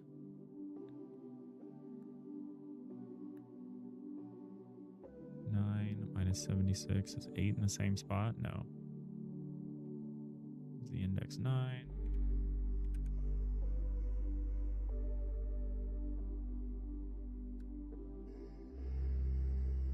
It's 84.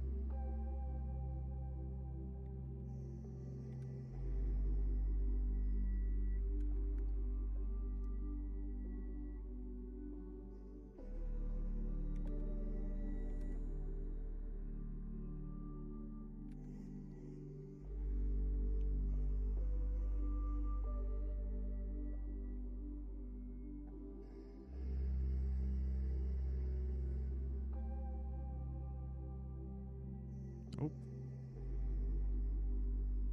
Didn't change that one's the index.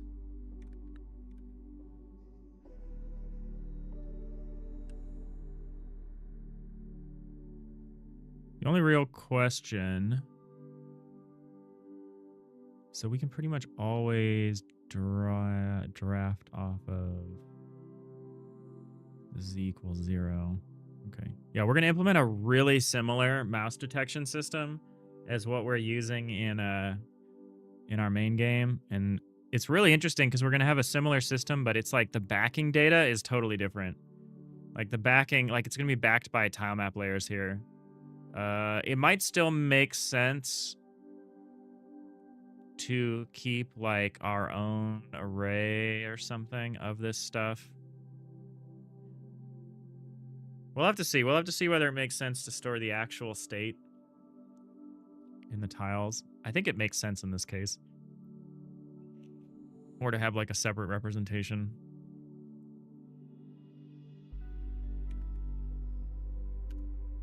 Jacob, you're trying to balance some new tech stuff to try, but you might regret. Yes. Yes. I have been there.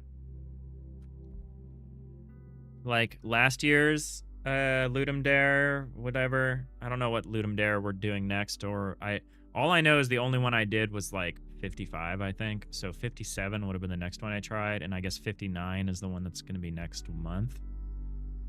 So when I tried to do 57, I tried to do something like this too. We ended up trying to do this Tetramino, like 3D Tetramino thing. And the hard part for me there was all of the objects are greater than a block. In a Tetramino situation, an object is like multiple blocks. And like we needed an intermediary between the tile map layer and the stuff that we wanted to do. And like we had that written in C# for our main game, but we had no way of recreating that in GDScript in time. So like I did something that I thought would be easy and then ended up being like really hard. And I also ignored the problem for the first like day or two. I ended up just working on art and being like, yeah, we'll figure it out. So I'm going to do the opposite thing this jam. We are not even going to touch art until we have like a basic representation of the space that we want to be able to manipulate and how we're going to manipulate it. Like what the interaction is going to be.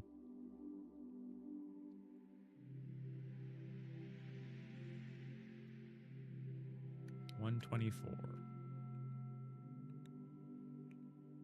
Z index equals 15. Okay, here's our 16 layers, our 16 tile layers. This is good. If we need more, we can add more. It's always anchored to the base of the tree tile volume. We are going to put a script on this, and this is going to be the whole world of the block volume is going to exist here. This tree tile volume. I'm calling it tree tile volume because that's a long name. I could just call it block volume, but I think we will templatize this stuff if we're successful with it. Should we make a class name? We probably should.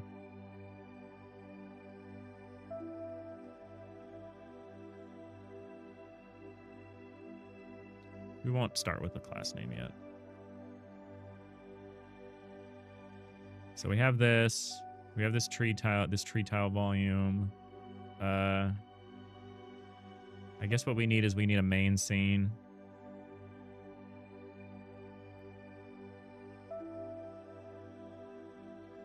No web, huh? Oh, we're in web. We're webbing it up. I don't think you can make a Game Jam game that's not on the web.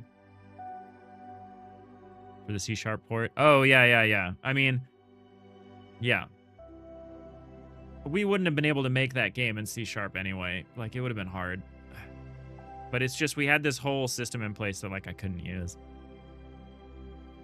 That was rough. And now we're going to do something similar, but I think I understand enough about this process that I can recreate it in C# pretty reasonably.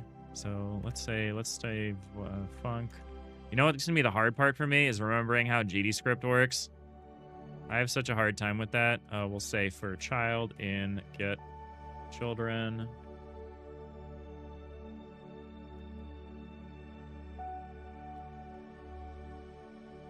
We'll say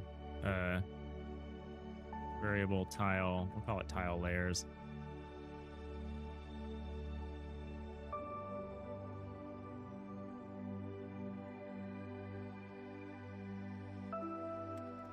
It's going to be an array of tile map layer.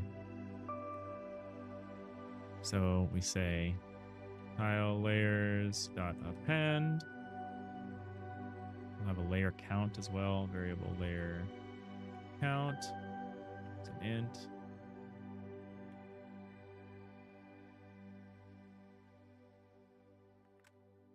Child as tile map layer.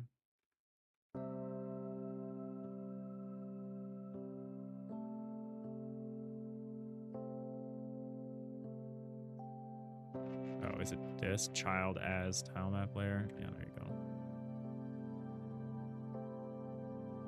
Yeah. Sorry. The time delay of me reading chat sometimes robs it of its meaning, as is often the case. We don't have anything we need to do on process. Actually, we do. This is where we're going to map the input. So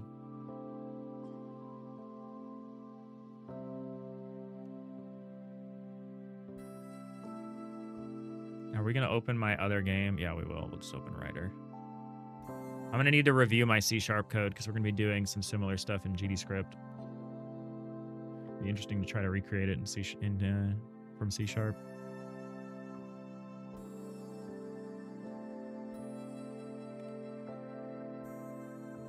We're mostly interested in the cursor mapping.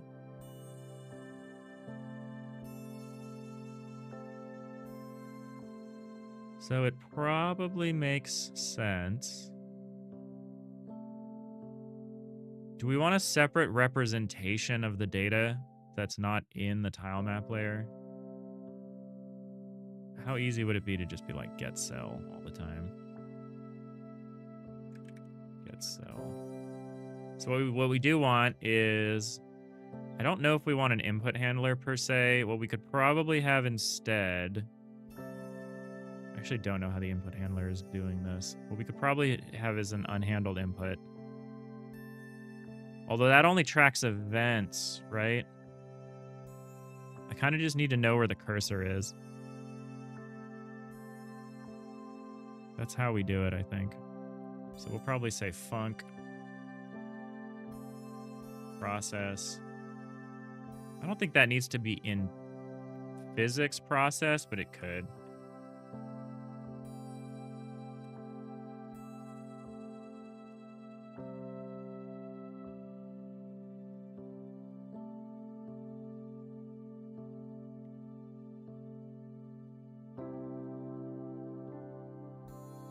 So what we want to do is we want to update the mouse cursor.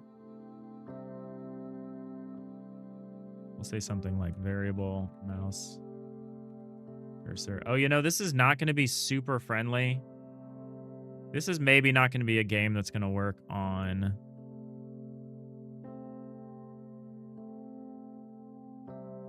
Maybe we can make it work on phone. The way it would need to work on phone is if there's like, if you can cut something or you could bend it, then what you would need to do is we need to be like, if your hand touches and moves, that's a bend.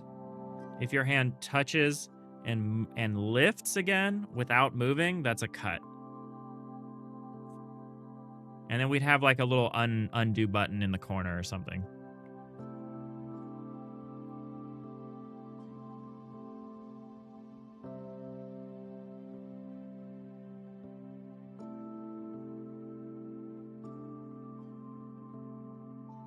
I want this game to work on the phone.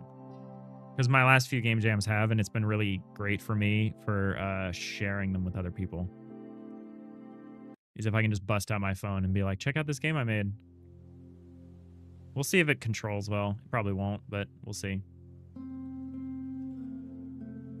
Because there won't be any concept of the floating mouse thing. So we'll actually need to handle passive input differently than active input. So we'll need like another func for like func unhandled input pass.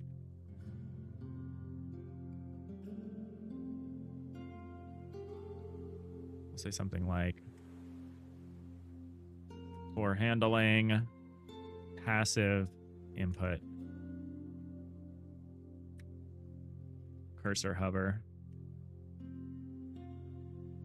And this will be like for handling active input cursor click.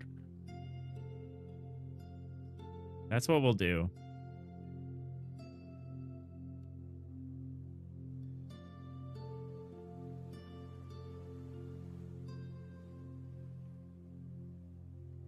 So can we, you know what we could do? We could do, if we want the UI to eat the input, we could actually use a signal. Can we not use a signal? Oh, it would need to be for this. The signal would be here.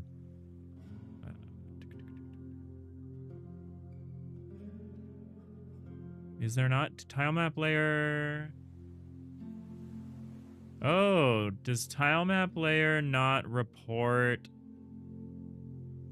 player input? I thought it did.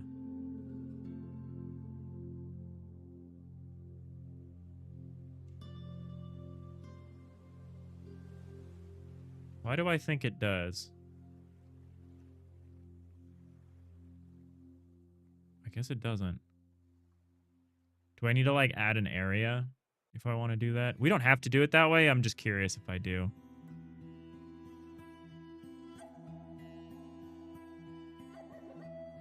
I'm like not super concerned about that. I'm just interested.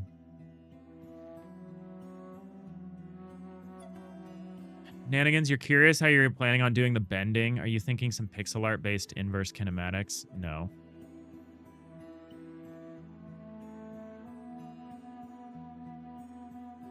Not really. It's a good question though. Like, how do I represent that like a block doesn't go all the way through? Which means there will be a directionality to these to some extent. Like if you bend a branch and there's other stuff further down the line of the branch, the whole branch needs to update. Like as far as how that gets rendered, we don't have to care about that because the auto tiler will take care of that for us. But the real question is, how do we update all of the storage for that? And it means we are probably going to need some kind of tree structure or something. Which is fine. Trees are, you know, a tree structure is a good way to represent a tree. Short answer. No Jewel, with your shader asset demo, you only implemented mouse input and the touch input basically worked without you needing to change anything. Yeah, I like that. I like that about it. I think all you have to do is like edit I think all you have to do is make sure the project setting says like treat touch inputs as mouse or something like that. And if you want to do it the other way, you just say the opposite. So you just say emulate mouse from touch.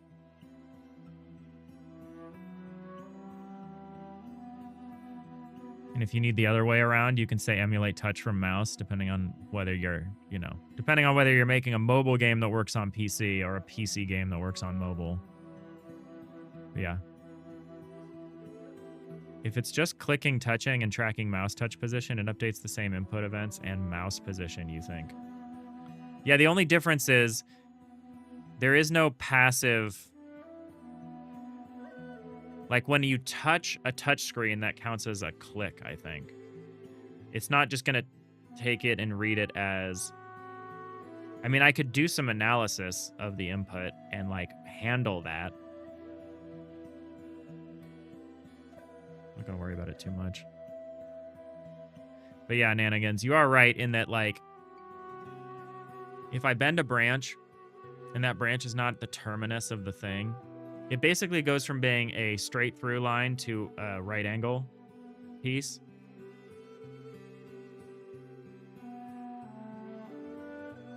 Yeah, we'll need to think about that. I think it'll be okay.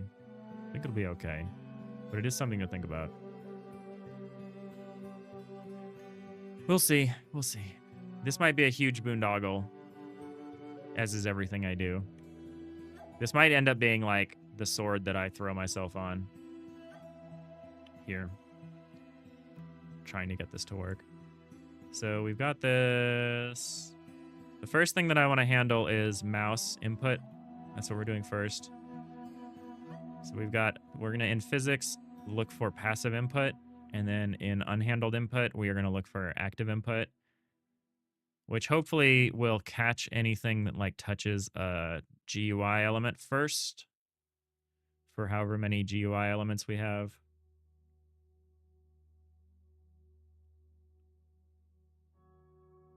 Note how I'm commenting this code. I never do this. It's desperation. So mouse cursor equals get global mouse position.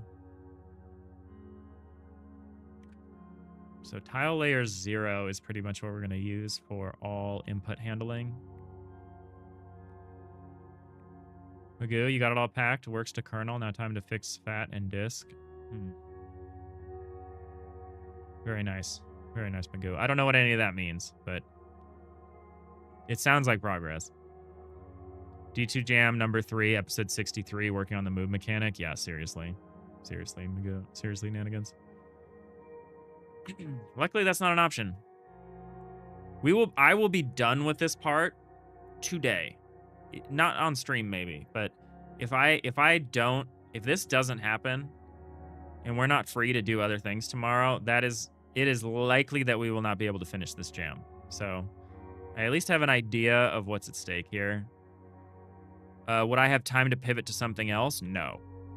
So we kind of just... It's one of those where it's like planning for failure is the worst kind of planning.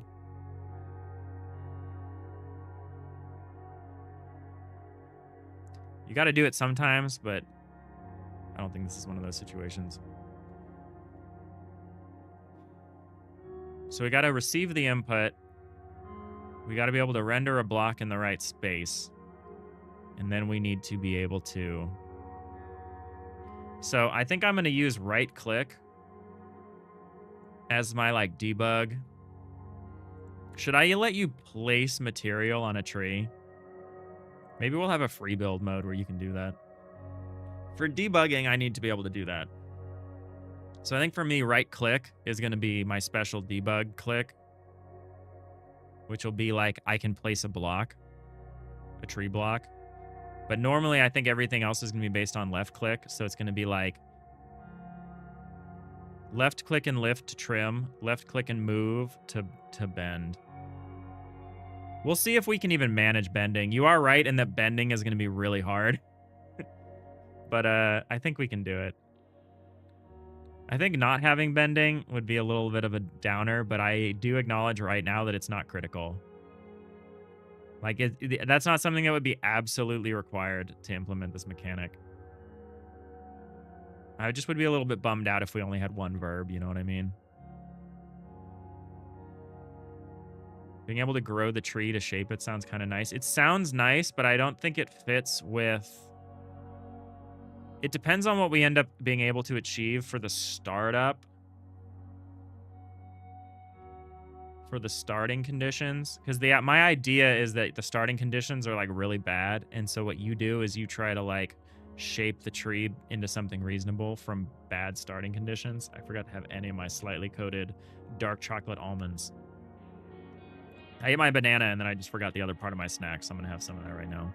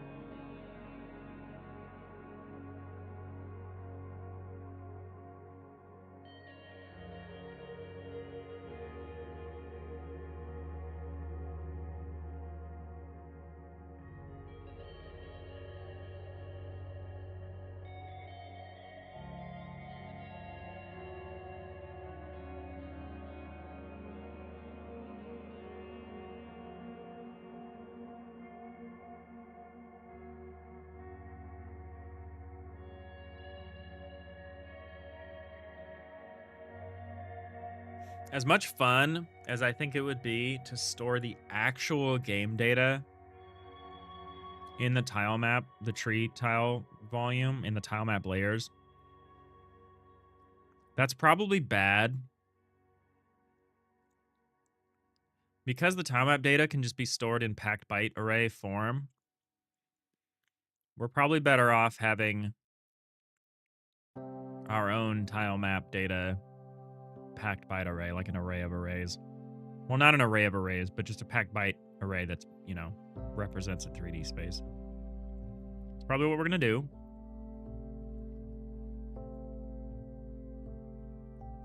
So we'll say something like variable tile map data. Call it a packed byte array.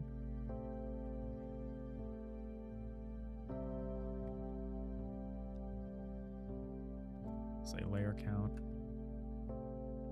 equals tile layers dot size. We'll say tile map data.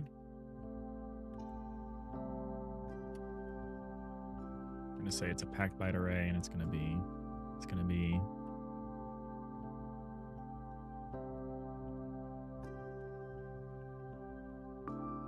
oh, can I not make a packed byte array from... How do I want to do this?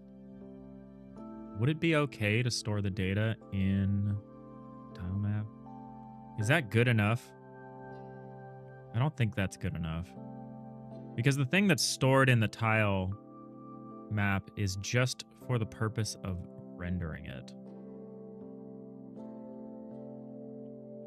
So what are my get cells options?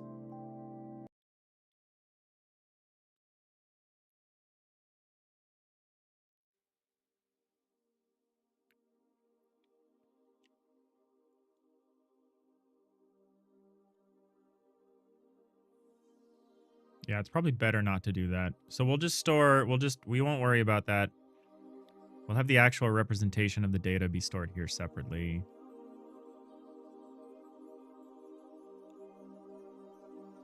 And in fact, we could probably do it piece by piece. Is there a structure that we want to hold on to?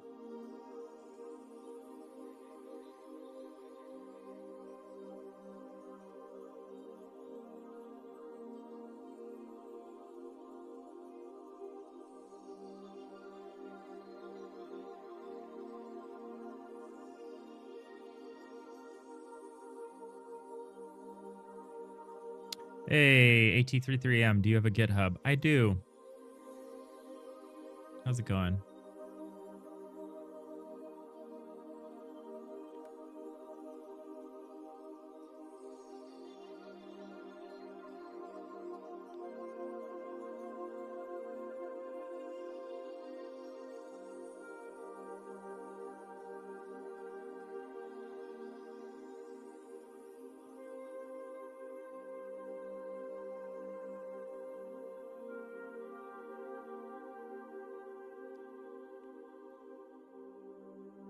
So in what form do I want to hold on to this? I guess, so Nanigans had a good point in that our data, like if we have a tree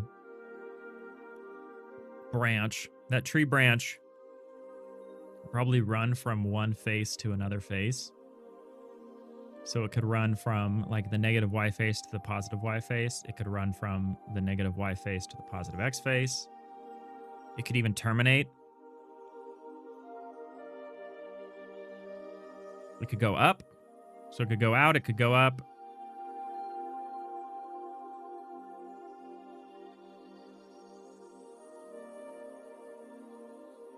For ease of things, are we going to support diagonals? Probably not. Because of how hard this is going to be to do with diagonals.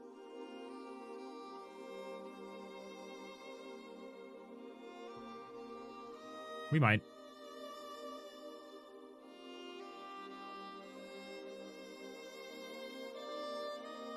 We might support that.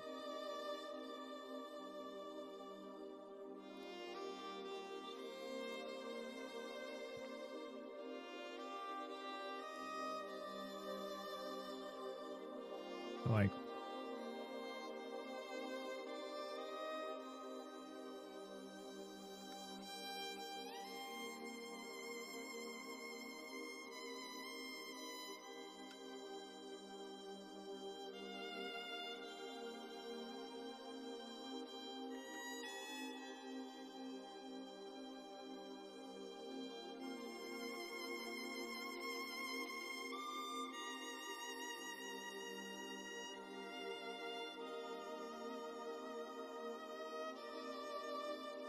I want to mess. I know I said I wasn't going to work on any art, but I need to visualize something really quickly. About how I'm going to think about this.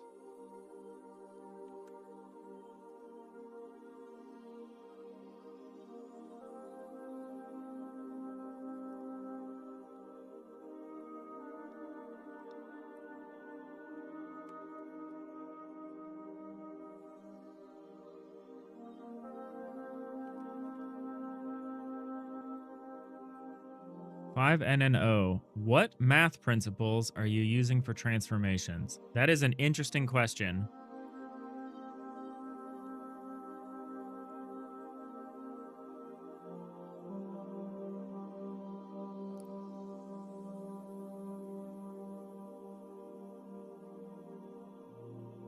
All we really need to do is we need like a node structure. Like this does need to be a tree structure to some extent. A branch needs to know if it's connected to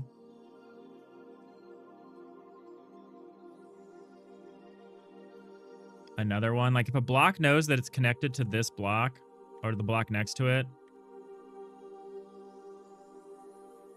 And again, if you only allow bending at the tip, you can just toss A star or something on and figure out where the rest of the branch is. I was just thinking about that. I was like, is A star like literally what we want for this? Because I wrote We have a tile star.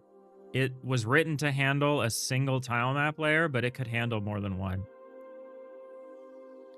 We could adapt our A-star system for this. Is that like the best thing to do? Or is it better to just have some kind of simple node thing? So it could branch. So I guess you want to know. So we can store a byte. Here's what we're going to do. So we can store a byte for each block. That byte could have information about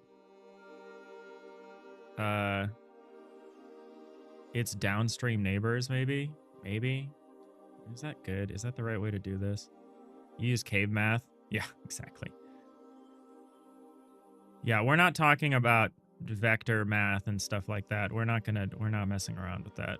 What we would probably do is we need to figure out what the branch is off of a given block. And so that if this part of the branch gets moved around, should I not be worried about this right now? Is this like a stretch goal, being able to like bend branches?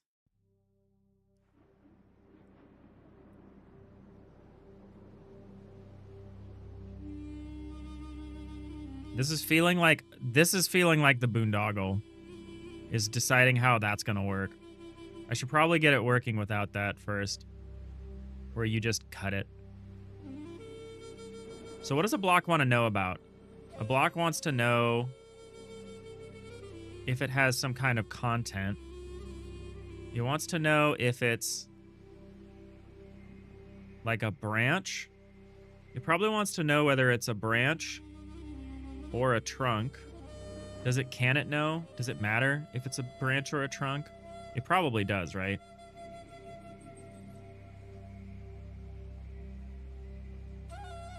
We could easily make that distinction. So we could have trunks.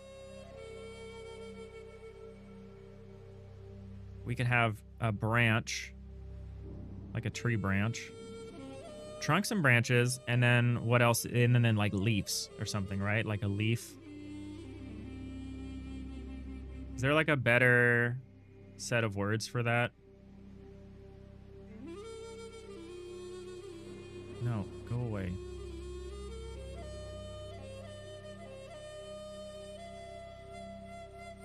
I want to think about this for a second.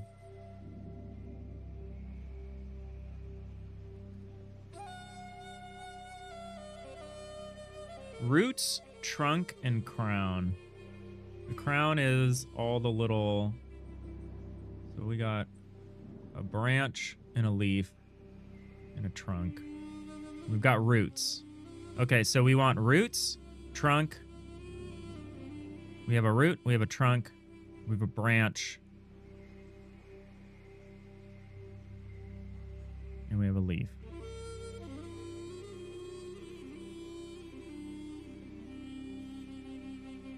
We'll probably color them differently so that you can tell what they are.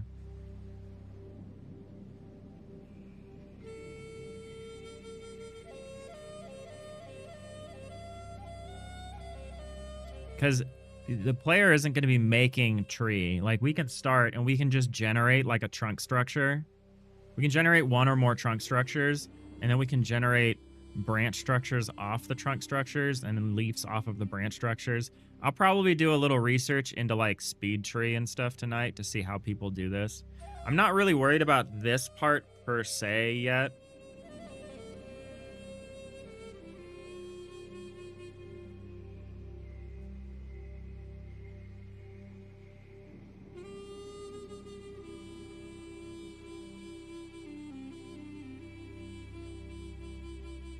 But yeah, we'll need some structure where we can figure out downstream, what's downstream from something.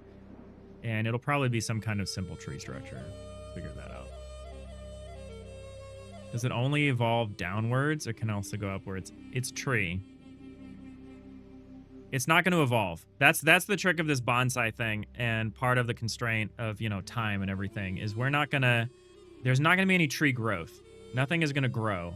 What I'm thinking is that you start out with this gnarled, with this very overgrown, almost like shrub-like structure that we generate. That's like way too much. And then the activity that you go through is removing and shaping the tree into something more satisfying. And the easy thing to do that with that is to just trim. It would be cool. Hey, Rhiannon. It would be cool if we could bend the branches. But importantly, if you bend a branch, you need to reposition everything downstream, which I don't think it's actually that hard to figure out with a tree structure. And it's also not hard to figure out what the bending would be, because you can only bend things 4 ways, right? You could bend something up, you could bend it left, you could bend it right, and you can bend it down. That's it, right? You're gonna head out, need to get some supper together. Good luck with the jam. You might see over the weekend. Yeah, we'll see. Good luck to me. Have a good dinner. Thanks for hanging out today. 3 ways. Up, left, right, down. It cannot go back. That is true. It cannot go back. That is true.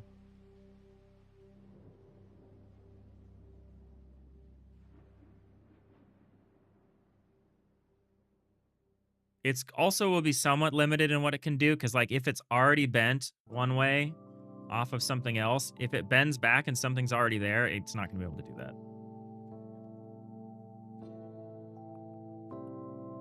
You know what I'm going to do is I'm not going to worry about that right now. We're going to worry about just the basic block structure and because I need to solve this for what we're trying to do. So the way we're going to handle this is my other project. This is what we're kind of riffing off of for the code for this in terms of how to navigate the block space. Let's worry about the tree structure and what is not a necessary but would be a very nice control mechanism. Let's just start with navigating the block space. That's like the most important thing to get going. We can figure out how we're going to interact with the space later. But it makes sense that we have the basic elements of root, trunk, branch, and leaf. That will help us. That will help us for evaluating, because we were looking, if you remember, we were looking at like the styles of bonsai. Bonsai styles seem to be very much about the trunk structure, the branch structure. For a lot of them, it's the root structure as well. The root structure matters. And the leaf, to an extent, the leaf structure matters. For like, we go down here.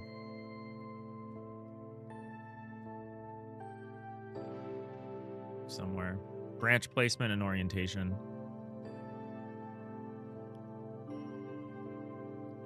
So like this is nice, the literati one, which is like a bare trunk line, branches reduced to a minimum, typically placed near the apex of a long, often contorted trunk.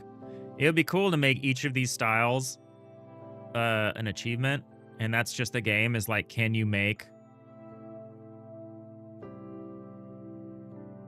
a bonsai? The broom is interesting.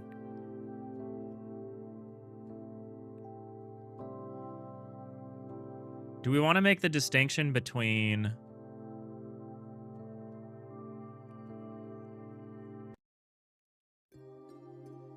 maybe you can grow out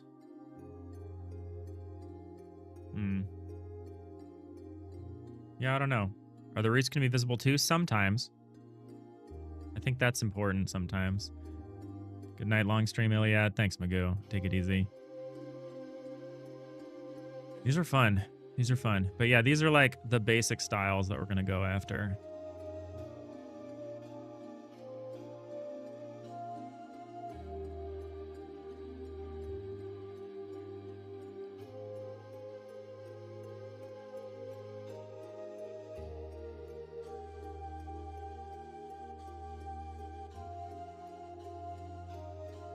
So there's a bit of ambiguity where the trunk ends and a branch begins.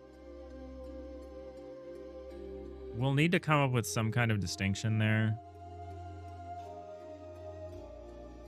But that's okay, because we can make that distinction ourselves at generation time. Gonna be sick to see an ISO 2D, 3D. Yo, yeah, let's hope. Let's hope it's gonna be sick. All right, let's work on the basic problem. This is an advanced. Let's get back to basics here.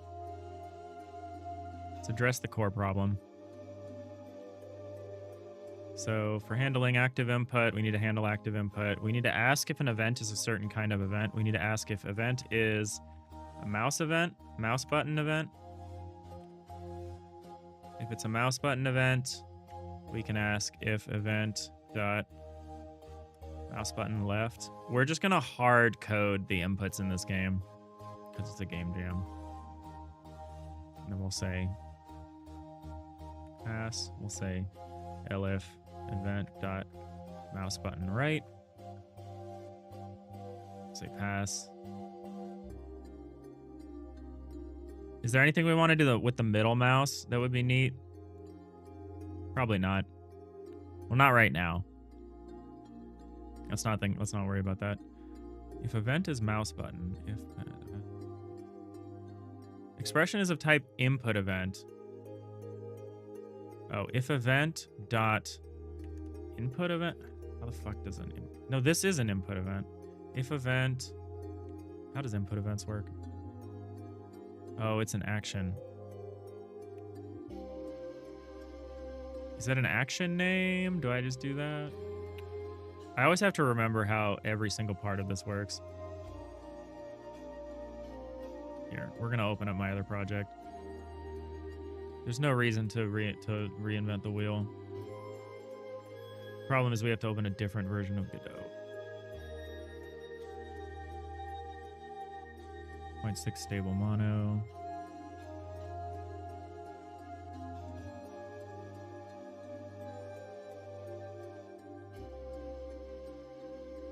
Bending the branch angle with scroll wheel until it breaks. Ha. That'd be funny.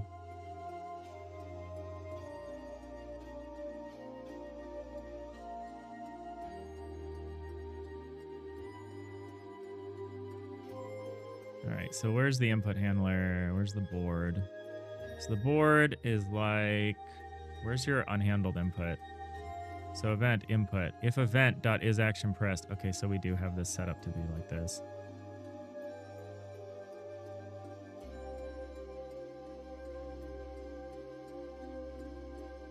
So is there no...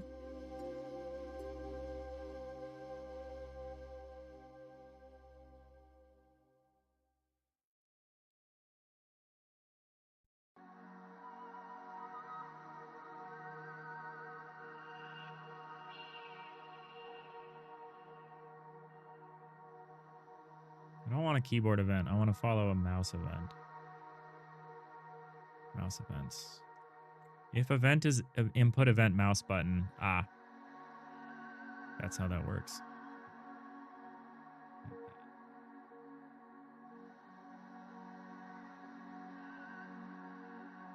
Is input event mouse button. There we go. Because if you're this, then you do say... Do we have anything else? Oh, we have a button index.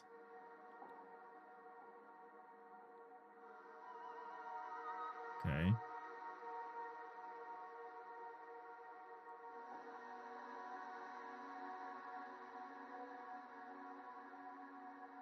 We'll put mouse button. Button index.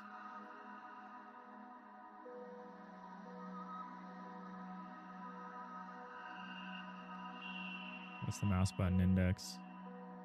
1 for left, 2 for right.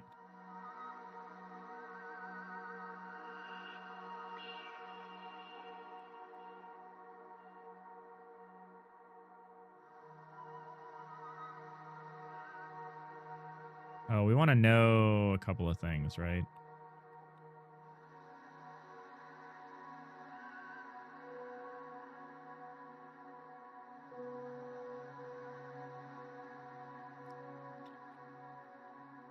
All right.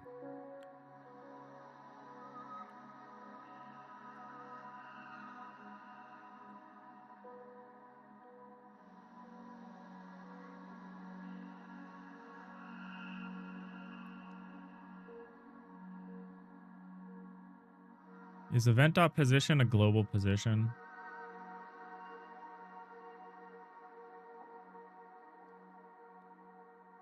Do you have a position? No.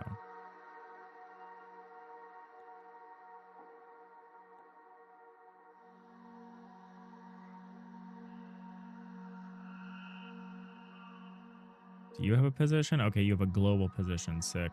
Okay. Okay. Wrong project. So we want to say if event dot button index is equal to mouse button left and event dot pressed is released. You know, do I not want to do it this way because of how stupid this is? Do I want something slightly more complicated than this? Returns true if this input event is released. Not relevant. Returns true if the input event is pressed.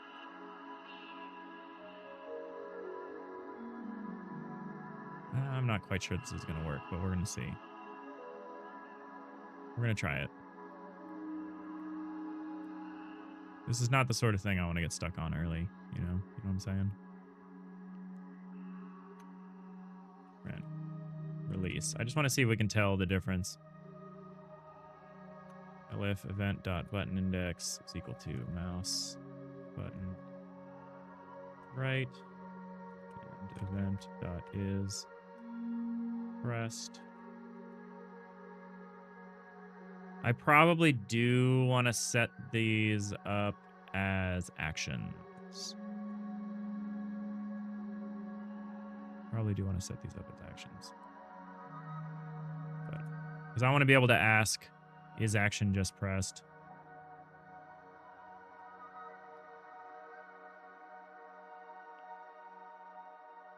Yeah, we'll see.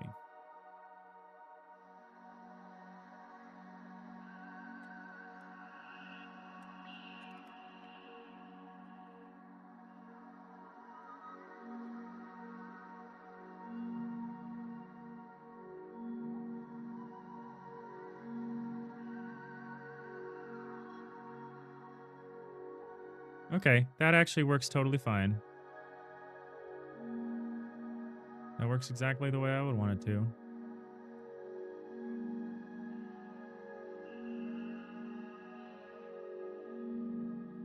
So actually we want to say if event.buttonIndex mouse left. Now we want to say if event.buttonIndex is pressed. And then we want to say elif event.buttonIndex. This is one of the main arguments for like having lots of code templates, is so you're not reinventing your input system every time you have to make a game, you know? So here's our 3 actions that we support so far. So if you press down the left mouse button, something will happen. If you lift up the mouse button, something else will happen. And for right mouse, we just look to see if it's pressed. We don't actually care about the lift. Actually, we might. We might want to care about the lift. We'll see. We'll do it like this. So we don't actually want to trace the cursor position here. I don't think. Maybe we do. So we'll say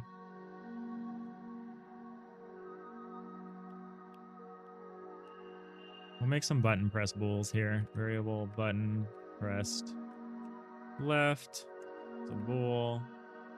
Variable button pressed right is a bool. I guess I do want to know if the button has been released then. I want to do the same thing. I was talking about this yesterday about how I feel like input code. What in the world am I doing? Input code always feels like it ends up being a little spaghetti. Because input is like kind of a spaghetti thing.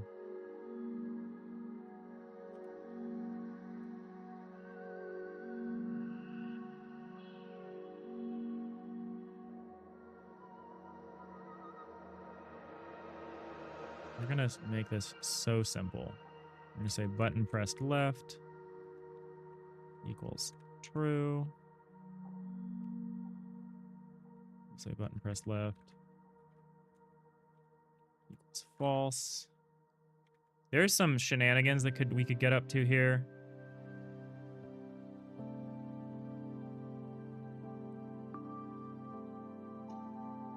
This is actually probably a really irresponsible way to do this, but we're going to do it like this. Because if you press down and then go over a UI element and then lift up, that might like not register correctly, but who knows what kind of UI elements we have and whether we care. So I'm not going to worry about it. I'm just going to get something working now. So we can just basically refer. Like this pressed thing should be like,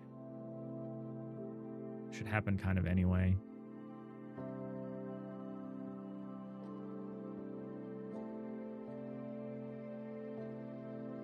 We're not going to worry about it right now. We will grab the cursor. We'll say cursor position. Vector 2, we'll say get global mouse position.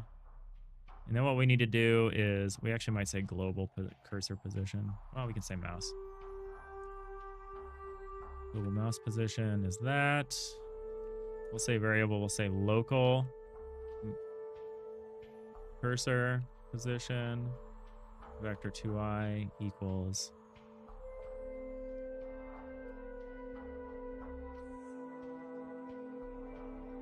say local mouse position equals, we're going to say tile layers 0 to local global mouse position. And we'll say mapped mouse position. Actually, we might not even need to store this local one. We'll say tile layers 0 dot local to map. Can we actually just say this?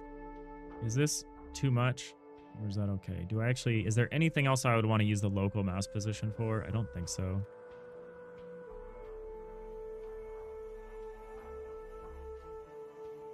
So we're always going to back the input against the bottom-most tile map layer, because that's the one that, you know. Oh, I see your question here. AT33M. Would you let Epic Games buy you out in the future? I don't know what that would mean. If you mean if they wanted to, like, put one of my games on the App Store or on the Epic Store as, like, an exclusive, which I know they used to do and maybe still do. I don't know. I haven't opened the Epic Store in, like, years. Even though they give you a free game every, like, month. I was into that at first, but I realized I actually have more games than I could ever play. I don't actually need more. But the answer to that would probably be like no. So I think in the long run that would hurt you if you were locked to the Epic Store. Would I accept, you know, like a temporary exclusivity for like Game Pass or something like that? Probably.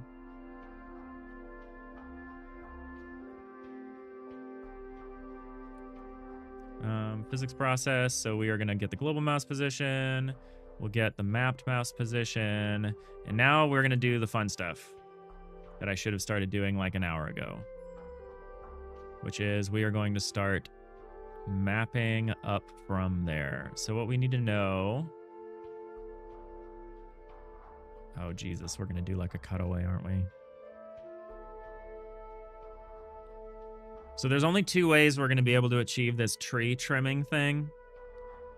One way is that we allow for a cutaway, and the other way is we allow for camera rotation.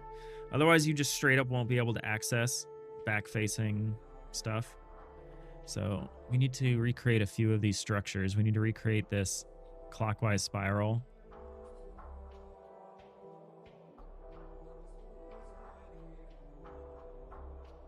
We need to recreate these.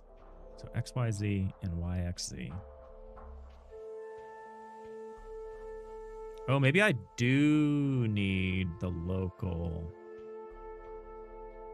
position. I actually do think I need that.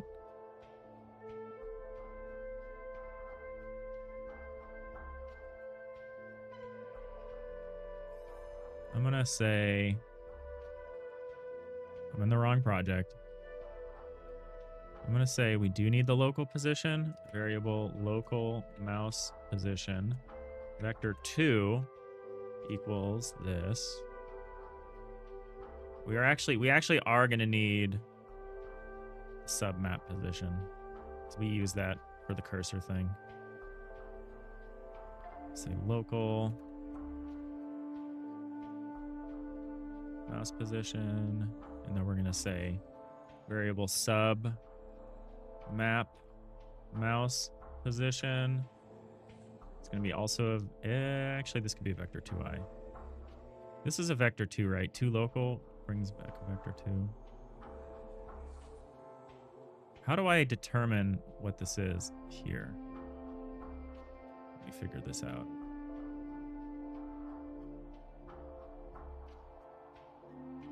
Who does this work? Hey, Rhiannon, rotation shouldn't be too bad since you're not also moving, panning in 3D space at the same time. Yes, we could do camera position quite easily. And we might end up doing that instead. Because that would probably be easier than doing a cutaway. Because doing a cutaway involves creating a lot more art. I don't think I want to do that. All right, local coords. 2 local. Local mapped. Local to map. Local offset. Local coords minus vector 2i map to local. Local mapped. Ah, yes. Great. So instead of calling it submap, should I call it local?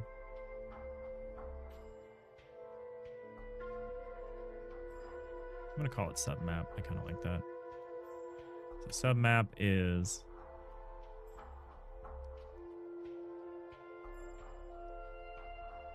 it's local mouse position minus mapped mouse position. And that's all we should need to know. I cannot subtract. What? How do I get around that here?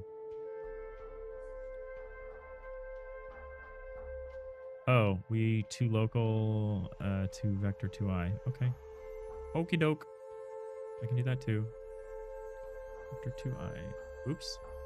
Vector 22. Vector 2i. All right. So we've got our position. Yeah, don't tempt me. Don't tempt me, Rhiannon. With camera rotation. Because we could trivially do it for this game. It's actually one of the things that would be easy. Oops, minus map position. I don't know what that means. So we've got all of our positions. Now what do we want to do?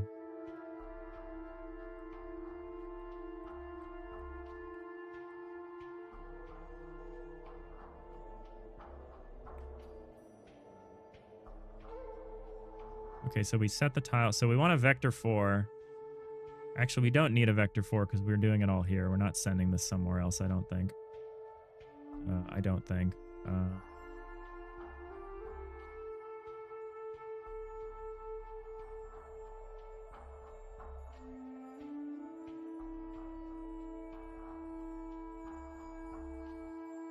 also don't know if we need to know this tile map data thing either. Tile layer position. We'll say variable tile.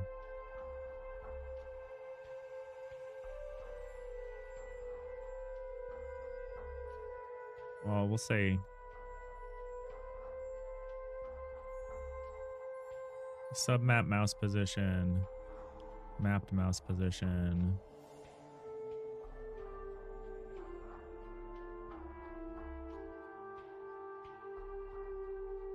I don't know if we actually need this information outside of here. So let's switch over to here. So we need those spirals, right? Right. We need these spiral positions. So we say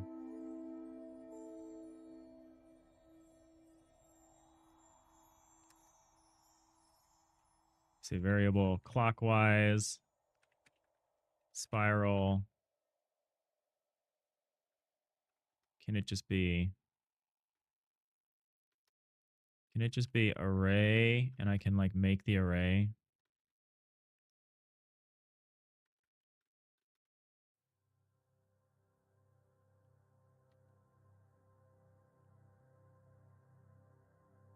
Do I do that anywhere here that I can like use as an example? I think I do somewhere. Maybe I don't. I always get confused about the syntax of this. So what if I wanted to just say this? Oh, I could say this. What if I wanted to say this here? Here's what I'll do. We'll do this the stupid way. I'm going to say array of vector 3i equals, and then we'll just make a vector 3i. We'll say vector 3i dot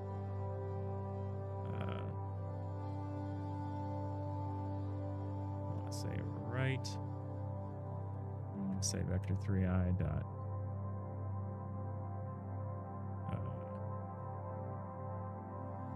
up. And we'll say vector 3i dot forward. Is forward negative or positive? It's negative, so we want back. Variable, we'll say counter, clockwise, spiral, an array. Can I say this? Is this like, will this work? No, you don't like that.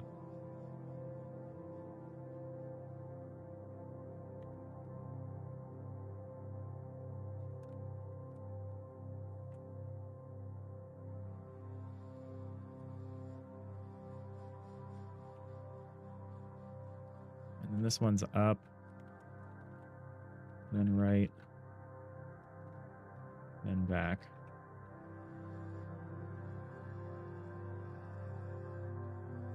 It's to Bob. Array number dot get name of thing.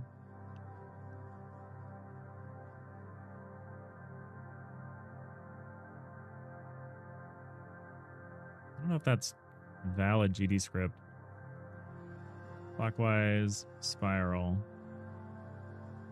0 dot get. Can I get? No, you can't get things.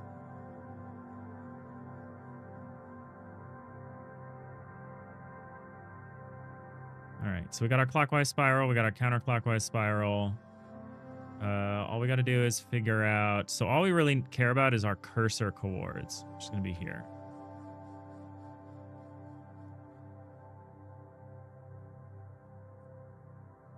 Print debug get stack 0 dot get. Perfectly valid.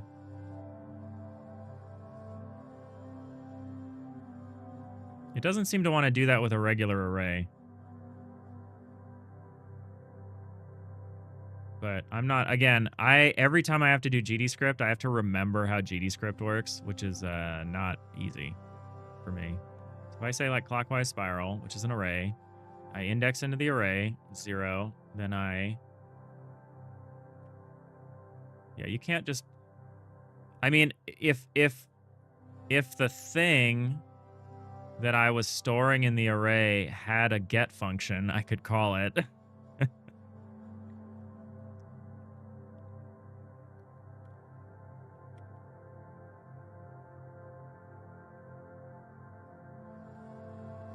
Yeah. That's not the world we're living in right now. This is an array of vectors. I wanted to create the array and declare that it was array of a certain type all at once, and it doesn't like that, which is why I'm having to say this is an array of vector 3. Here's an array of vector 3s. I should be able to just say this is an array of vector 3s. That's what I was being frustrated by.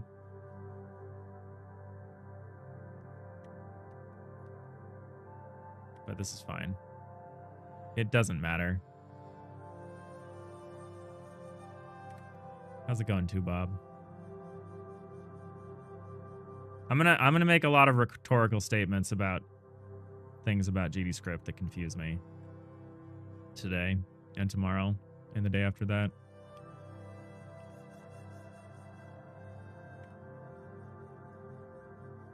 Perhaps remove the word array.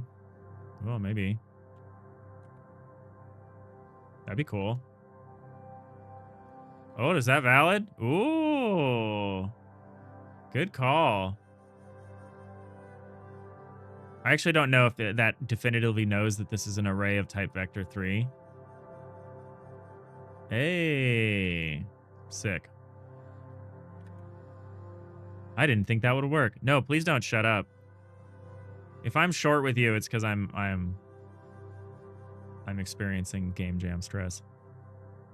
I'm on the first day and I can already feel that I'm behind because I'm trying something ambitious and it isn't coming together yet. I'll do better once I've got this thing moving around. Yeah, if I'm short with anyone this weekend, I'm sorry.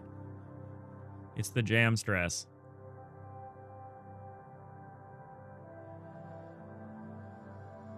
If it makes you feel better, you're lagging also. It does a little bit. J-Cup, even J-Cup dev, solo dev marathon jam winner is struggling, then I'm feeling all right. I can't tell at all what your idea is. Oh no, that was no Jewel who posted something in the Discord. Thanks, Boolean. Appreciate you. Hope you're having a good Friday.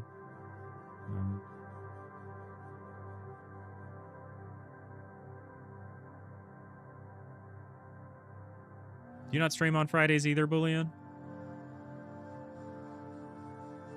You having a nice Friday? Free from that?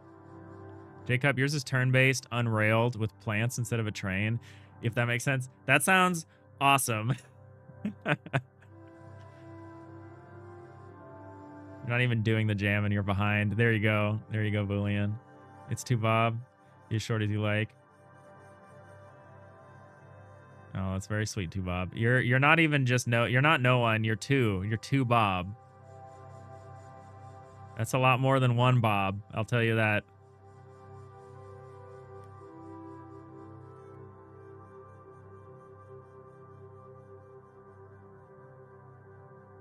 If you ever start acting 3 Bob, I'll put you in your place. But until then.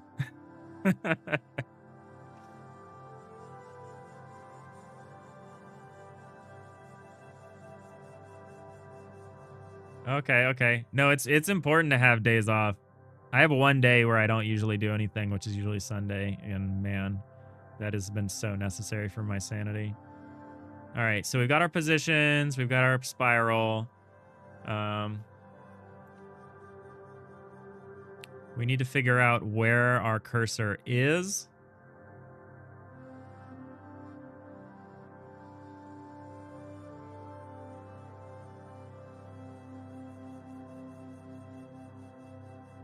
We also need to store our data somewhere.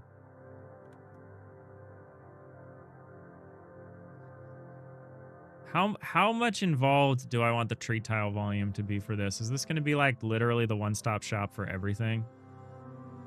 What a great time to have a free weekend. Hell yeah, Flow Construct. Yeah, we're jamming. The Down2Jam game jam started this morning. The theme is plants. We're trying to make like a bonsai game. It's going to be a lot to do. I'm almost certain that we are trying to do too much. So I can already say for sure that this whole bending branch thing is going to be a stretch. We might just do trimming. Although if I'm being honest, trimming might have the same problem. We're probably going to need to have a tree structure, which I'll think about after the stream, because that's just going to be me staring at a structure for a while. But let's figure out the block part. The block part of this I know how to do. And so let's just do the block part of this. All right. So we got our position. We got our submapped position. If we do what we do here... So we need some kind of block space to refer to. We need to know more information. We also need to render something probably around the cursor.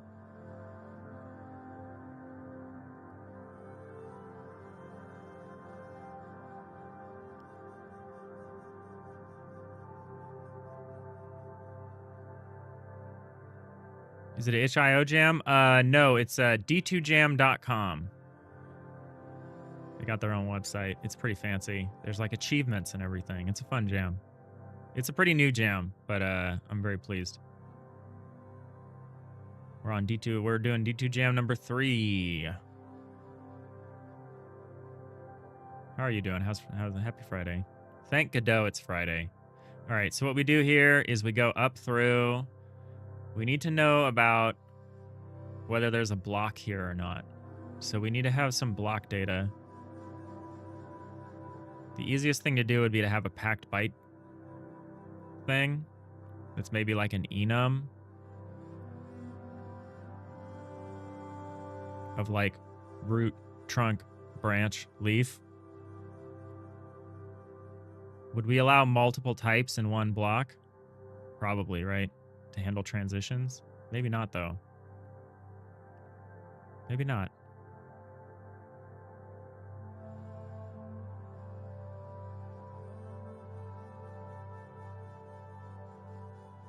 So yeah, we could just store an enum in there if we had to in that byte.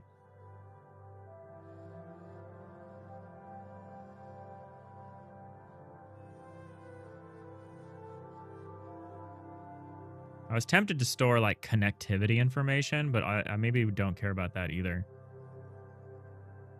Hey, Flow Construct, welcome over to Twitch. How's it going?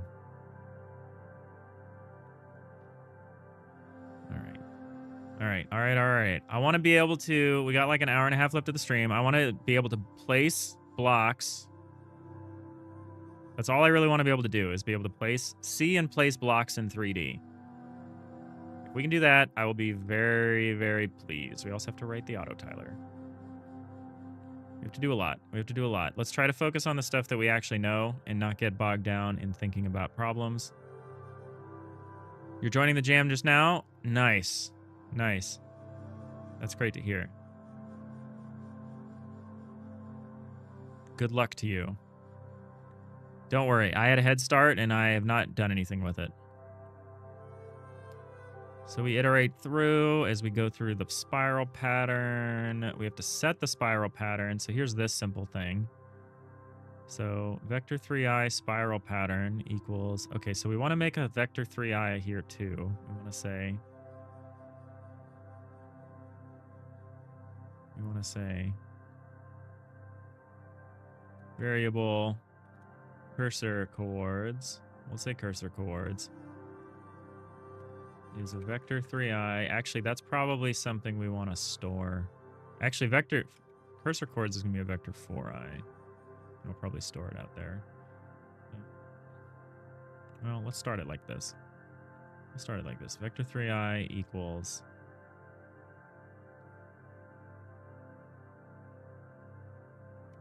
mapped mouse position?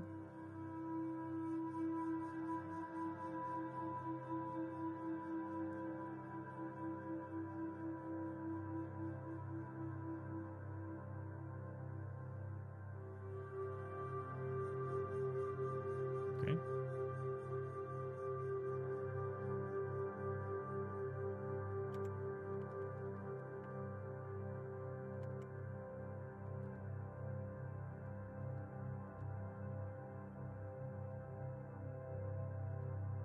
Okay, got that going. Variable spiral pattern is an array of vector 3i, and it's going to be, so we're going to say sub map mouse position dot x.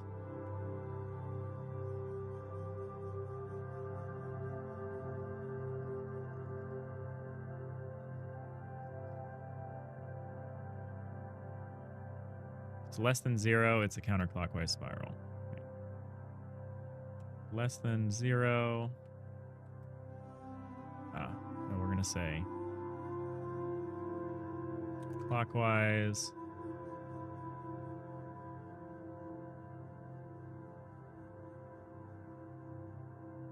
Pattern, spiral pattern. I might call this C spiral and CC spiral just to not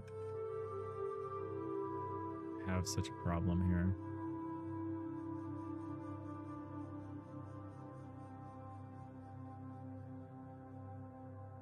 So we'll say, what did I say? I said if it was less than 0, it was counterclockwise, right?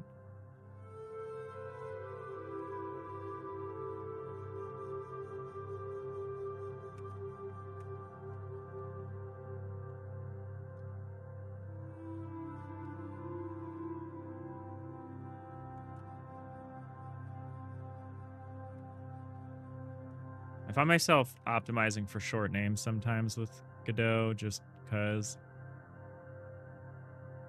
Okay, we got that. How's it going? Hey, Zenobino. Happy Friday. It's good. It's good. We're behind. We're further behind than we thought we'd be by this point in the game jam, but, when is that not true? When is that never true? When is that? Yeah. When have we ever been on schedule for a game jam? Okay. This is all good. So we get this pattern, and now here's the part where we need to have data. We don't have the data. I'm gonna be simple, and we're going to make. I'm gonna make a block data, and we'll probably change that block data packed byte array.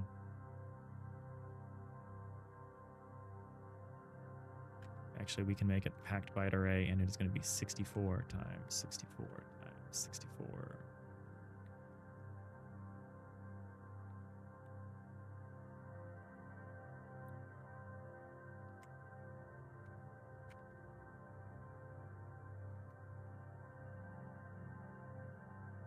How do you want me to construct a packed byte array? Oh, it needs to be from an array. That's not great.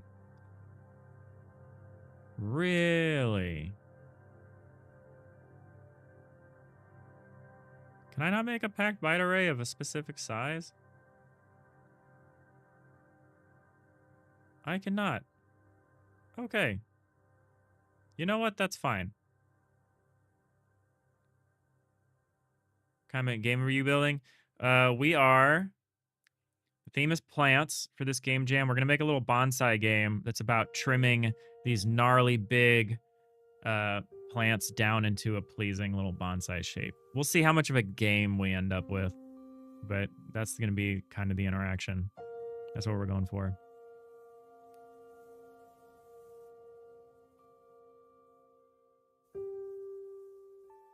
All right, and we're going to focus on the thing that I know how to do, which is this part, which is the 3D block stuff.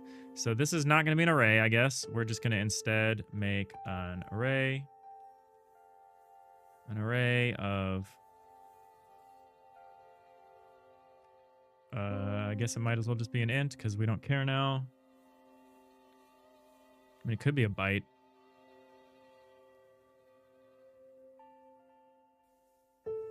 You know what? You know what I should do? Here's what we're going to do. Block data. We're going to make it a packed. It doesn't need to be a byte array, but it will be. Well, maybe it won't. Maybe for now we'll just be simple and we'll do it like an int64 array. We just want something reasonably fast. And then here in ready, what I can do is I can say, block data equals packed int64 array from, it could be a byte, if I'm being honest. But we're going to say from array. So we're going to say array, and we're going to declare an array of length, of a certain length, 64 times 64 times 64. So we're going to make a cubic array. We'll build a packed byte and a packed int array.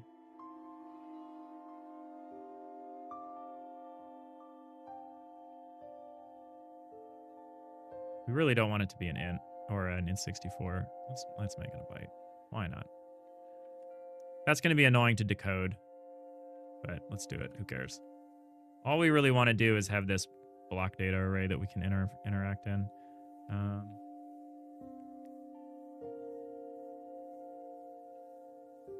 Use variable myArray equals empty packed array myArray.resize creates an array of, oh, okay. So we can say this,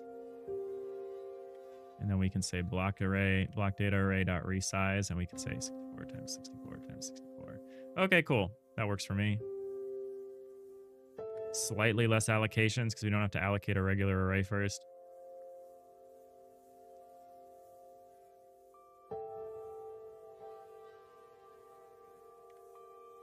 Cool. Thanks for the tip. Oh, it's also not 64 times 64 times. I'm going crazy. It's 16 by 16 by 16. Thinking of, I've got my other game on my mind. Okay, so we have this empty block data. This is great.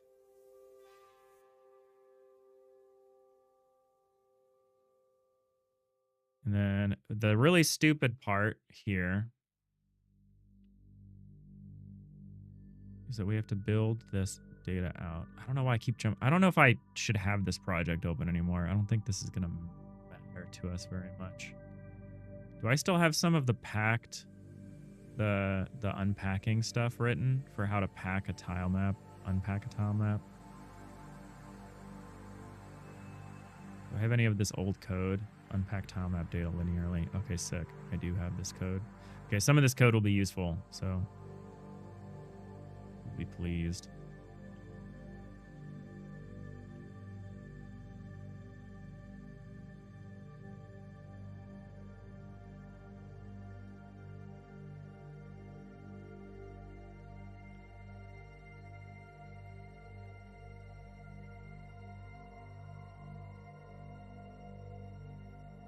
Got our spiral. What do we do next? We go through.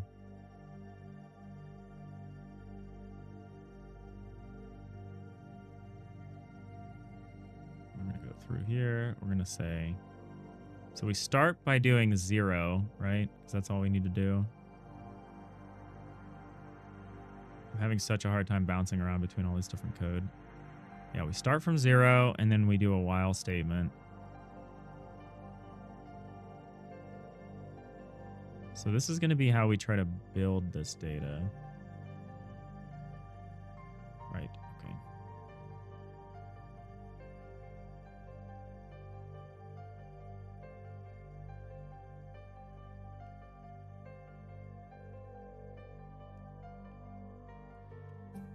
Okay, so we're going to say if block data dot decode. Do I have to always decode? Can I access raw byte data in a block data array? Can I just index into it? Or do I just have to decode? That's the equivalent of just indexing in, right?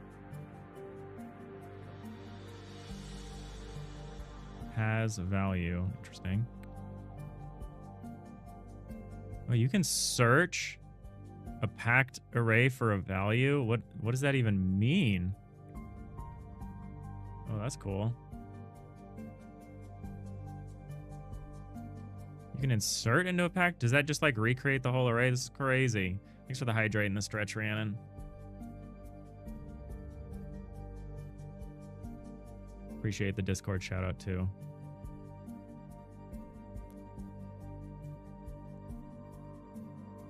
Man, I'm gonna need to get into overdrive after this to be able to manage manage the amount that I want to do here. You know what I probably should be doing? Turns the byte at the given index. Oh, sick. This is exactly what I want. This is similar but not identical to the whatever bracket operator. Most notably, when this method fails, it doesn't pause project execution if run from the editor. Okay. I guess that's cool. Thanks for the follow, Flow Construct. Appreciate that. We're having a good weekend. All right, so what we're going to do, so what this code does is it spirals up and looks for a block along somewhere between our camera and the cursor. And that's essentially what we're going to be using to place and navigate around this 3D block space that we're going to be using to trim our tree.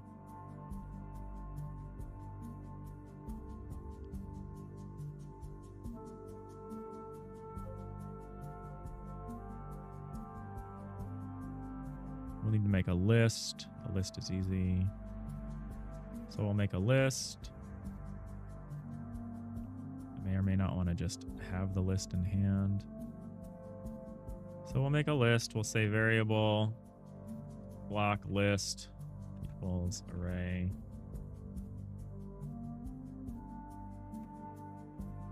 It's going to be an array of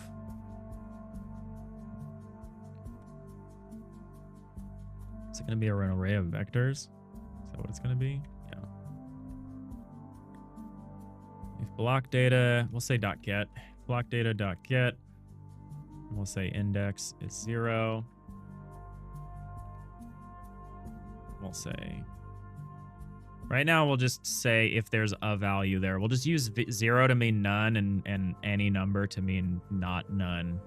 And if we start encoding like flags or something in that byte or other value, or we switch to like a struct, or not a struct because it's a GD strict, but if we switch to some other kind of structure to store the data, we'll deal with that when we get there. So all I really want to know is whether, oh, I also want to know if that combined with that.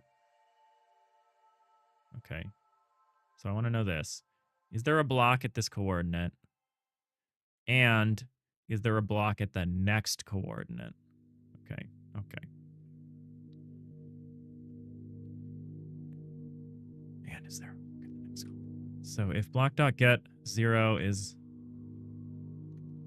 greater, or is greater than 0, do we continue? Oh, we'll see. We'll say if it is 0. If it's 0, and block data dot get.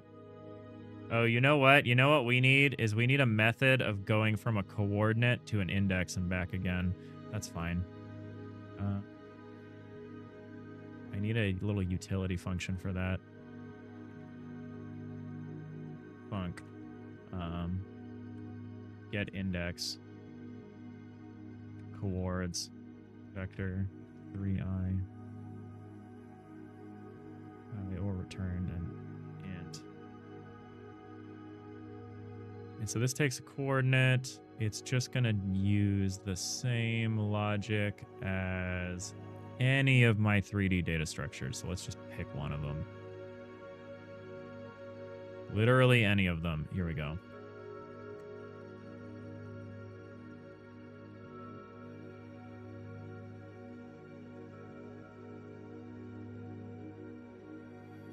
So this is get coords from index, which is neat. But right now, I just need to get the index. So if there's an internal coordinate system, that's different. We're not going to bother with that.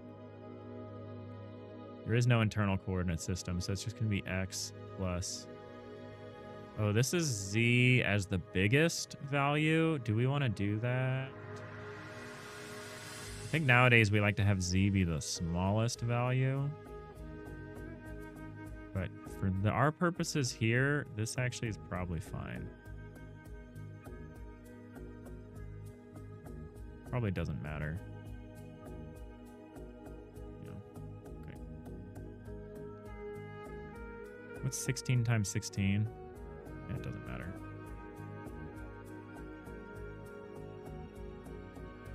So we'll say return coords dot x plus coords dot y times 16. We should use a const length. Should we say coordinate length?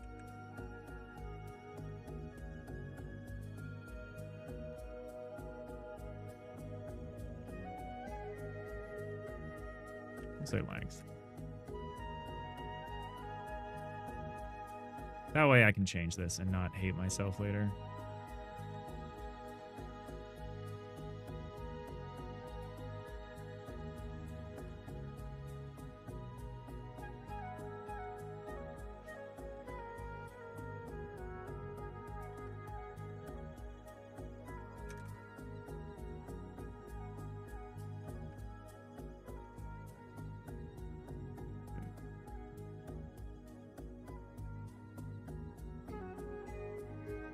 So we'll say get 0 is fine. Well, we shouldn't say 0. We should assume that we get 0. Maybe we should say 0.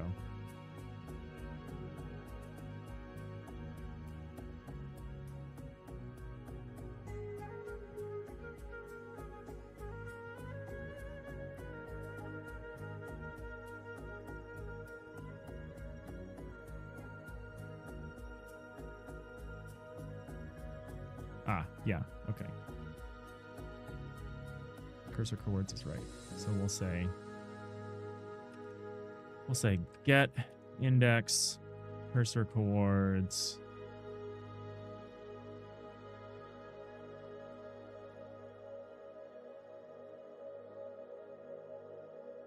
here. We're not going to do a dot get. We're going to do it like this. To Bob, is the game going to be chill or intense? Literally just wondering that. Nothing more granular. Always, I aim for chill. Yeah, I'm a chill guy.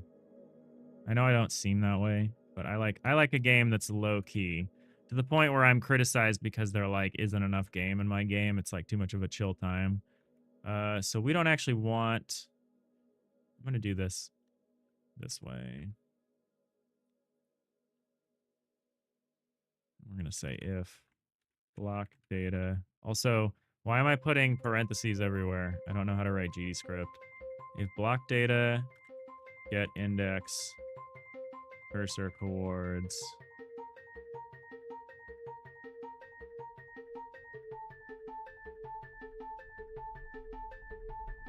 yeah, all I want to do is have the cursor placement and the auto tiler in place, and I will figure out literally everything else later. I just want to do that in the next like hour. I think it's doable. I just need to really probably no scorekeeping. Yeah, we'll see. We'll see what we do. Like chill 2 Boolean. Yeah, chill's good. Problem is this is a game jam for game jammers, and game jammers like scores. So we'll see. I'll probably do achievements to please the jammers, and I probably won't have a score to please myself. I think it's cool. I think it's cool to have goals. I think it's easy to bounce off a game. But I've learned a long time ago that the strongest motivation to play a game comes from yourself. It's internal. Like, I know people who are able to find the fun in a game, and that kind of joy is always superior to, like, for 3 chaos orbs, go do this thing. Like, external motivation at the end of the day is very superficial and hollow, but internal motivation is really strong. So I don't like doing scores and stuff, but I acknowledge that there's a part of the audience that really prefers that. So we get the cursor coordinates, but we need to add to this. It's cursor coordinates plus spiral pattern 0. Wait, we need to set the index. Spiral pattern 0.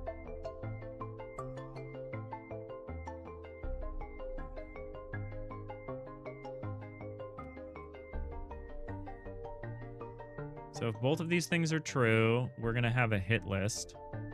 We'll say block hit list to be consistent. Block hit list dot append.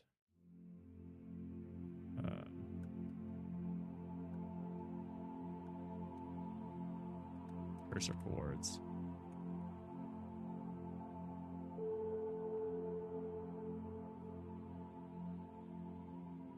What's wrong with this vector?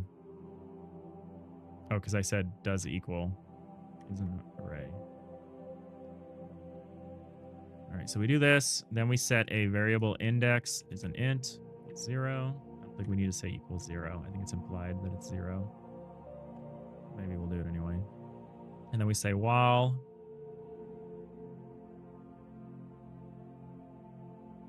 cursor coords plus spiral index is min cursor coords plus spiral index block space dot maximum. Okay. Block space dot maximum.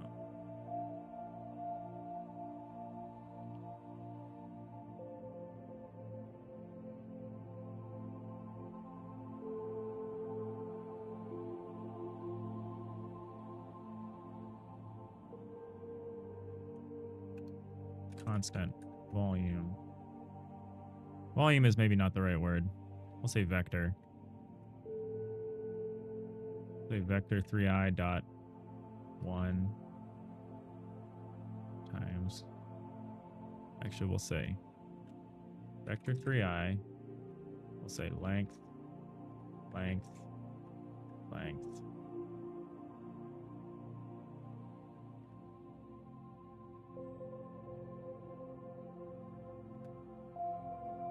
Oh, we should probably call this maximum.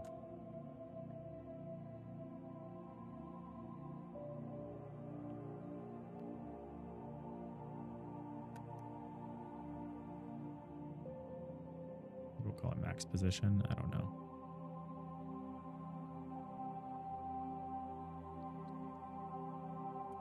So here we say while cursor coords plus spiral pattern index is less than, what was it, just max? It's less than the min. While cursor is equal to, oh, I see. Couldn't I just say less than the maximum? Why did I write this way? Isn't it exactly the same as saying less than this? Although, is it including this? It is including this. Although the maximum here is actually 16, or it's 15, not 16. So length is 16, but the max is actually length minus 1. Minus 1. Minus 1. And then you can call this like max V or something like that. Call it VI.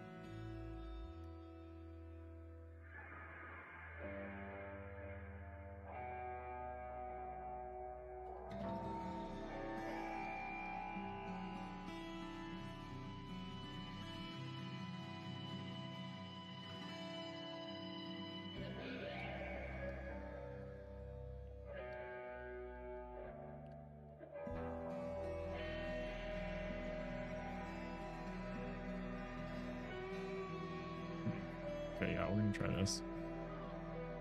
We'll say less than or equal to vector 3i max. Can I just submit one number? Okay.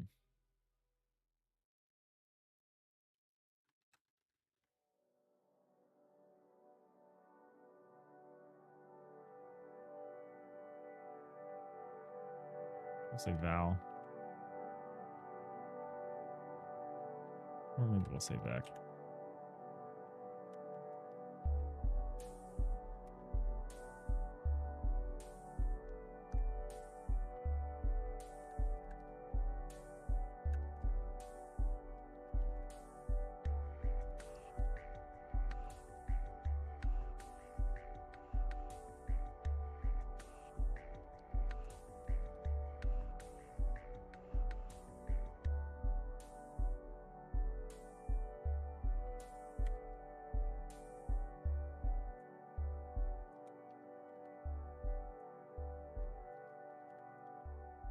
All right. So while that's true, amazing how long it's taking me to re-implement something I've done elsewhere. Coords plus equals spiral pattern index. Great. Index equals index plus 1. If it's less than spiral pattern dot length, index plus 1. Otherwise, else. Otherwise, 0. Okay.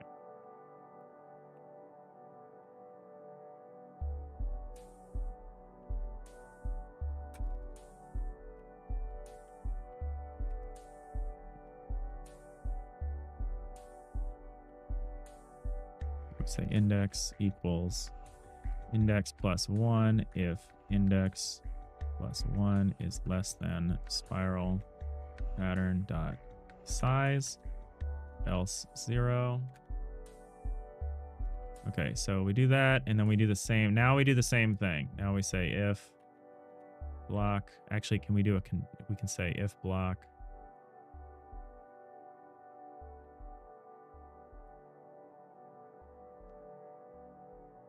All right, we're in ads. We're in probably our last ads for the stream. The time has gotten away from me, but it's okay. It's okay. I have 72 hours. How much sleep do I realistically need in 72 hours? So if the block is 0 or that one is 0, then we're out. No ads here. Good, awesome. Oh yeah, look at you, Boolean, with your sub.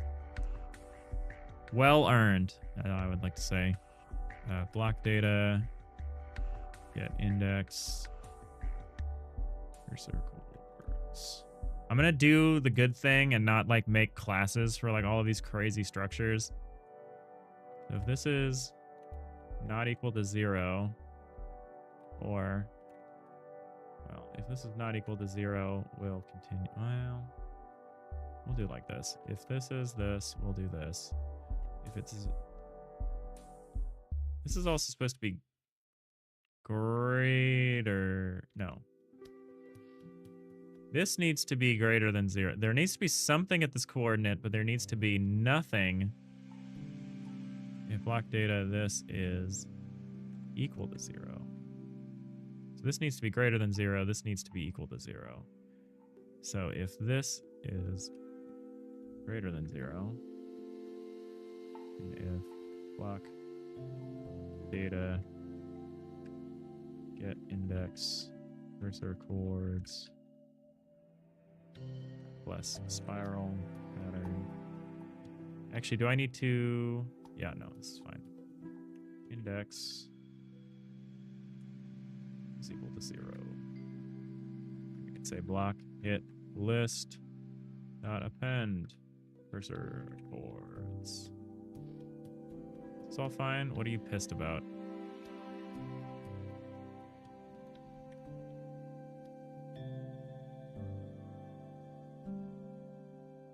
How many brackets do I have? Some. Oh, you're over there somehow. Okay, so this should build out the list, which is what we want.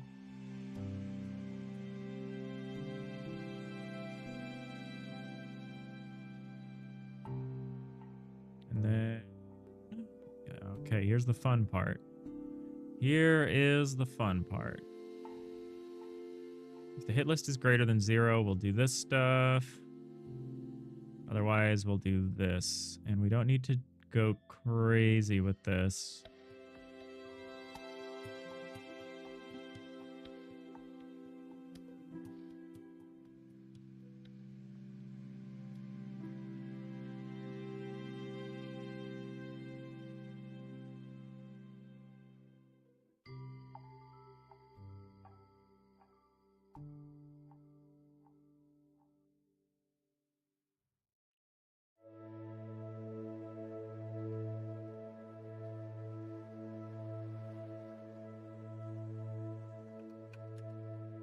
So we'll say if block hit list dot size is greater than 0, we can do a bunch of stuff. Otherwise,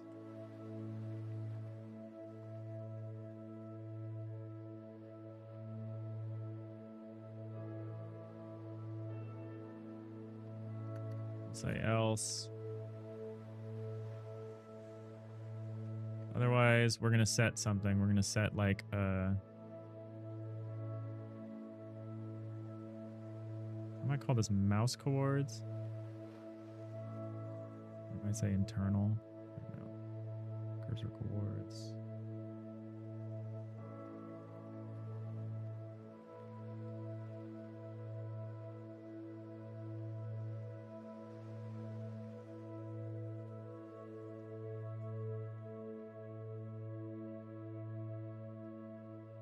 I might call it select block.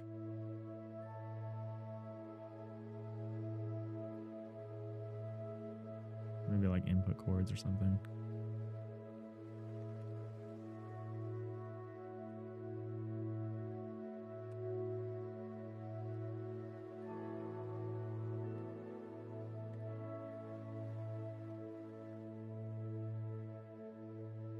Say select chords will be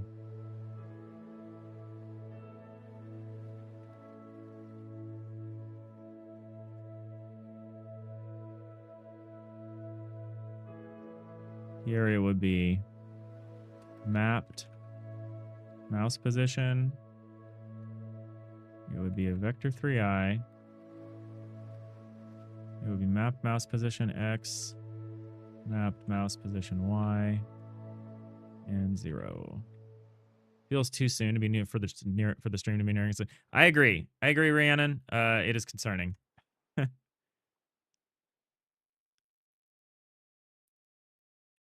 We're close to being able to select a position on the map, which is good. We just need to be able to render it.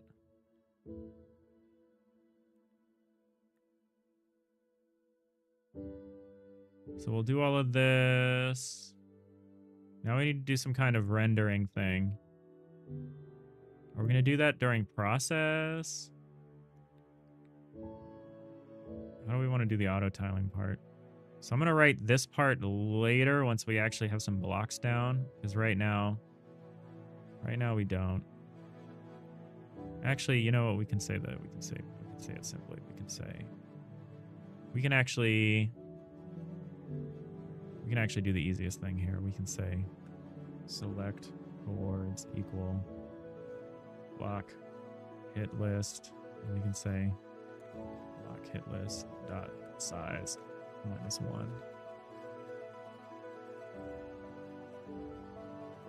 We'll see about scrolling through this shit later.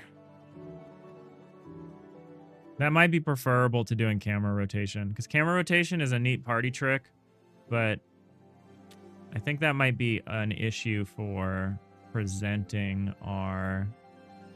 Maybe not. Maybe it'll be fine. Maybe it would be cool to be able to do that. We'll see if that's a worthwhile party trick to throw in the camera rotation. So in this case, is there anyone you'd put money... If there's anyone you'd put money on to make an isometric auto tile based game in 72 hours, it'd be me. All right. Okay. When you put it like that. All right, what happens when we run this scene? We crash. Why? Trying to assign an array of type array to a variable of type array vector 3i.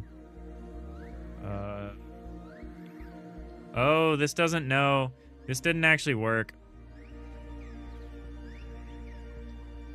Didn't actually declare that to be that kind of array. I thought that would be really neat if that worked out that way, but it did not. It did not like that. That's fine. Didn't actually consider that to be type. Okay, no errors. Good. No errors is good. Why doesn't this... Out of bounds, get index. Oh, we need an index. We need a bounds check. We need a bounds check. How are we going to manage that?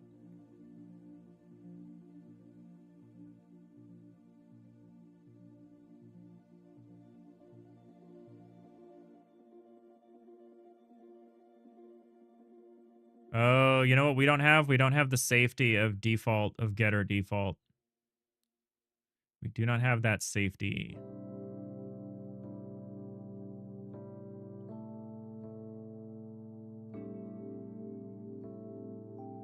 That's a problem. So if we scroll, if we're like outside of the bounds, we crash. That's reasonable.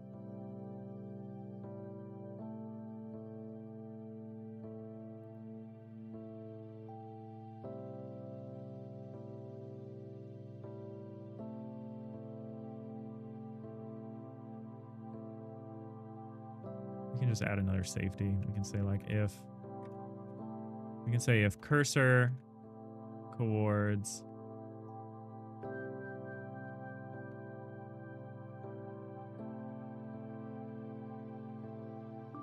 we can say if cursor coords is greater than, let's say min vec. Oh, we can just say vector3i.0. Will this, so how does this work here? Because we need to make sure that they're all greater than 0. I guess if any of them are less than 0. I'm not sure how that's going to work. We're not going to worry about it. And we'll say while this is less than max vec, we'll add this, we'll do this, we'll say if cursor coords is greater than or equal to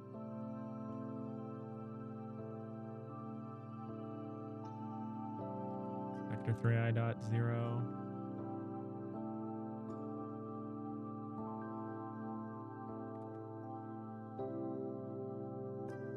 Remember, there are no coding paradigms during a game jam. That didn't work. 4159 on base packed byte array. Cursor coords is greater than or equal to if this is the spiral pattern index is less than or equal to vector3 max vec.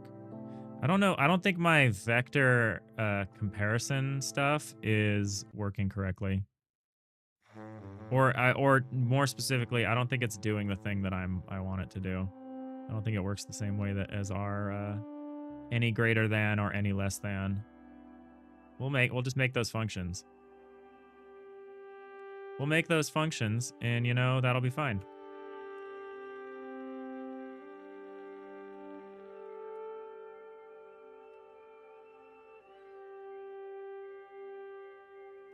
Do this. We'll say left. Vector3. And we'll say right. And we'll return a bool. And we'll say if left dot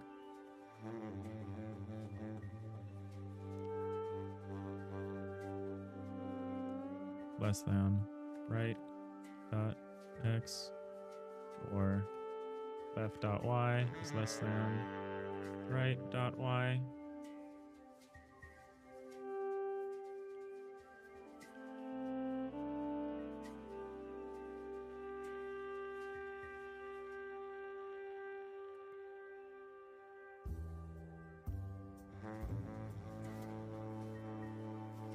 I want to say less than. What do I actually want to know? So what's 4159? I don't want to bother doing that. I'm hoping we never need to go from index to coordinate. I don't want to deal with that right now.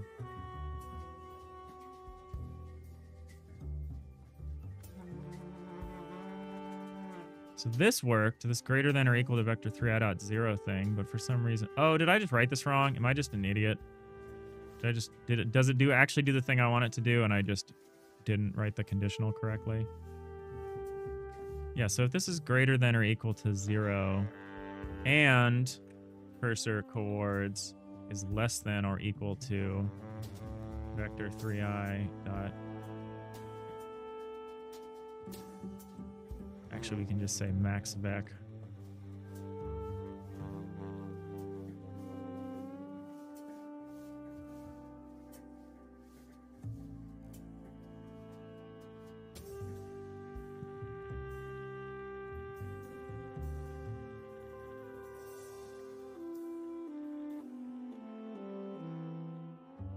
Should we just say size v? And just do it like this.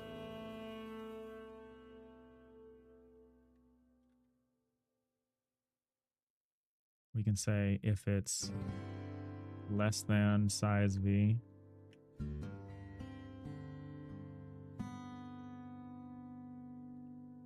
Here we can say. Oh, we actually already say while cursor coords plus spiral pattern index.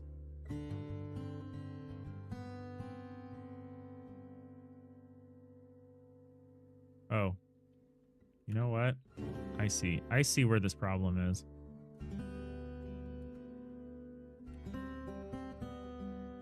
You can say if cursor coords plus spiral pattern index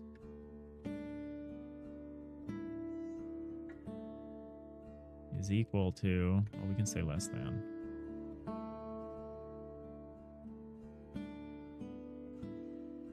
We can say if it's equal to, or we can say if it's greater than or equal to size v. And we're just gonna add this coordinate. And here we can say elif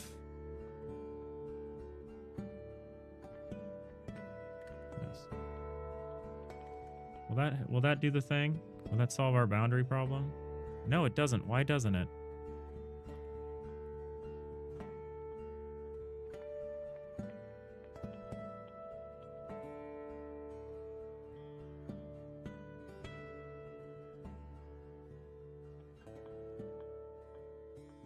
$12, 33, and 13. Yeah, we should never have gotten through here. So this line failed, even though I have so I say if cursor plus spiral patterns. So this is greater than or less than size v, which is the vector 3i, 16, 16, 16. So the vector 12, 33, 13 did not report as being bigger than, yeah, because all it did is it looked at the first, all it did was look at the x component and was like, yeah, we're good. So that is why we do need to make our own little stupid, this is why I have my own vector class. It's for stupid stuff like this. We're going to say any greater than, we'll say left vector 3i, let's say right vector 3i. It'll be a bool. And we'll just say return left dot x is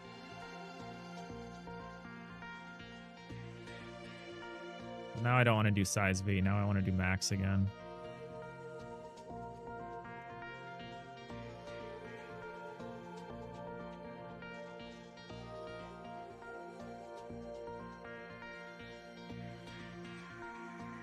Say max vi.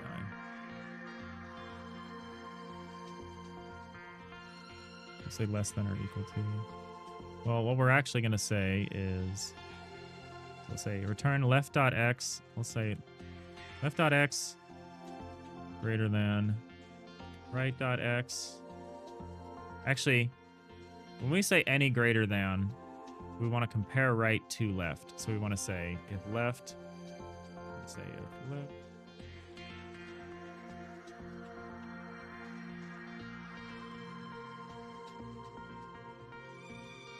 Right dot x is greater than left dot x, or right dot y is greater than left dot y, or right dot z is greater than left dot z.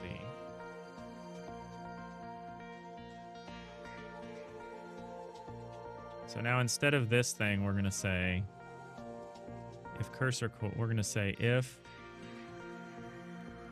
any greater than going to say cursor coords.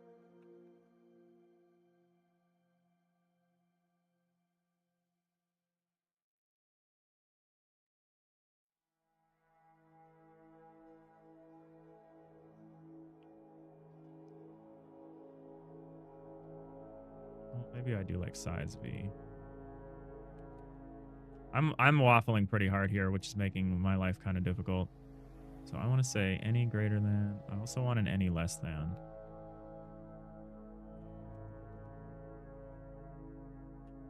Func any less than left vector 3i right vector 3i cool. Actually, we want all less than.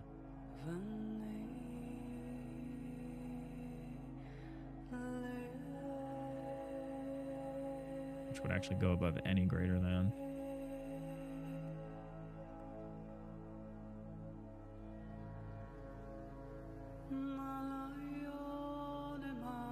This music's interesting.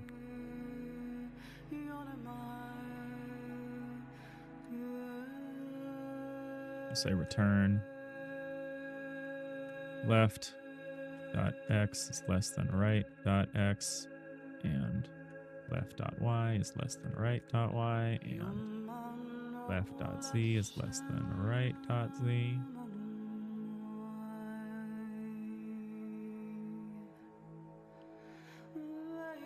Here we can actually rephrase this. Oh, whatever, who cares? I think all we want is the all less than. So we want to say if all less than. Actually, here we want to say while all less than. We want to say cursor coords plus that. And we want to say size V.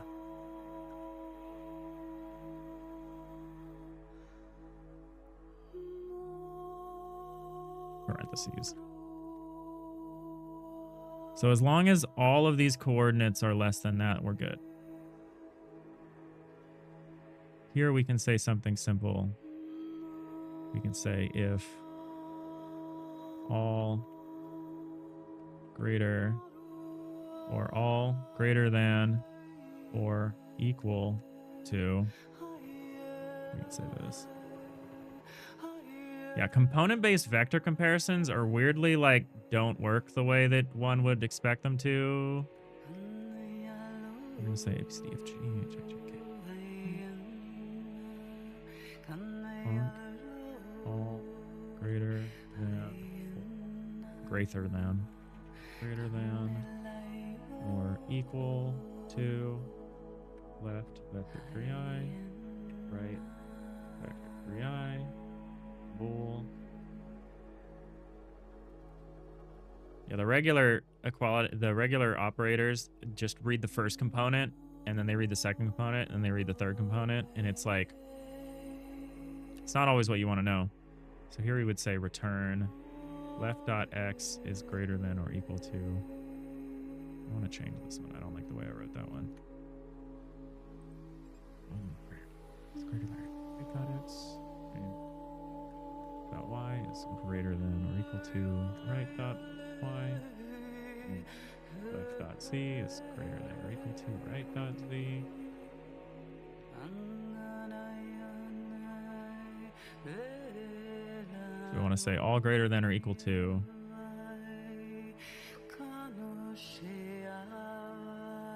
So these are all 0 or less than, or yeah, whatever. It's fine. Keep going, and then we'll say while all less than size v. Well, this is always less than size v. Do this. We'll keep going. And here we need to do the same thing. We need to say all less than here. We need to say the exact same thing again.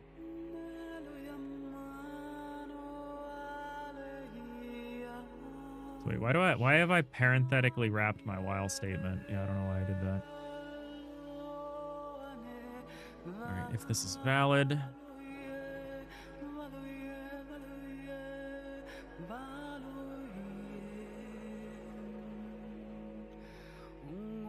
Actually, why do I have this here?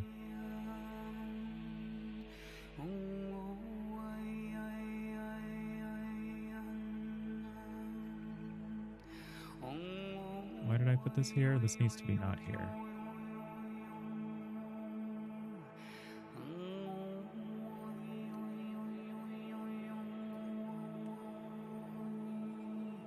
This.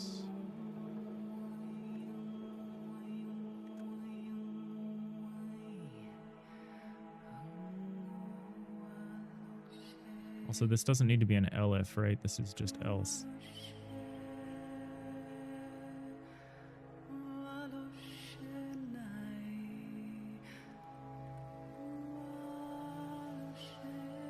Actually, it's either or, huh? Although, actually, no, we do want an elif. I don't know what was wrong. We do want that to be an elif. Okay. This should work now.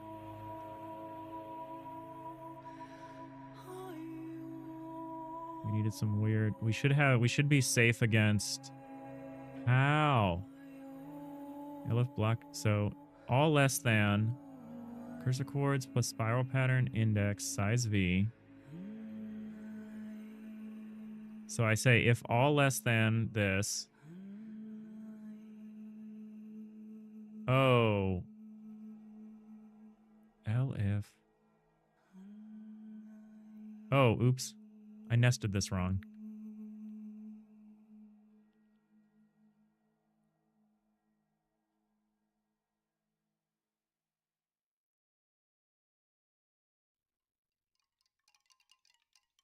Yeah, this is just an else. We put this in here. We say if we do this. Otherwise, we just do it anyway. Okay. Okay. I think that's the structure. Famous last words. All right. Fully bound safe.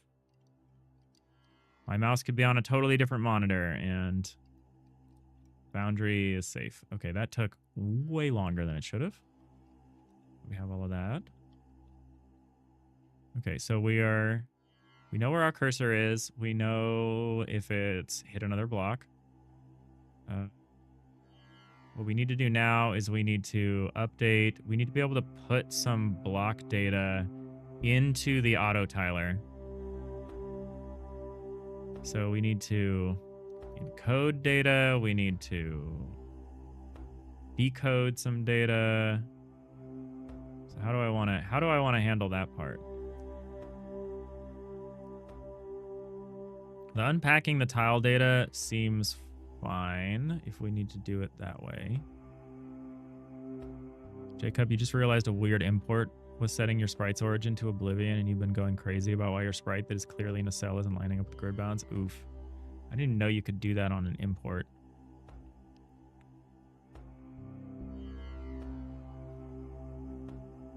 All right, we're going to continue to just be like monolithically coding this up. We might go a little later than my stated end time here because I would like to have a nice moment. I would like to have some kind of nice reveal at the end of this stream. Unity has a... Oh, it's a Unity. Okay, well, Unity, I would totally believe that Unity is doing some shenanigans like that.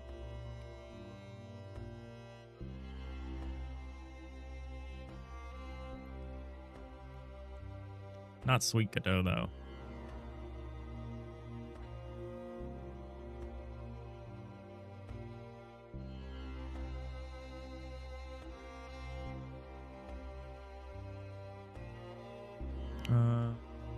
So what I want to do now, so we have our coordinates. We figured out our coordinates.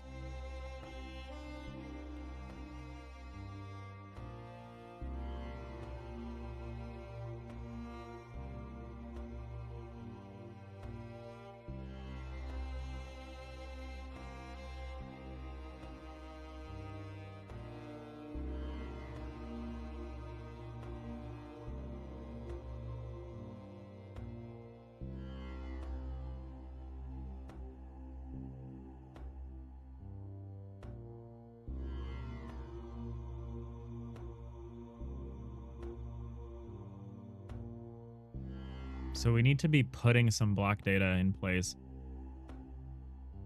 So it'd be good to do this before we put the block data in place. Now we can start messing around with block data. So now we can say something like if button pressed left, pressed right.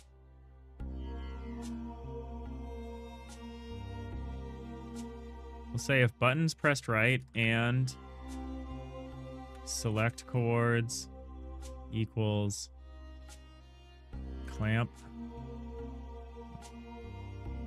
and select chords dot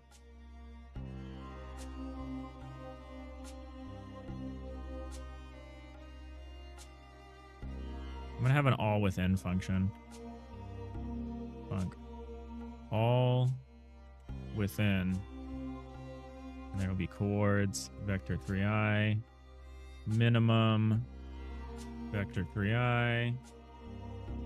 Actually, we'll just say min, vector 3i, max, vector 3i, bool. The thing I like to do is I like to say, is it the same as if you clamped the number? Unity deserve the hate this time. They do. They often do. All right, if chords here, can we make use of the rest of our functions? Can we say, okay, I also want a less than or equal to.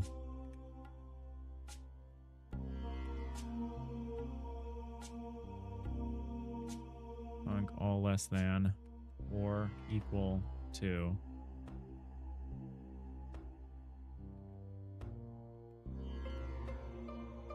Here we'll just say return all less than or equal to. Well, we'll say greater than or equal to first. We'll say all greater than or equal to chords max and all less than or equal to chords. Whoops, I did that in the wrong order. Min and then max. Okay.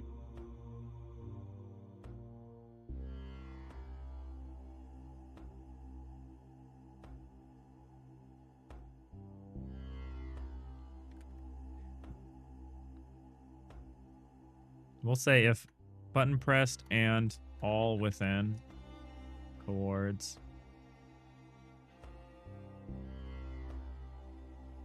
vector 3i dot 0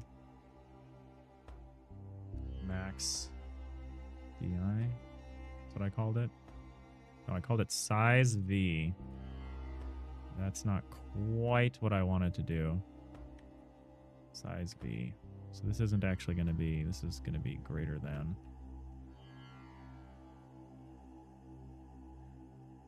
So is max going to be,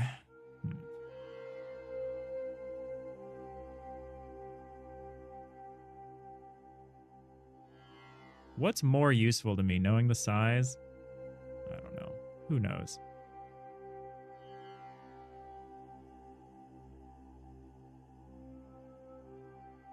We might call this inclusive min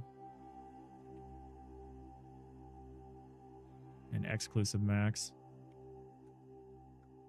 Just to be like super clear about what we're doing. Can this work? Does this work? No, you want like me to wrap this parenthetically to do something like that, don't you? Is there another way to do this? I feel like I've seen people do this with backslashes. Maybe it was forward slashes.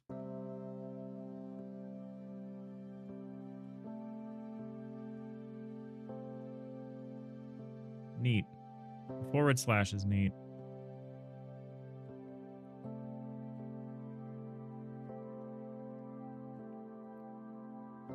I could say ink main and x max. Say all greater than or equal to inclusive main and all less than x mask.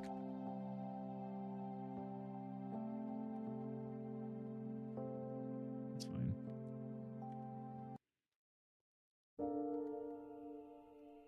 Then we can keep working with size v, which I don't know if I love.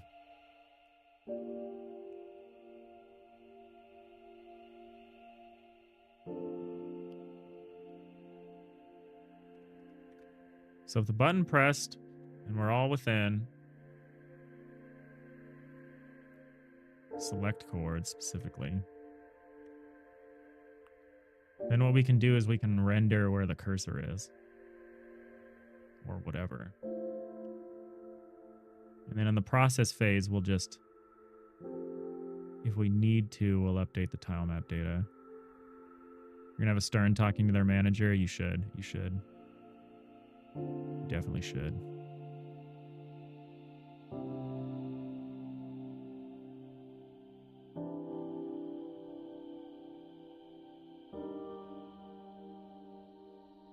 So if we're doing this, then we can place a block, or we can simulate where a block would be. Actually,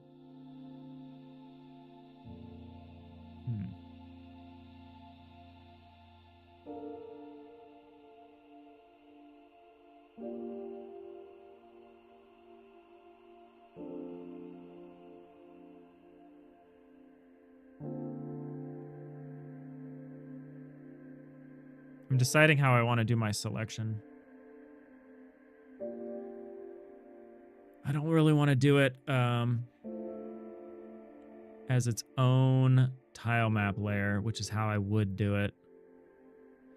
I'm having this conundrum where, like, you know what we should just do? We should just randomly fill the block data on startup. Instead of me having this, like, janky debug, like, I can draw stuff.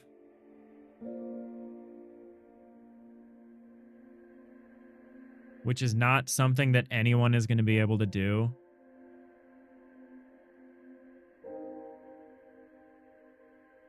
Also, does this read mouse button identifier, one of the mouse button? So how does touch, so if touch, so a one-click touch in Godot registers as a mouse button left, right? Like, I'm not crazy. And then a two finger touch reads as a mouse button right. Am I off base about that? I'm gonna say button pressed. We're not gonna keep track of button pressed right.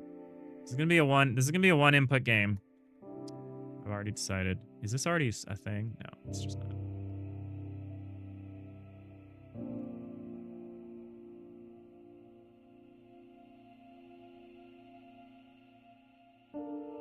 Because I was like, man, I want to be able to test this stuff. So it'd be cool if I could just place a block. But then I'm like, so what? I want to design a whole fucking system where I can place blocks. Even though the only thing you're going to be able to do in a game is select. And then maybe excise. Or select. And the select will either trim the thing or potentially allow you to bend the thing.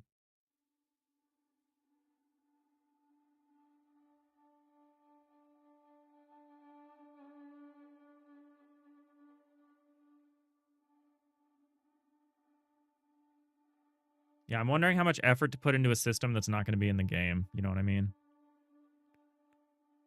Here. Because in theory, you're not going to be able to place any blocks. But is that a lot of extra work, actually? Would it be easier to just generate random data?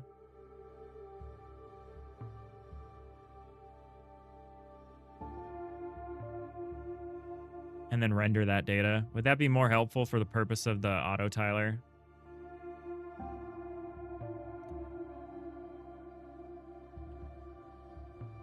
To just fill it with data?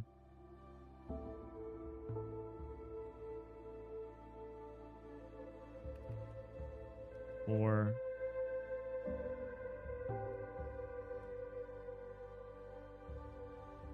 constant volume int equals length times length times length.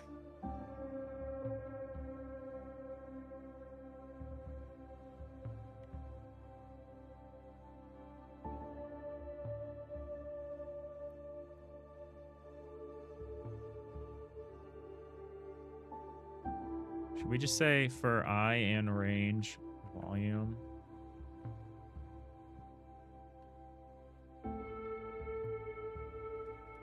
We can just say block data. And just say if random. How do I do a rand f? Rand I. What does rand I retrieve? Returns a random unsigned 32-bit integer. Use remainder to pin random value in the ender. Okay. I guess we do rand f, and we just ask if rand f is like greater than some amount, as one does. Let's just say if rand f is greater than.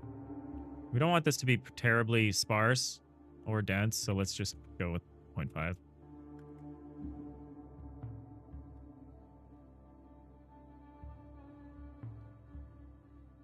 We'll just say if less than.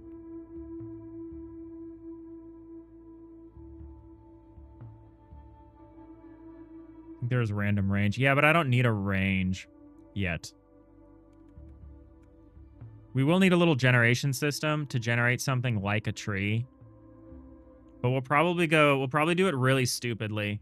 Like, we'll probably just pick some trunk spots and then, like, wind up and generate some trunk pieces. And then we'll just pick different trunk points and then wind out some, like, branches. And then we'll pick different branch points and we'll, like, put on some leaves or whatever.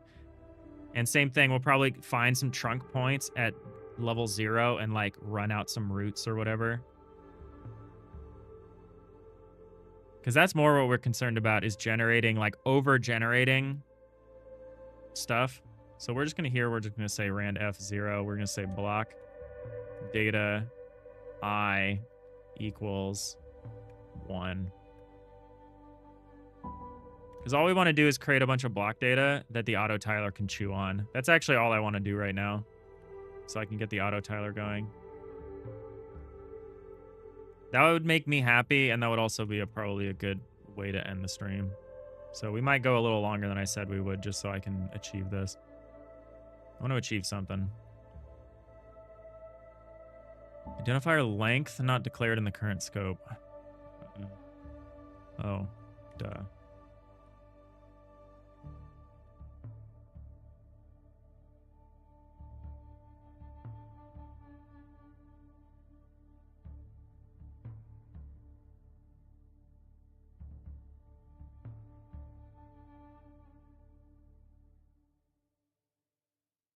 Okay, so we have all of this. Now we got an auto tile.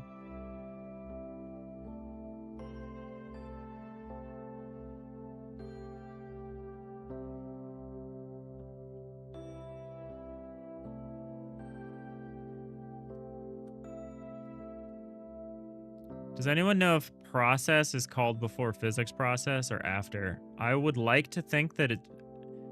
Well, I guess that's a silly question, because the whole thing is that process is called every rendering frame and physics process is called every... But, like, in general, what happens first? Node. After physics ticks have been processed. Okay, cool. So rendering process is called after. Doing this in process is kind of dumb, but I kind of want to separate it from the physics one. I think it's fine. I think maybe people will have a bad experience if they're, like, running an uncapped, like, FPS or something like that. So this is not going to be for handling passive input. See, I wrote one set of comments and immediately they're invalidated. It is nice that your generator doesn't need to make something that looks good. That's the player's job. Yeah, there are some constraints it's going to have where, like, if we generate, like, a bad trunk structure, there's nothing the players can be able to do about it because they can't grow trunk. So we do want to over-generate and then trim down. But yeah, I wrote one set of comments and then invalidated them. So if process runs out of after physics process, I want to put the process func after. I'm going to just do this for code division. Or just...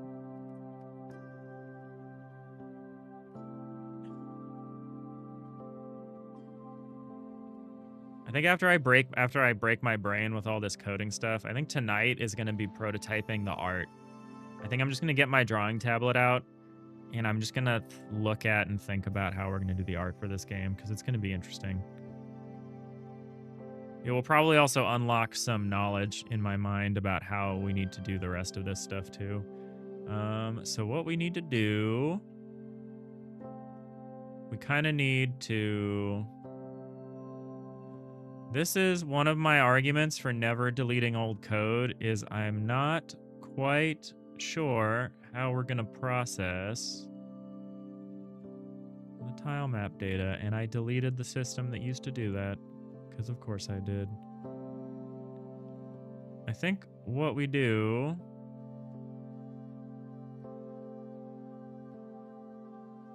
So we need to generate an array that we can probably reuse. So we want to say... I'm getting all mixed up all over the place. We'll say variable, we'll say... I'm just going to call it block array. I don't even care anymore. Block array, and it's going to be an array of... It's not going to be bytes, so I don't want to necessarily do that yet. So the thing we're doing is each tile map layer has its own tile map data, which is a packed byte array. So we essentially want to... We actually don't need this overarching tile map data packed byte array here. We can do this layer by layer.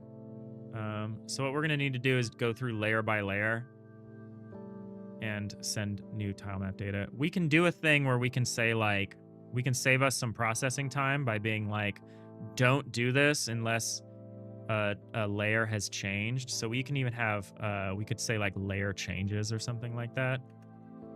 We can have like layer changed, and it could be like an array of like bool.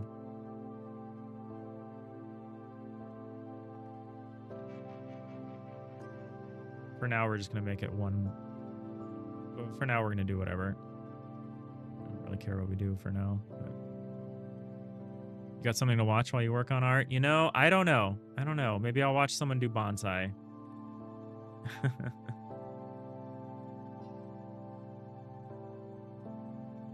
I was going to do the dishes and kind of like take a break and like think, and maybe that'll help. That might help or that might hurt. We'll see. I do need to make dinner relatively soon.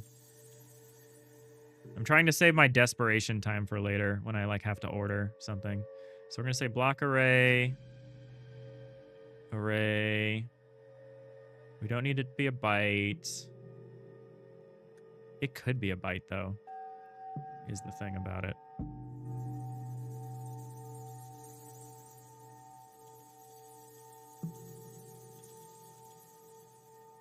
I need to look at how we actually do this. This code I do still have, how we unpack the tile map data. So the system is expecting U16s.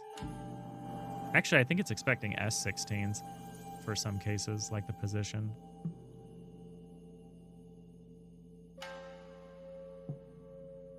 Because position can be negative. So we need to do our own, so pack tilemap data .decode and .encode. So we need to do encodes if we're going to be writing directly to the tilemap data. So here's what we're going to do. We're going to have a for loop. I don't know if we're going to have an array that we like prepare. I think we might, honestly. We have like an array of like ints. I would like to have an array of shorts, but I don't think that's an option, you know? You know what I'm saying? Int 16, give it to me. Let me have it. It won't. It won't let me. It's just gotta be ints.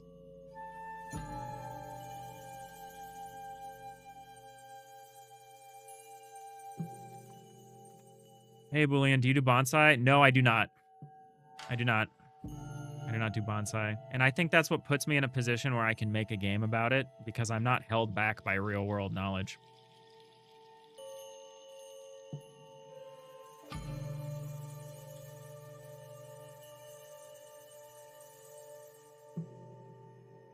So we're going to say for I in range, length.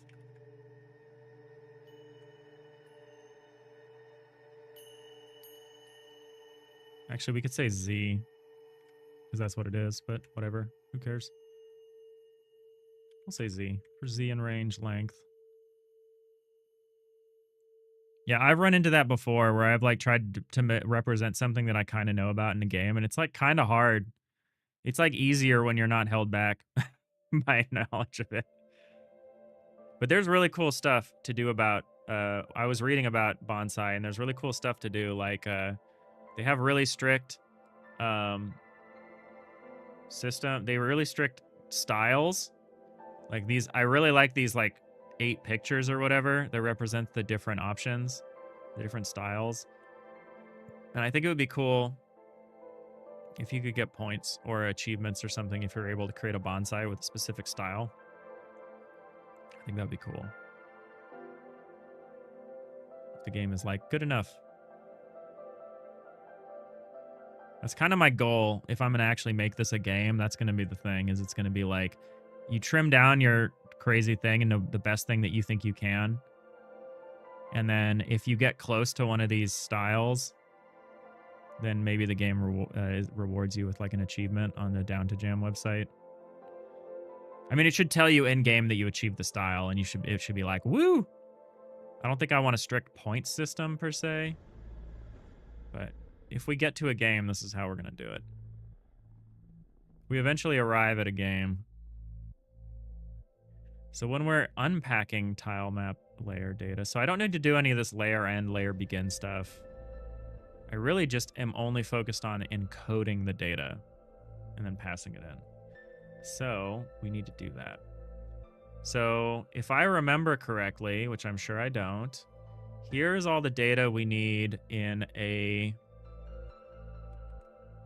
So a tile map layer needs to start with... So we'll say block array, we'll say append, and we'll append a 0.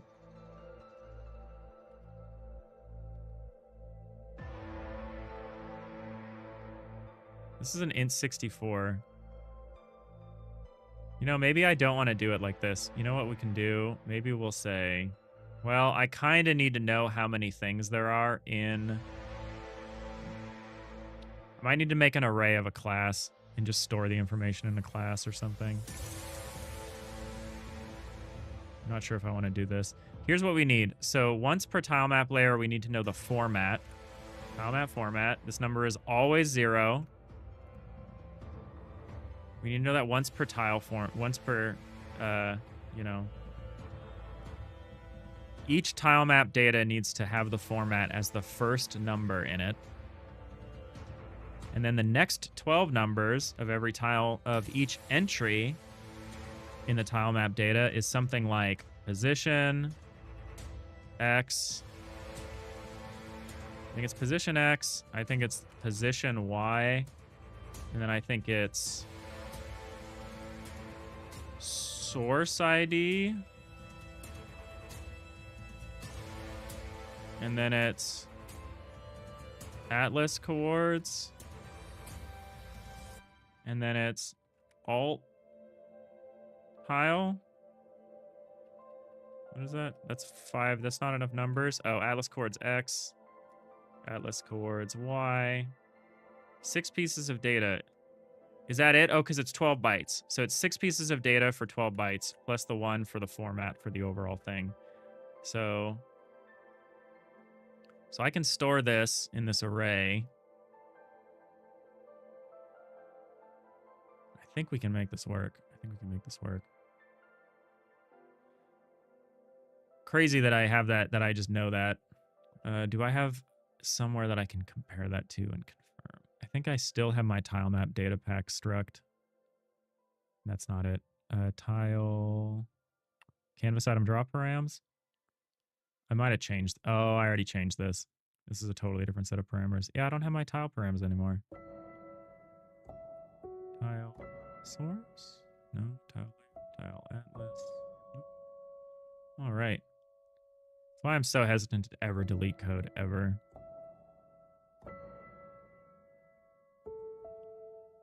Constantly like, man, it would be cool to know that, huh? My only other option is to like go back through my Git and like try to find the file that I deleted months ago. So we'll say for Z and range length, and then here we'll say for... should we just do based on index, or do we need to know the coordinates? I think we need to know the coordinates. So we'll say for Y in range length. And then we'll say for X in range length.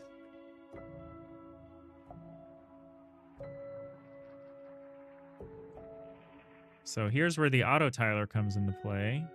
So we're going to go through all of these. I guess first we'll just focus on rendering it without the auto tiler. I might consider that good enough. RNEL looks like we have a healthy infestation of tilemap layers. Oh yeah. Oh yeah. We're going to try rendering some stuff. I was about to make a whole system where I could like place blocks manually. And then I was like, we literally don't want that in the game. Like that's not a thing the player can do. So now we're just generating a random set of starting data and we're going to try to draw it. That'll be a better test of the auto tiler than anything else. All right, so we're doing this. And then here we're saying if block data get index vector 3i x y z is greater than 0,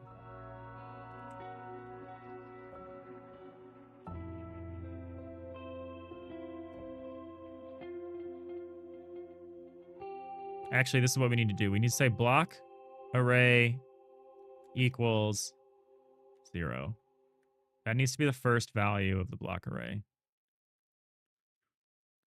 We need to just have a 0. That represents our tilemap format equaling 0. I really hope that this is the order of the tilemap data. I don't know if this is the order of position, then source ID, then atlas chords, then alt tile, but I really hope it is. We're learning to grow a tree, essentially. Can't force nature. We can try. We can try. All right, we're going to head into ads. We're in overtime. I was going to start the stream at 6 hours, but we're going to get this auto tiler running as an overtime goal. But I will take a quick bio break when the ad hits, since we're in overtime. OT. That's right, Boolean. All right, so if there's block data here, we're just going to say block array. Oh, hold on a second. Block array that equals 0. Actually, we need to say it like this. We say block array dot clear. No, we need to say block array dot append 0.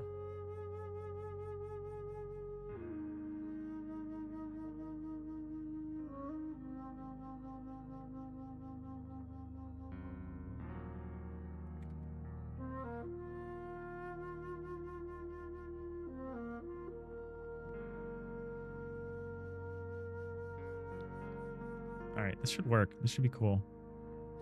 They said it would be cool, and they were not wrong. All right, I'll be back in a few minutes. Quick break. Thanks for hanging out today. I really appreciate it. If you're jamming and you're like me and you're feeling behind, don't worry. You got this. There's plenty of time. We can sleep when we're dead. Be right back.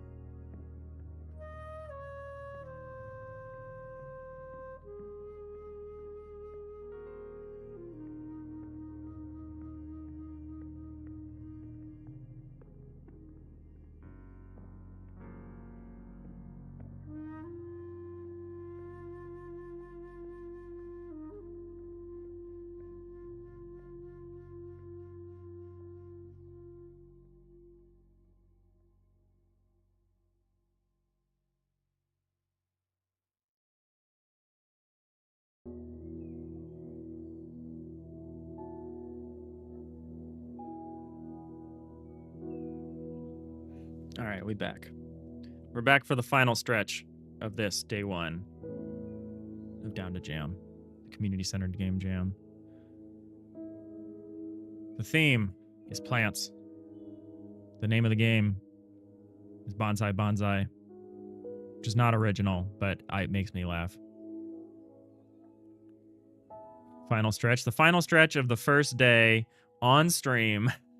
I will be working for another 6 hours off stream. Don't worry, Jacob.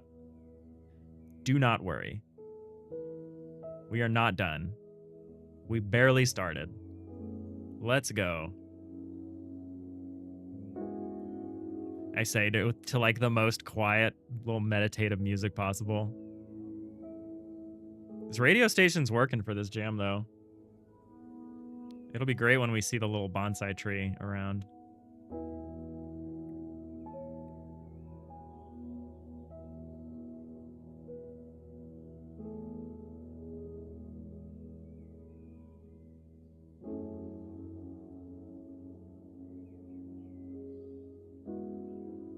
What am I doing here? I don't know why I've got this code open. I think we're done with this piece of the code. I don't think I need to refer to that anymore. Do I need to refer to this anymore? A little bit. So we're going to set deferred, which seems reasonable.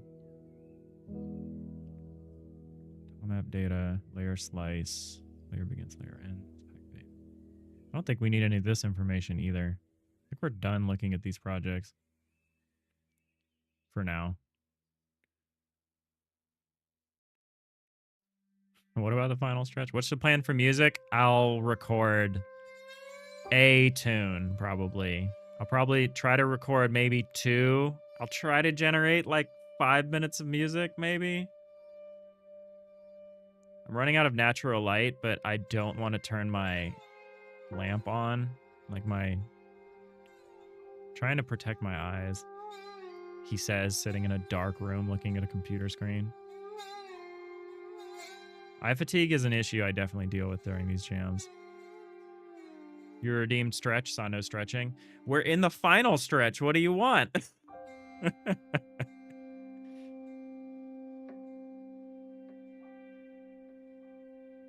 I don't know how much more stretch there can be other than the final stretch. Rhiannon, if you don't have time for music, a quick, easy thing would be to have a link to a meditative YouTube video or something. We're going to do something. Because I hate that there is no sound to Bare Necessities. I will go back and add sound. Arneo hates it so much that he wrote a song for it, which is amazing. And I want to figure out how to acknowledge that and how awesome that is. Same with the eyes for you, no, Jewel. Yeah, it's a struggle. It's a struggle. Especially when you're at the computer for 12 hours a day. All right, so if there's block data in this block, what we want to do is we want to add this block data to the block array. We're going to say block array dot append. We're going to say x. We're going to block array dot append y. We're going to block array dot append. This is where the auto tile would come into play. So we're actually going to need to run all of this through the auto tiler. We're not going to do the auto tiler right now. What we're going to get is maybe blocks rendering in non-auto tiled form, because I realized this is where we insert the auto tiler, and that is going to need to do this same evaluation. And in fact, it's going to need to do a way crazier version of this evaluation, where each block is going to need to look at like 6 of its neighbors. I don't really want to do this every frame either, by the way.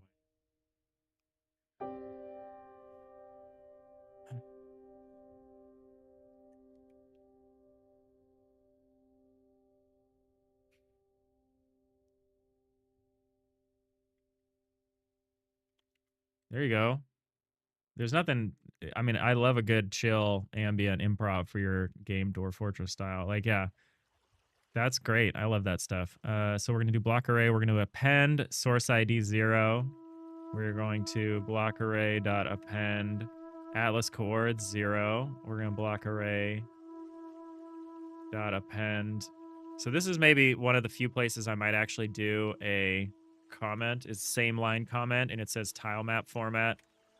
Tile map format must be 0. We could also say expect 0.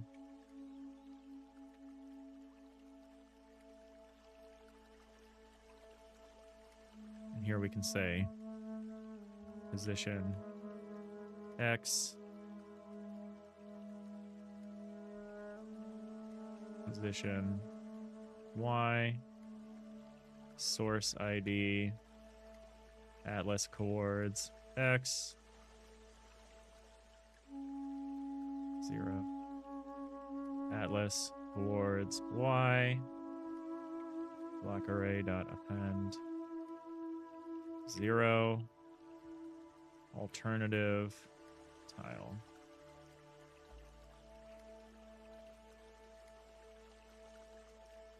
And then when we get to the end of this, we are going to say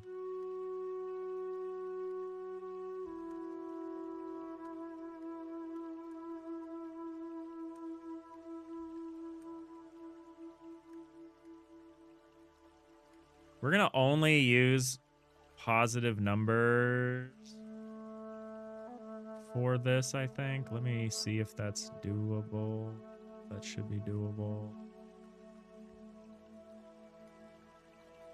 Yeah, we're only going to allow for positive block numbers here.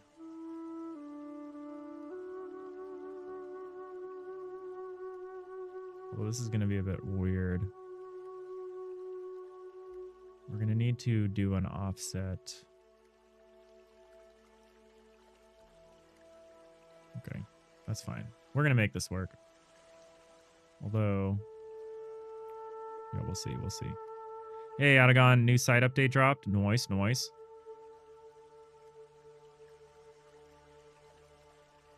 Very exciting.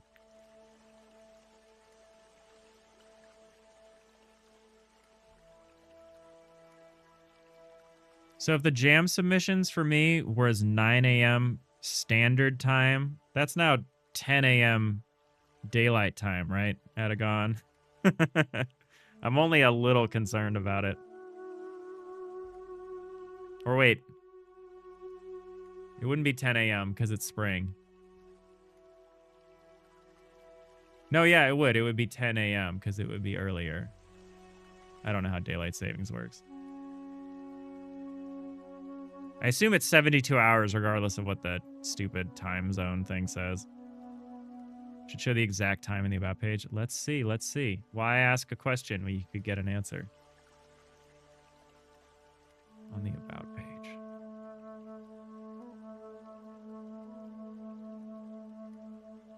Oh yeah, it says 9 a.m. GMT minus 8. But because I'm in GMT minus 7, because in daylight savings time, that moves me up to a minus 7. That is 10 a.m. GMT minus 7. So, okay, so it remains 9 a.m. GMT minus 8, regardless of whatever nonsense my own time zone is doing. Plus 2 hours for submission. 2 hours for submission. Is that longer than last time? Has it always been 2 hours for submission? Okay. Okay. Well, that's good. I'll be fine either way. I'll survive. I just like to complain. It's always been 2 hours? Sick. LD has 1, though? Yeah, that's probably what I'm thinking of.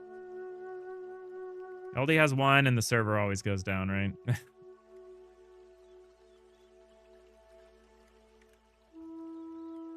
All right, so yeah, we're only gonna tolerate positive positions because I think the rest of these expect to be encoded as unsigned. This one might expect to be encoded as signed, in which case I have to actually like go through section by section and actually I might have to turn this into an array of like a structure, which I know is a fucking class in GDScript, which bothers me. But I don't think I really have to care that much.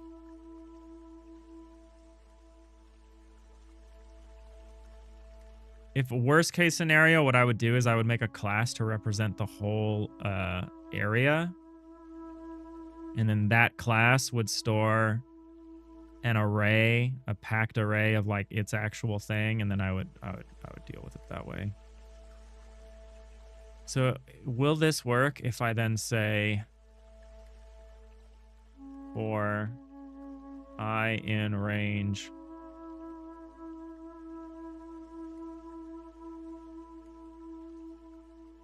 block array dot size? P. Gorley reaction spammed your change log post. You forgot to add a reaction limit. Nice, nice. P. Gorley, the goat. All right, so we're gonna say, so here we're gonna say packed array. We're gonna make a packed array. Packed array. The packed byte array. And it's going to be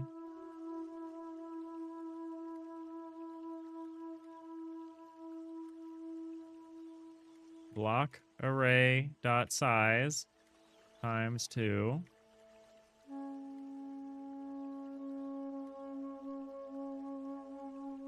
Actually, I guess I should declare this once. Variable packed array, packed byte array. So then I can just clear it, right? Although it's a different size every time, so what do we even care? Oh, we also can't just do this. We could resize it. Can we clear it and then resize it? Does resizing also clear? Whatever, we're assigning all the vowels. Who cares? We do need to do it this way. So we'll declare this array, and then here we'll say packed array dot resize. Then we'll say, oh, well, first thing we'll actually tell it what size it needs to be. Say packed array dot resize. No var, packed array dot resize, and then here we'll say packed array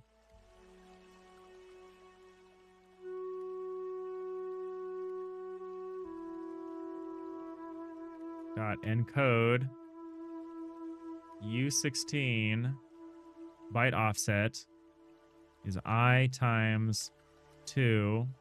Value is block array I. Is it that easy? So we do all that, we pack it, and then what we need to do is we need to say tile layers z equals tile layers z dot tile map data equals packed array. Is it that easy? Probably not. But you know what? I'm willing to try. I really don't want to do this every frame, but you know what? We're going to try it. Let's see what kind of performance. Hey, there's something in there. Okay, so I mean, it's rendering. We need to introduce an offset for the tree tile volume, which we shouldn't do. What I should do is I should just make a new scene. That's the main scene. Node. Just making a node. Who cares? We'll call it main. And we'll save a main scene. And we will instantiate one of these tree tile volumes in the main scene, and we will move it so that I can actually see. We will move it to 320 by 180. And we'll try this again. Select current. Hey, look at that. Fix the keep aspect ratio. We're rendering tile data. We're not auto-tiling it, but we're rendering it. Just popping in a sec since you noticed you're still going. How's it coming along? We generated a random cube of data. We're rendering it. We're seemingly doing it every frame. What's our profile like doing it every frame? How much time does that take? 7 milliseconds? Okay, that's not bad. That's not something we do every frame, but it's nice to know that we could.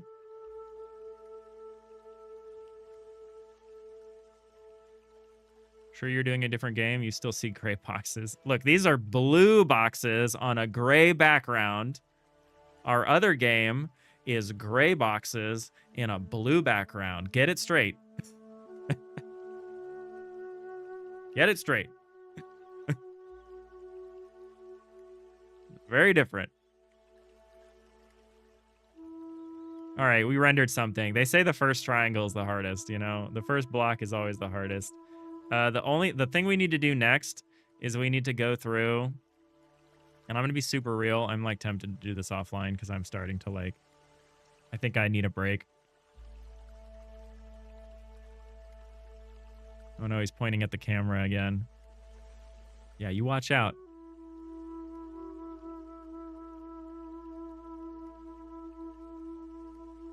I got a point to make. And I'm not too particular about where I make it. Or whom to I make it. I don't know how to say that.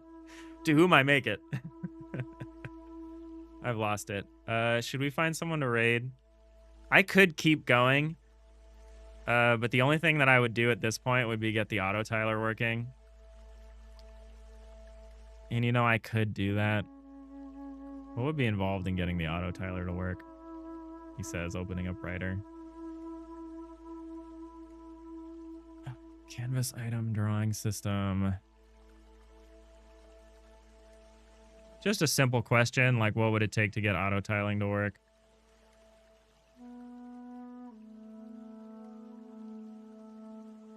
I like auto tiling. I'm good at it, you know? They say do what you know.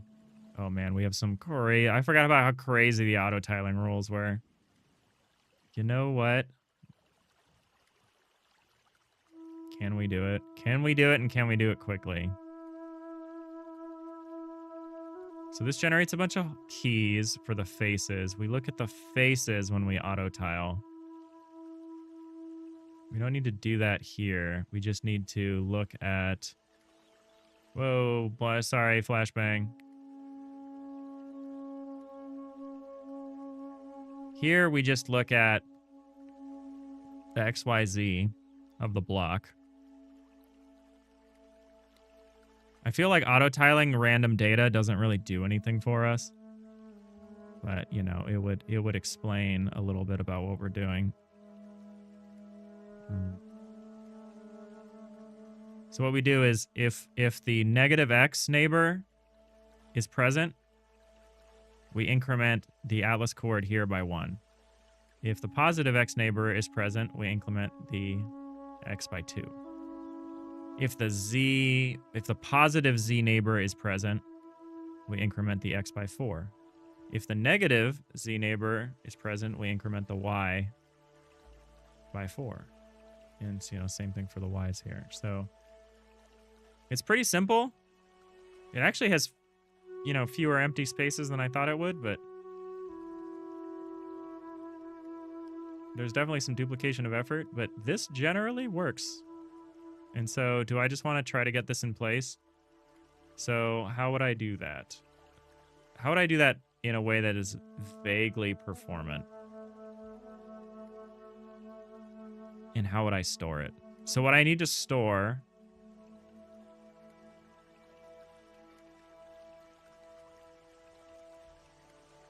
I don't need to store much. But what I need to store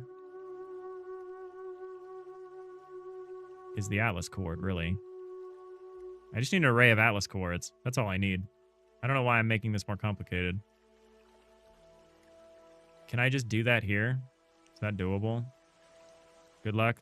Yeah, thank you. Thank you for checking in. I hope you crushed your family in your board game night. Okay, I've truly lost all of my ambient light, so... Would anyone even be impressed if I made an auto tiler at this exact moment?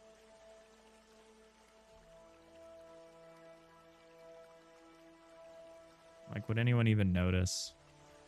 All right. So here we can do... So I could just calculate this number here.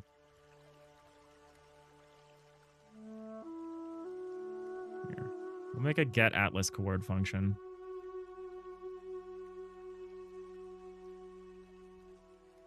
You would be impressed, Sabby? Okay, for Sabby. I gotta turn my light on then.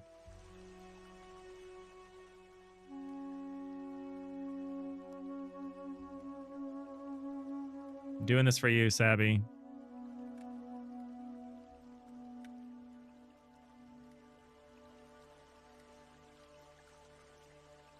I guess I'll do it for Boolean too.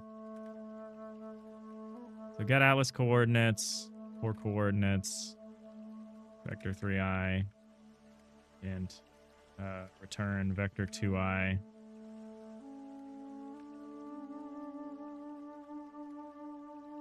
So all I do is I say if coords. Here we go. So we're going to say if coords dot x is less than, it's greater than 0, or is greater than or equal to 0, and coords dot x is less than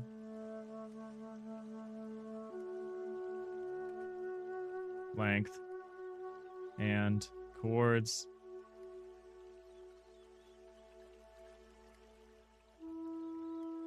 so we'll do that. That'll be our bounds check.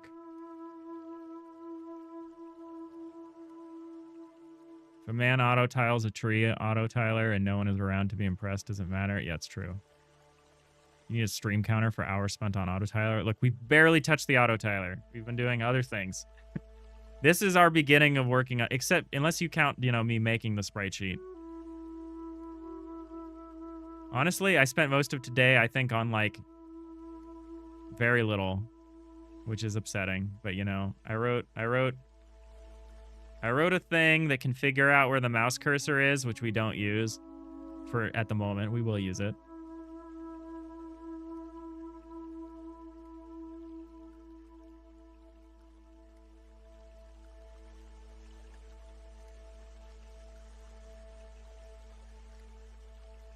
All right, if coords.x is greater than or equal to 0 and coords.x is less than length, then what we can do is we can do, so this coordinate is by definition in bounds.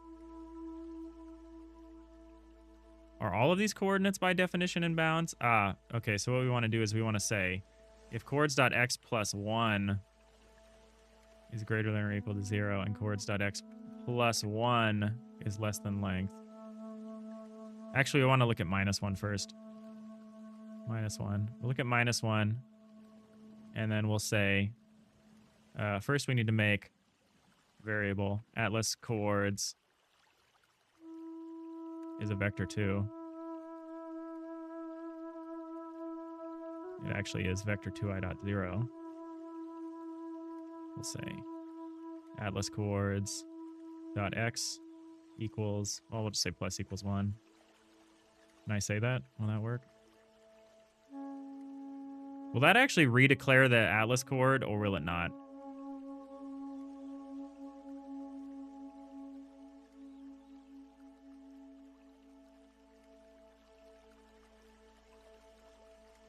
I actually don't quite know how GDScript works. In C#, this would be bullshit and wouldn't work. Coords.x plus 1. Actually, coords.x minus 1 could never be greater than length, so let's just forget about that. Okay, so we want to say, is this safe? And if it is safe, we actually want to say if block data get index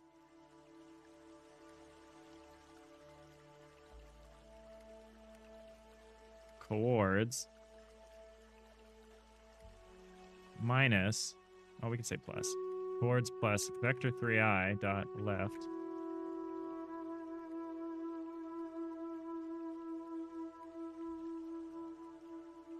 is greater than 0.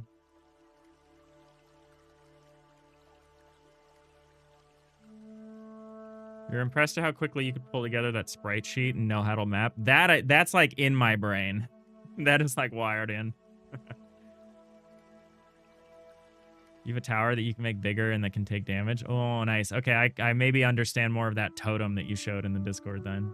So if that is less than length, then we can ask if block data get index chords plus vector 3i dot right is greater than 0.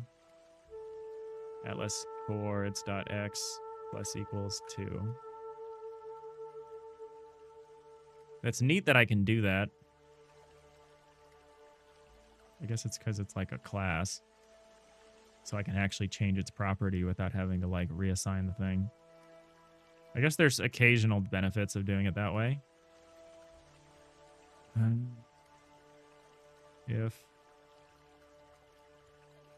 So we can just recreate this now for the other vectors, right? If chords.y minus 1 is greater than or equal to 0.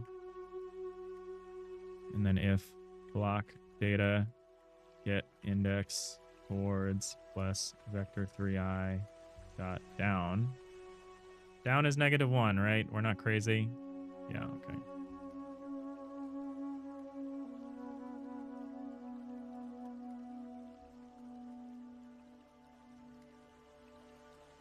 I always have to check. Greater than 0. Atlas chords dot y plus equal 1.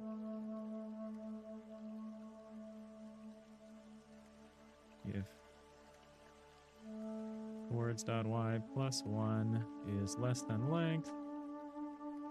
Oops, I added a semicolon. I'm crazy.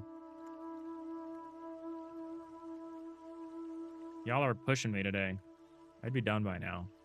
And by done, I mean like I would be in the kitchen trying to make dinner.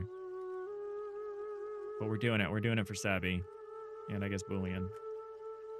We're gonna show off an easy clap auto tiler.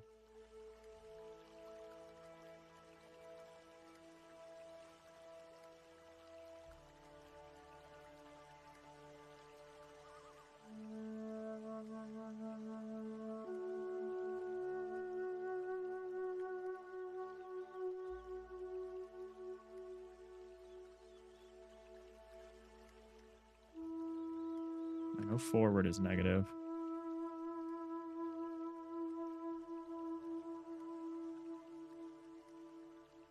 Oh, Atlas Core. So what did I say?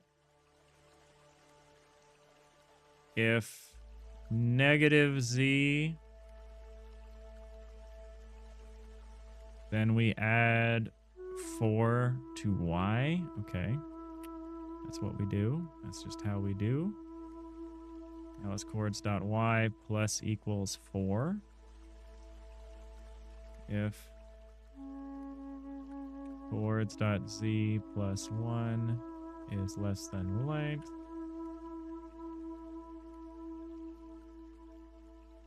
Trying to get used to the fact forward in 3D is -1. Oh, man. If you enjoyed this, make sure to tune in Tuesday, Saturday, where Dave works on his main auto tiler. I mean, not next week, I won't. If block data get... But yeah, normally. Yeah, if you like watching me stare at a cluster of blocks, that's definitely the place to be. Hey, Green Lantern. We think there's some sort of game in there. Yeah, we do think there's something in there. We just gotta auto tile our way out of it. Back. It's greater than 0. Atlas chords.x plus equals 4. Return. Return Atlas chords.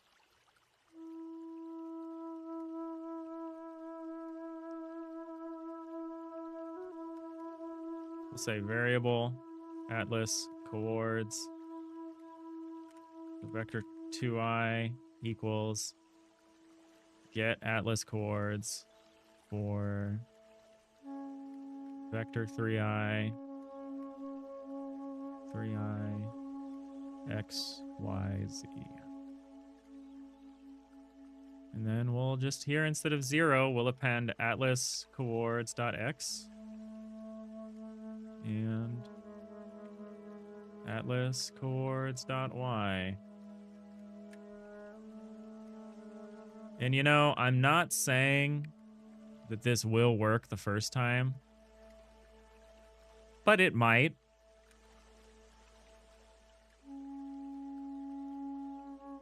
Hey, easy clap.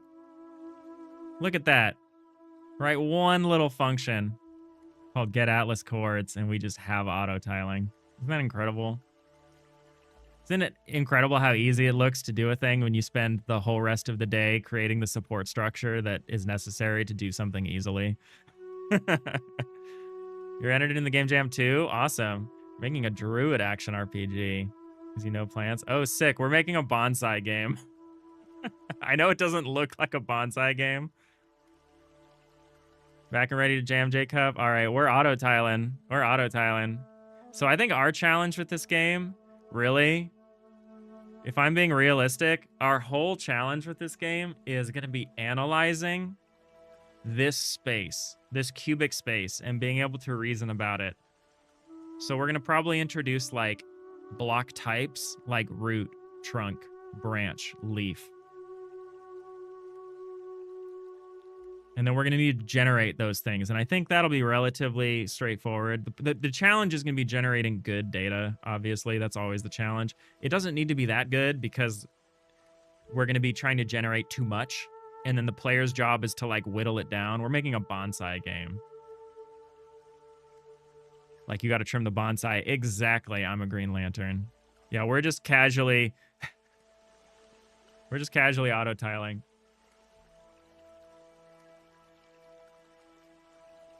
Something over there looks wrong, but I think it's a trick of perspective. How do I tell it to embed? I don't want to embed. I'm going to do the opposite of embed. Yeah, this isn't bad.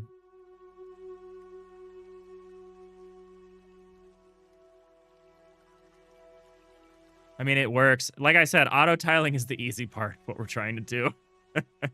And it only took us the whole first, I'm going to call it a shift. I have six-hour shifts for this game jam. We've consumed one. Technically, we've consumed more than one. But, you know, it's not bad. We could be in worse shape. I think tonight I'm going to try to draw some of the art for the pieces so I can reason about how they combine together. Because we can't just generate random blocks. We're going to need to have like a pot in the bottom, like a container, and we're going to need to generate out of it. And it's going to grow by some kind of tree structure logic. And, you know, it's going to be interesting. You know what I should do? Is I should prove that our cursor mapping system works, and I should be able to delete blocks. You want to see if I can delete blocks? And then I'll call it.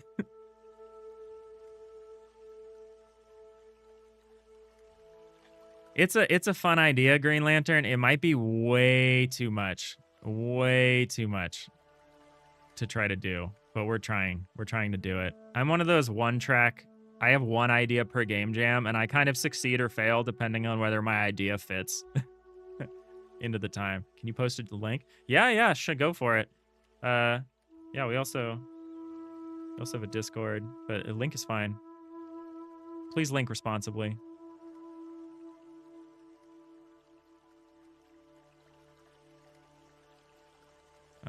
So what we could do in physics process, so let's say if button pressed and all within. Well, if block hit list size is greater than this and all within, yeah, if button press and all within.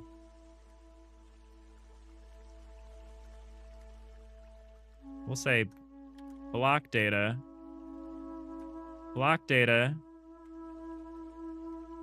get index, select towards equals 0. Okay, so the way I've written this is if we press a button on a block, it's going to disappear. Let's see if that works or if it crashes. Make sure the video is muted. Okay. What is this? How would I hear myself? It's an MP4.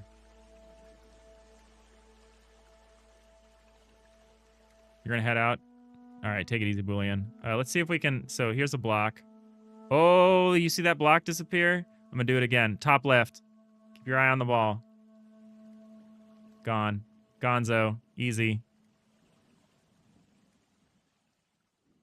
Okay, now it's not working. Oh, it worked there. Okay, it works sometimes. It works for corners. Why doesn't it work down here? Okay, there's a couple shapes it's not working for, but the vast majority of cases seems to be fine. You know what? It's the per face logic. I need to tighten up the logic because we're not doing it per face. So, you know what's actually probably not right is how we do the spiraling. Because it's per face. But we can erase, we can trim, we can auto tile blocks, and we can trim blocks. That's like all we need, right? Is there anything else we need for this? For this game? Well, we need the trimming to work consistently, and it doesn't yet, but this still feels okay. I'm feeling a little better now that I see myself doing literally anything with this.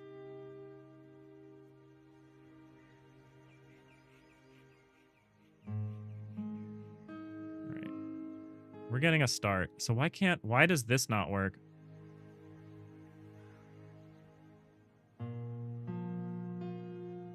Is it just not working for blocks on the bottom? No, that's not true. Are there errors? We're not getting any errors. If button pressed and all within, select coords, vector 30, size V. Okay. Huh. Yeah, I'll double check that, but that's pretty cool. That feels pretty cool. Game jam done, yeah. It's a video of the game. I'm in the background audio. Okay, thank you. Thank you. Thank you for the link check. All right, let's check this out. This is from, oh, sorry for the brightness. This guy looks sick. Oh, it's a lady. This lady looks dope. Let's run that again. All right, you got a character controller. You got some, like, move animation going. All right, yeah, that's a pretty sweet model you got there. Big sword. I do like a lady with a big sword. Nice. Nice. Looking good. Looking good. What are you doing that in? Is that like Unity? Go fix the animations. They're not moving. Is that the druid? Yeah, that was the druid day cup. Little clouds to float through bonsai space while you trim. Ooh, that would be nice. That would be nice, Rhiannon. We could probably do something like that. Mission accomplished, sorta. Unity plus Blender. Okay, sick. Well, we achieved a major aim of mine, which is we got block space. We can remove things from the block space. The block space is auto-tiling reasonably well. There's some difference in the way this works. Oh, you know what? You know what? I know exactly what's happening. It's a safety feature that we have in the auto-tiler.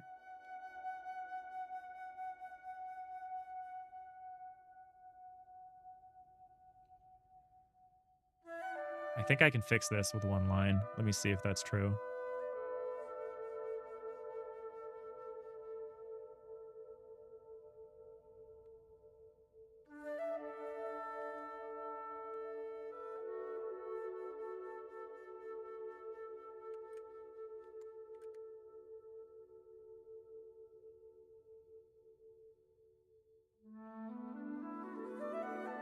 Okay, no, that didn't do it.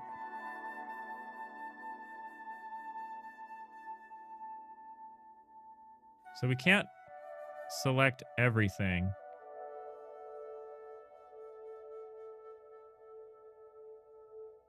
We can select most things.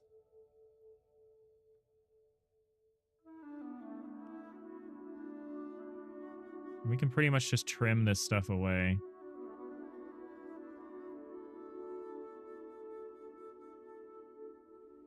Does it only happen after I've trimmed an initial layer away? Can we, like, not trim 2 layers in a row? That's indicative of something.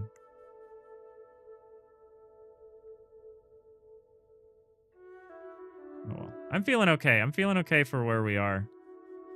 For like a quick like dinner break. And then maybe regroup on some of the art. If I can figure out maybe this little programming issue. I know this doesn't look like anything, but you know, it's something. I swear it's more than I've had for a lot of jams. Okay. Yeah, I think it's our spiraling code. It's not behaving correctly. That's okay. We'll figure that out. Druid strength, yeah. You're feeling jealous of the bonsai idea. Don't feel jealous until like I'm able to finish it.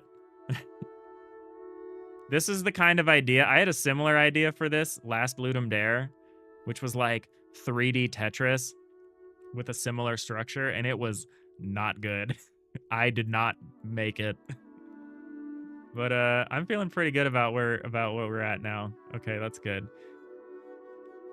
Yeah. I'll come up with a better one of these. I'll try to figure out how the art's gonna combine together in a similar process. It was cool how quickly we were able to get that part going though. But yeah, we're doing Down2Jam, D2Jam.com. You can make a viewport in the background that renders each tile with a unique color and then check the color of the tile at the mouse position in the viewport for the selection. I could also just place like a selection block momentarily, like our hover block. And then we can see if a block gets put in front of the other block. Like I could scrutinize that space a little better. I didn't add that because the player will never be able to place a block. But what I might do is have the selection highlight version.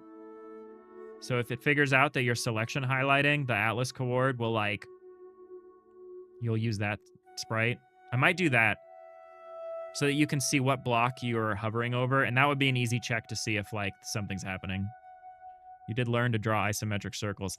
That's true, Rhiannon. We did do that last time. And you know what? I'm going to use that skill this time. Because you know what tree branches look a lot like? Isometric circles. That's true.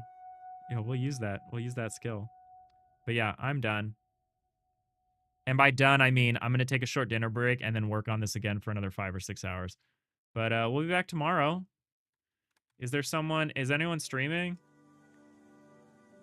I mean, I know someone's streaming, but is there anyone streaming? Is Adagon streaming? I mean, Adagon was in here, so he's probably not streaming. Oh, Slosky. Cole Slosky's jamming. Who else is jamming? Well, Slosky is. That's probably where we're going.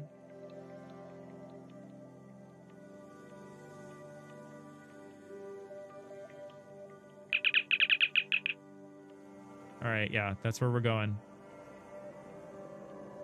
Yeah, you too, Green Lantern. Good luck. We'll be streaming this all weekend, so hopefully I'll see you again. This is just day one. We're just getting started. Yeah, we're feeling good. Feeling good.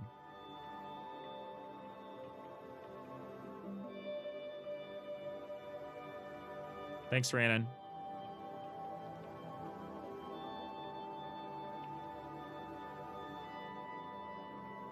All right, yeah, we're gonna go raid Cole. We'll probably lurk there for a bit. Yeah, this was great. Yeah. Thank you all so much for watching. We'll be back tomorrow. I hope you have a great rest of your weekend, whether I see you or not. Yeah, thanks again. See you next time. Bye.